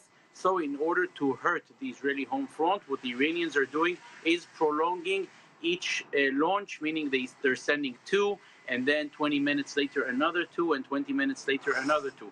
What are they achieving? They're putting Israelis inside the shelters and the protected rooms for a longer time. If there's a regular missile launch, usually after 15 or 20 minutes, Israelis get the notice that they can leave the protected shelter. But once that happens, instead of leaving the protected room, comes another warning, and then another warning. And this morning, Israelis spent more than an hour inside the protected shelter until those continuous launches eventually ended, and they could have left the protected room. That's the upside for Iran. The downside, of course, is the fact that when you fire a smaller amount of missiles, then there's a better chance for the missile defense system to intercept all of them. That is why we should not be surprised by the fact that this morning we've not heard of casualties or major damage. This seems to be the tactic now for the Iranians. And it's still concerning for Israelis, as there's not been a day in which there haven't been launches, and it seems Israelis, at least for the moment, should be bracing for more missile launches from Iran, regardless of the negotiations and the developments of the missile launches towards American bases in Qatar. And Jonathan, is there a sense of surprise, perhaps, that Iranian missiles are still hitting Israel? I mean, yes, some of them are being intercepted, but some of them are not. And there's all this talk about a weakened Iran, and yet they're still managing to hit Israel. A weakened Iran, yes, but let's remember Iran is a big country, and Iran is a powerful country. And even after the very big achievements that Israel has had over the past 10 days in Iran, no one here in Israel had the illusion that Israel would be able to destroy the Iranian ballistic missile program, the Iranian nuclear program. Iran can still fire. And for that matter, let's look at Hamas, much weakened than Iran, and still able to this day, 20 months into the war, to fire a missile here and there. Same for Iran. This morning, the numbers were very low. We're speaking of 5 missiles, and then another 5 missiles, and then another 5 missiles, 15 to 20 missiles altogether. That is a capability that Iran still has. We're seeing a completely different story when compared with a week ago, when 50 or 60 missiles were fired at the same time. The numbers are smaller. The vast majority are intercepted. There are far less impacts, but the ability for Iran is still there. And Jonathan, you bring up Hamas. I'm just curious, how much has this war with Iran overshadowed what's happening in Gaza in Israeli media? So it overshadowed absolutely. Of course, the main headlines deal with the war in Iran, and of course now with the with Iran sending missiles towards American bases. But Gaza is all the time in the headlines. Even more so yesterday, as we got the news that 3 more hostage bodies were brought back, bringing down the number of hostages remaining in Gaza down to 50. The issue of Gaza is there all the time, and when we can see it in the daily briefings by the IDF spokesperson, every one of those briefings always includes the fact that there are still hostages in Gaza.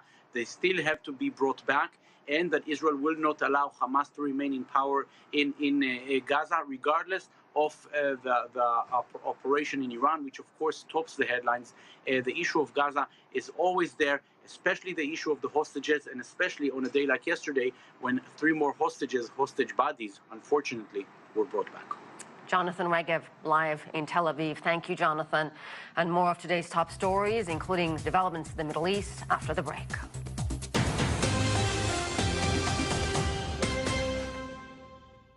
Introducing CGTN Now. Find award-winning documentaries and exclusive content from around the world. Latin America like you've never seen. Breakthrough films shining a light on important stories. In-depth discussions with fascinating people. Giving you new perspective on topics that matter. You also get live round-the-clock international news and headlines, and so much more. Original content from CGTN's Global Bureau. Download the CGTN Now app and find the global perspective you've been missing. Available on Apple TV, Roku, and Amazon Fire. Or go to cgtnnow.com on your tablet or mobile device. CGTN Now. See the difference. Modern vitality, born of ancient civilizations. Asia exemplifies diversity in its best sense and welcomes changes at the fastest pace. Asia Today brings you the headlines from the most populous continent, puts in focus politics, economies, and faces, and takes you on a tour of the sights from the region and beyond.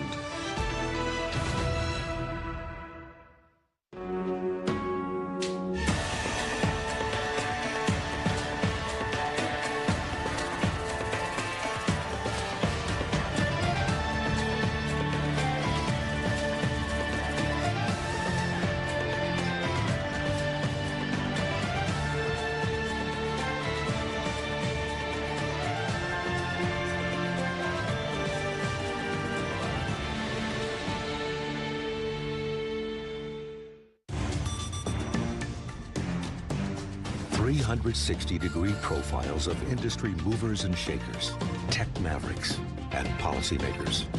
We drill down on their success. We ask how they set strategy and how they navigate in an increasingly competitive market. Real talk, real business. Join the conversation.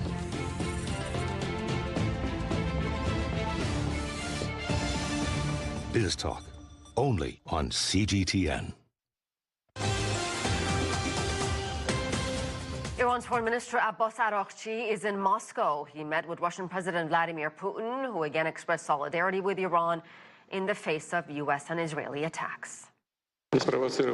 Absolutely unprovoked aggression against Iran has no basis or justification. We have long-standing, good and reliable relations with Iran. We are making efforts to assist the Iranian people. Kremlin spokesman Dmitry Peskov says Russia has offered to mediate the crisis. Russia and Iran signed a strategic cooperation treaty in January, but it did not include a mutual defense clause.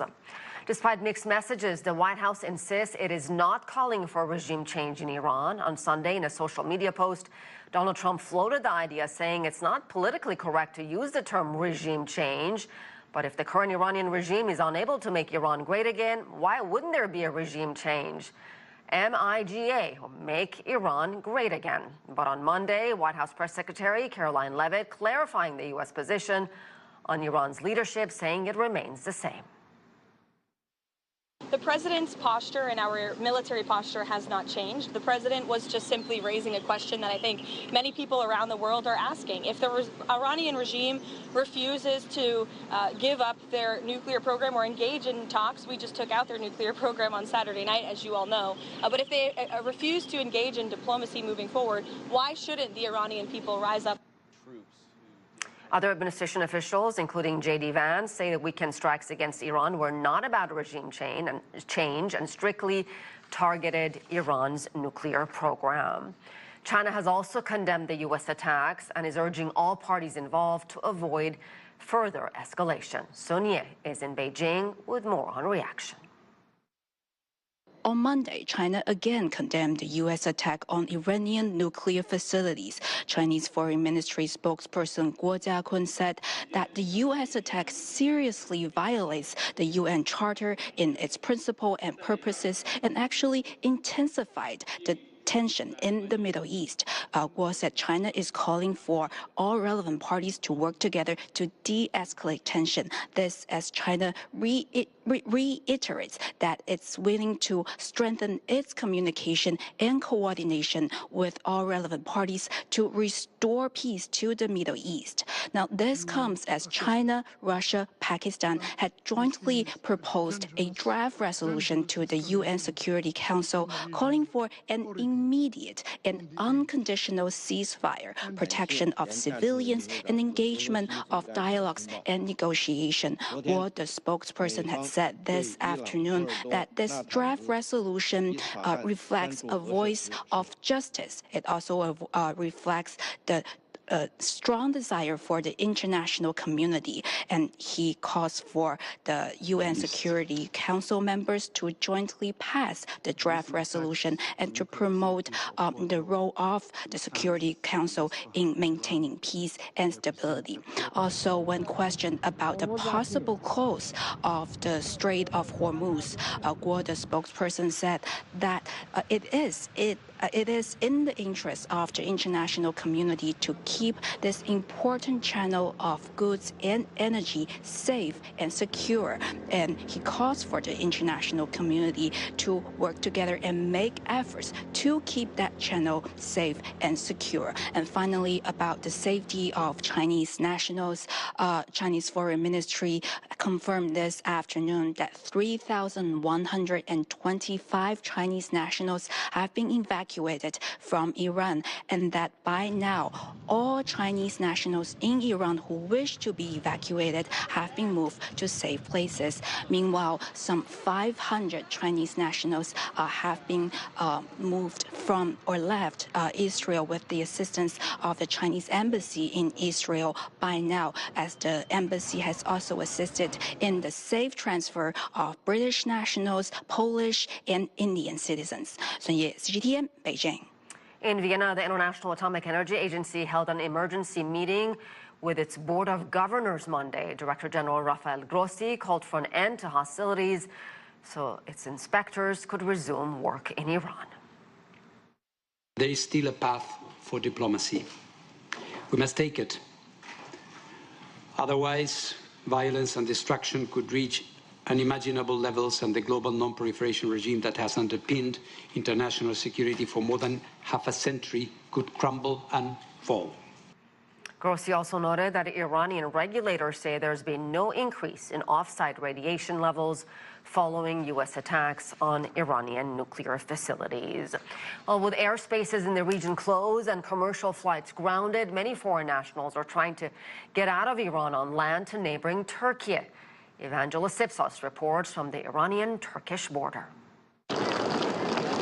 At the Kapikoy border crossing, exhaustion and relief go hand in hand. For many foreign nationals, this is the final step in a long and stressful journey. The journey was very difficult. We left around 7 in the morning and arrived at 2:30 a.m. the next day. We only slept a few hours before continuing. It took almost 15 hours to reach the border. For many, the fear spiked when the United States launched airstrikes. There were explosions every night in Tehran and in other cities. The worst moment was when the Americans started bombing. That's when I realized this might not just be a small flare-up between Iran and Israel. Others, like Rami from Canada, went to Iran on a short visit, but found themselves caught up in an escalating crisis. Experience getting here is interesting because I came 2-3 weeks ago to visit my dad in the hospital, and then all this happened. Then I had to travel to northern Iran, arrange with relatives in Tabriz area, stayed with them last night, drove to the border, somebody got to help me with that van to get us through the border, and we just got here. Rami isn't the only traveler who was caught off guard. Other tourists say the tension has been building, but they never expected it to intensify so fast. Actually, this is Middle East. Most of the people have the experience of these things, you know. They were expecting, but not fast as this, you know. The evacuation efforts aren't just about families leaving on their own. They are now turning into full-scale diplomatic operation. As the situation in Iran worsens, foreign governments are stepping in and sending embassy staff to border crossings like this one to guide their citizens to safety. Well, they're concerned, of course, for their safety, and I understand many of them moved there for the variety of reasons, but whatever reasons they have, that we are open to help them come over and try to take the safe routes. I understand if you ever feel unsafe there, please come. And some of them, others are decided to stay put. They are in safer cities from what I've heard, like Umbria, I think, or Urmia. But in whatever case, if get to safer places in Iran, if not, get to safer places outside. Just contact us at any time. For some, it's a matter of logistics, but for others like Ziba, it's deeply personal. Traveling with her young daughter, the border isn't just an exit, it was the finish line in a race to bring her child to safety. Evangelos Sipsos for CGTN from Kapikoy, Turkey-Iran border. And we'll have much more after a short break. Stay with us.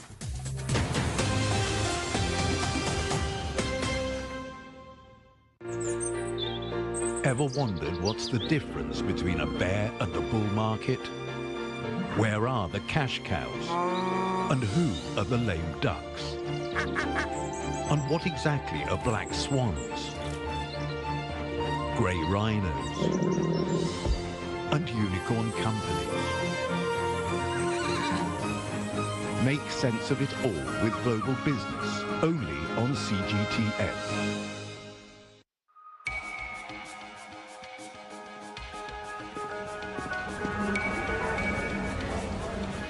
You're watching breaking news on CGTN.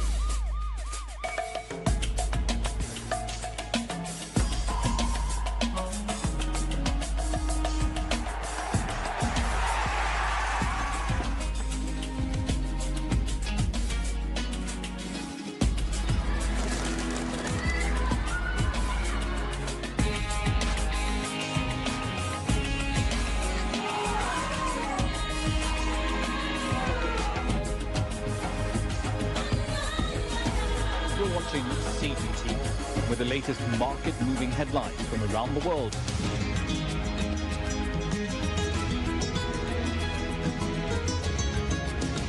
Welcome to the world today on CGTN.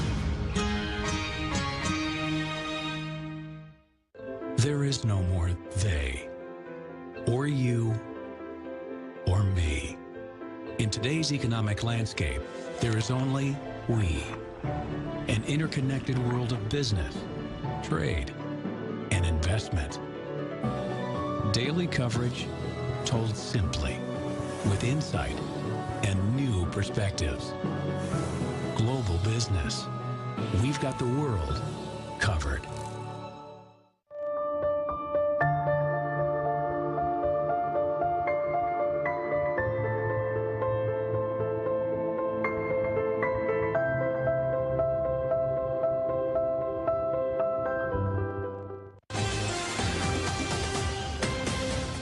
Iran has launched retaliatory strikes targeting a U.S. airbase in the Qatari capital. Explosions heard in the skies over Doha. Iran says it was in response to U.S. strikes over the weekend, hitting 3 major Iranian nuclear facilities. Qatar has confirmed the attack, saying no one was hurt. Jim Spellman is following the story for us. Jim, what do we know at this point? Here's what we know right now, Asier. Iran, as you mentioned, has launched a missile strike on a U.S. military base in Qatar Monday in retaliation for the U.S. strikes on Iranian nuclear facilities over the weekend.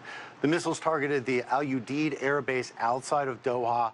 That's the forward headquarters for U.S. Central Command. No reports of injuries at this point. The base is home to about 10